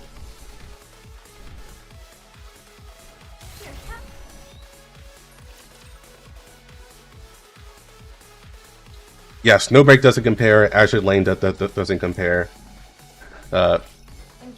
Nikke definitely doesn't compare, and definitely not Gross Frontline 2. Not even close.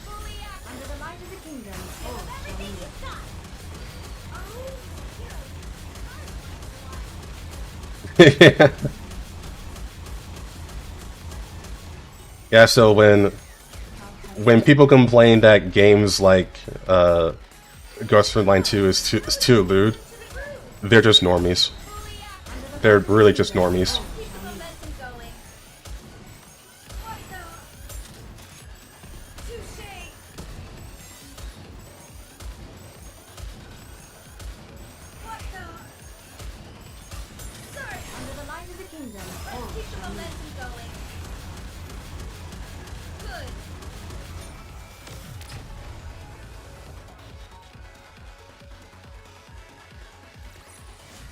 As long as we're together, I will never fall. BD2's SSS class. Or way to in defeat, yeah.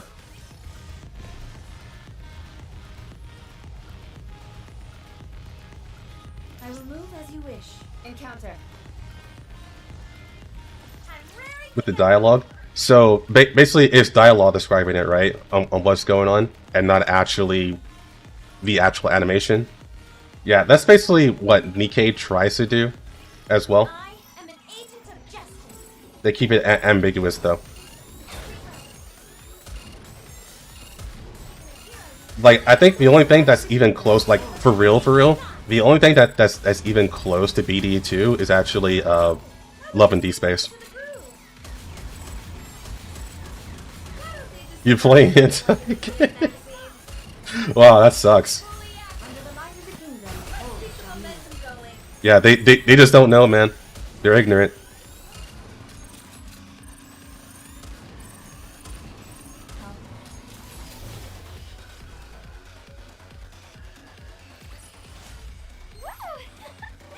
That concludes today's lesson. Nikke's too vague, yeah. At some points they do make it fairly obvious. Like we do know for basically a fact that the commander bangs Helm. Like the commander bangs helm.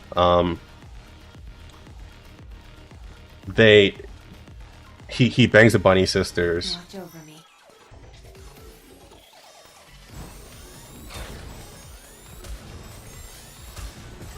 Under the light of the kingdom. Oh, It's mainly those two that I remember. Better reload. There's some lewd kissing, I guess.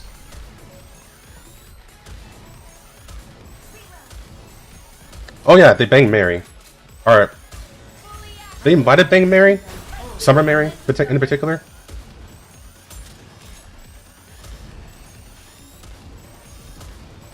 Why don't they just develop something like an right?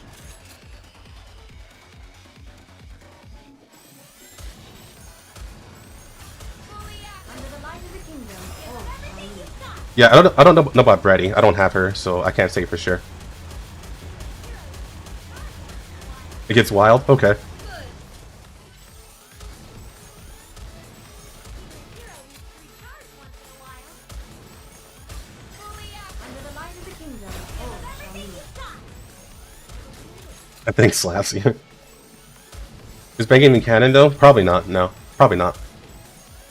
We do know some event stories are canon, and thanks to those thanks to those event stories being canon, then their side stories will be canon as well, like the character side stories, because they are attached to them.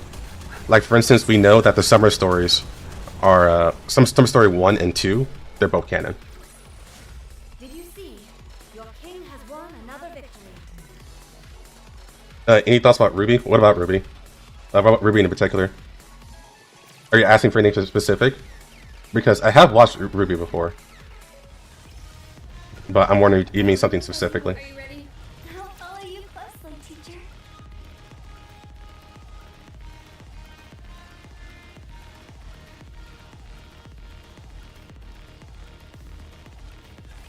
I will protect you as I protect all myself. Freddy likes to lick. Under the light of the kingdom. Oh, shall we? I know people that cheering that Groza won this. We sure about that? Why don't they just develop something fully active? Under the light of the kingdom. Oh, shall we? Everyone follow me and attack. Oh no, I was just getting into the groove. Yeah, same people that made yeah, I know all about them. Did you see that? I'm strong, but my comrades are stronger.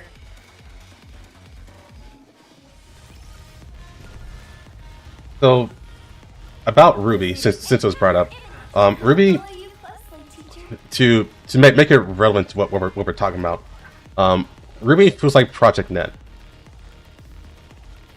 It was really promising. It had a good concept, but the thing about Ruby is that it didn't realize its full potential for a number of reasons. Under the light of the kingdom. Oh, shall we? So hopefully Project Net doesn't go down that route. Better reload.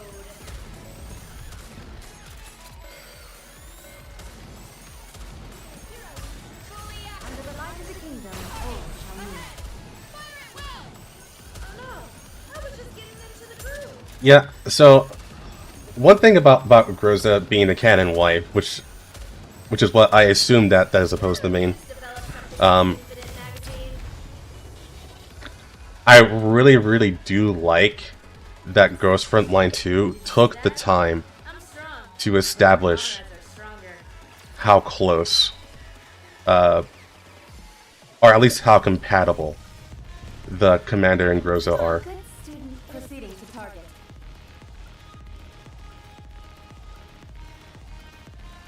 But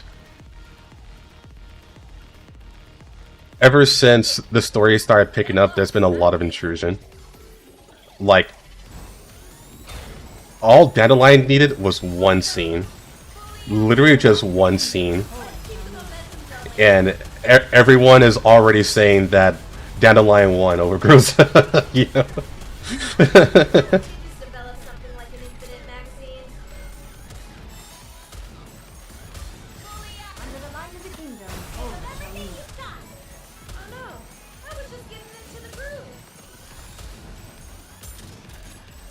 Yeah, Mei came super early, so she's probably like year 9 or year 8. Sorry to break it to you, but keep the momentum going.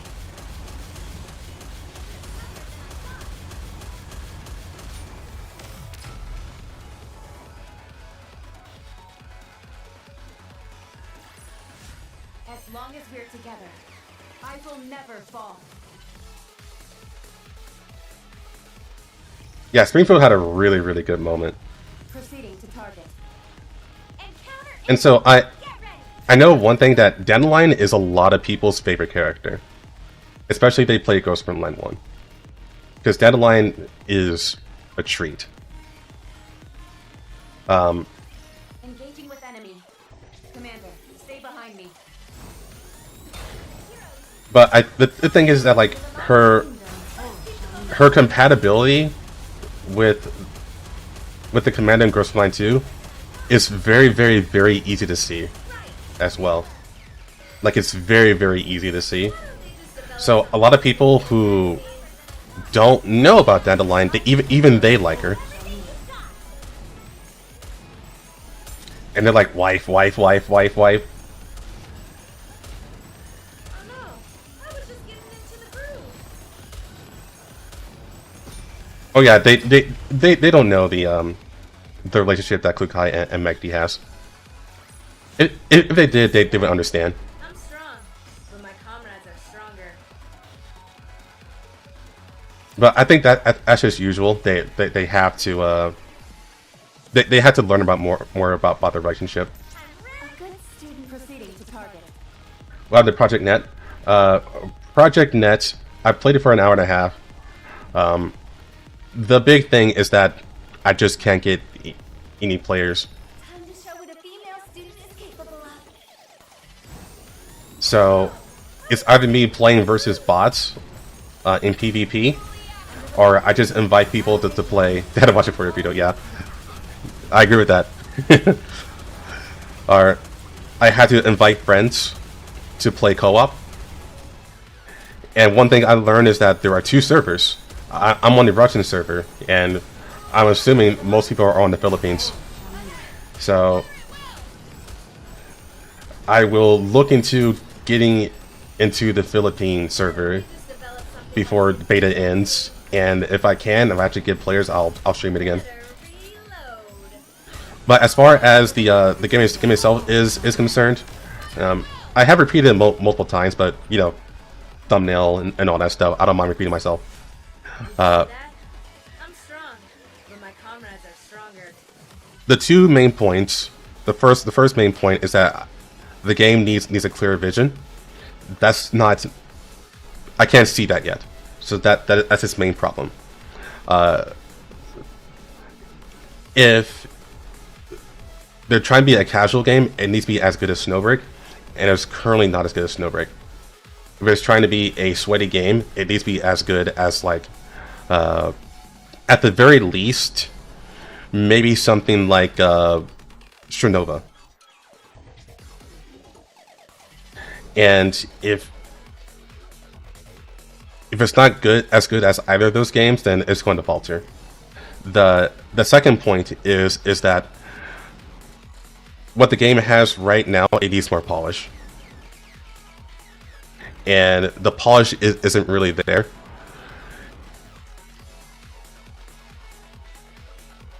It just needs more work, and I really, really, really hope the PC version is a preferred version for them, so they have to work a lot more on that one, because I think the game would thrive a lot more as a PC game than a mobile game.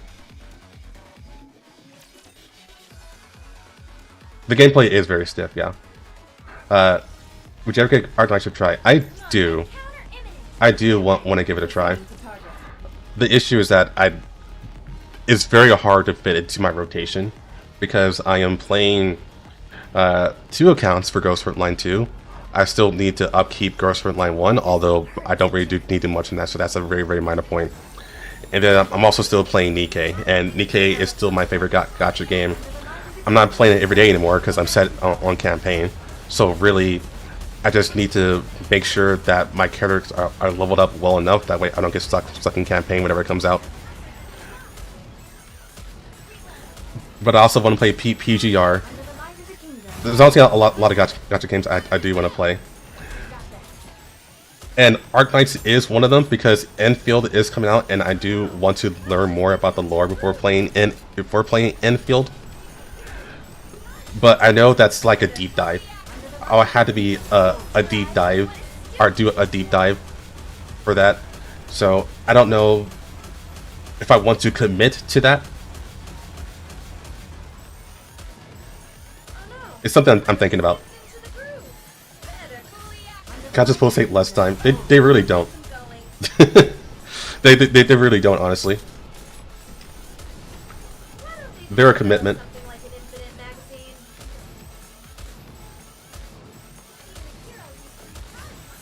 Hero spells cook looter skins. Yeah, that could save Project Net for sure.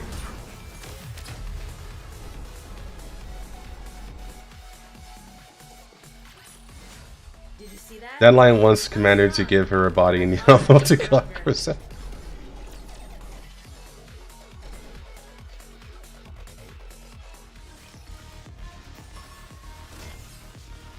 Yeah. Gacha games are just... They used to be bite-sized games that you're not supposed to play for a long time. But then they realized that gacha games make a fuck ton of money. So... yeah, they want you to play as long as possible, for sure. Watch over me.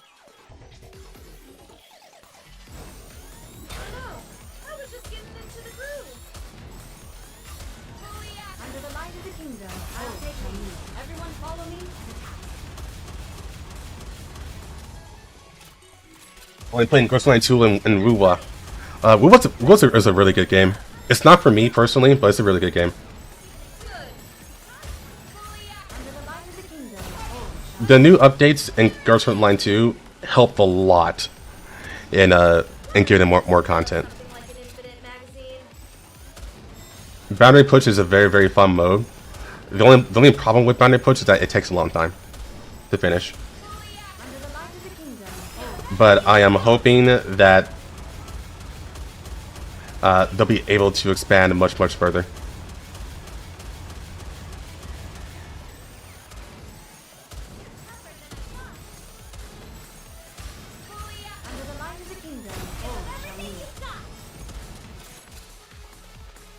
Yeah, if I was more into open world games, I would say WoWa is definitely like one of the best games on the market for me.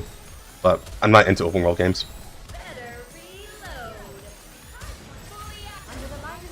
And I starts kind of slow, but it ramps up fast. A lot of side stories, add to the main story. So yeah, like if it has something like Ghost Frontline 1, where it had like an online. Maybe like a document that explains the story, or like a cutscene viewer or something like that Ghost Frontline 1 has. Maybe I would get into it and see if I like the story that way before I jump into the game itself. That'd be kind of nice. Are you ready? I will move as you wish.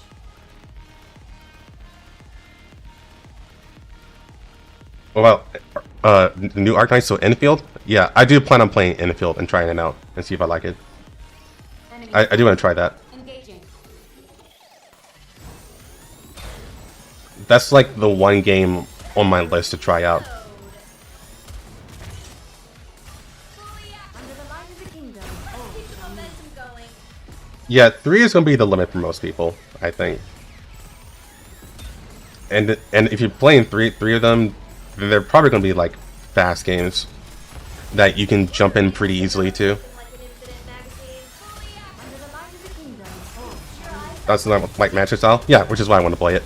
To be completely honest, that's the reason why I want to play it.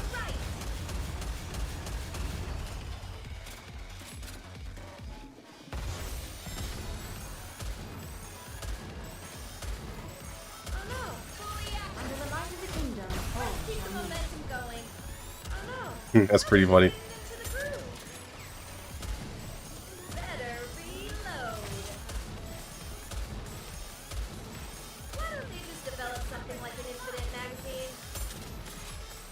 Oh wow, it's past 11.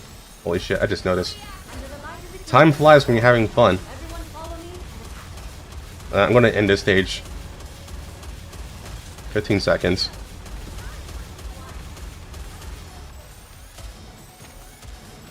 Why don't they just develop something like an infinite magazine? Fully active. Under the light of the kingdom, all shall meet. Ahead. Fire at will. That concludes today's lesson. Infield looks very grindy, but it's very, very lore heavy. Yeah.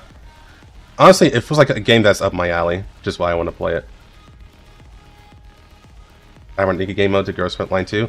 Hopefully it's more intricate. Like Nikke. That'd be very cool if they'd add more mechanics to it. But I don't think they will. I think they're cool with it being like the way it is.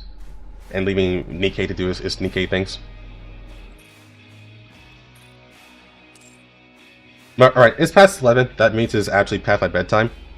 So I'm gonna go ahead and end stream here. So I know I kind of jumped a lot of games. So I am glad you guys stuck around and have fun and just talk a little bit.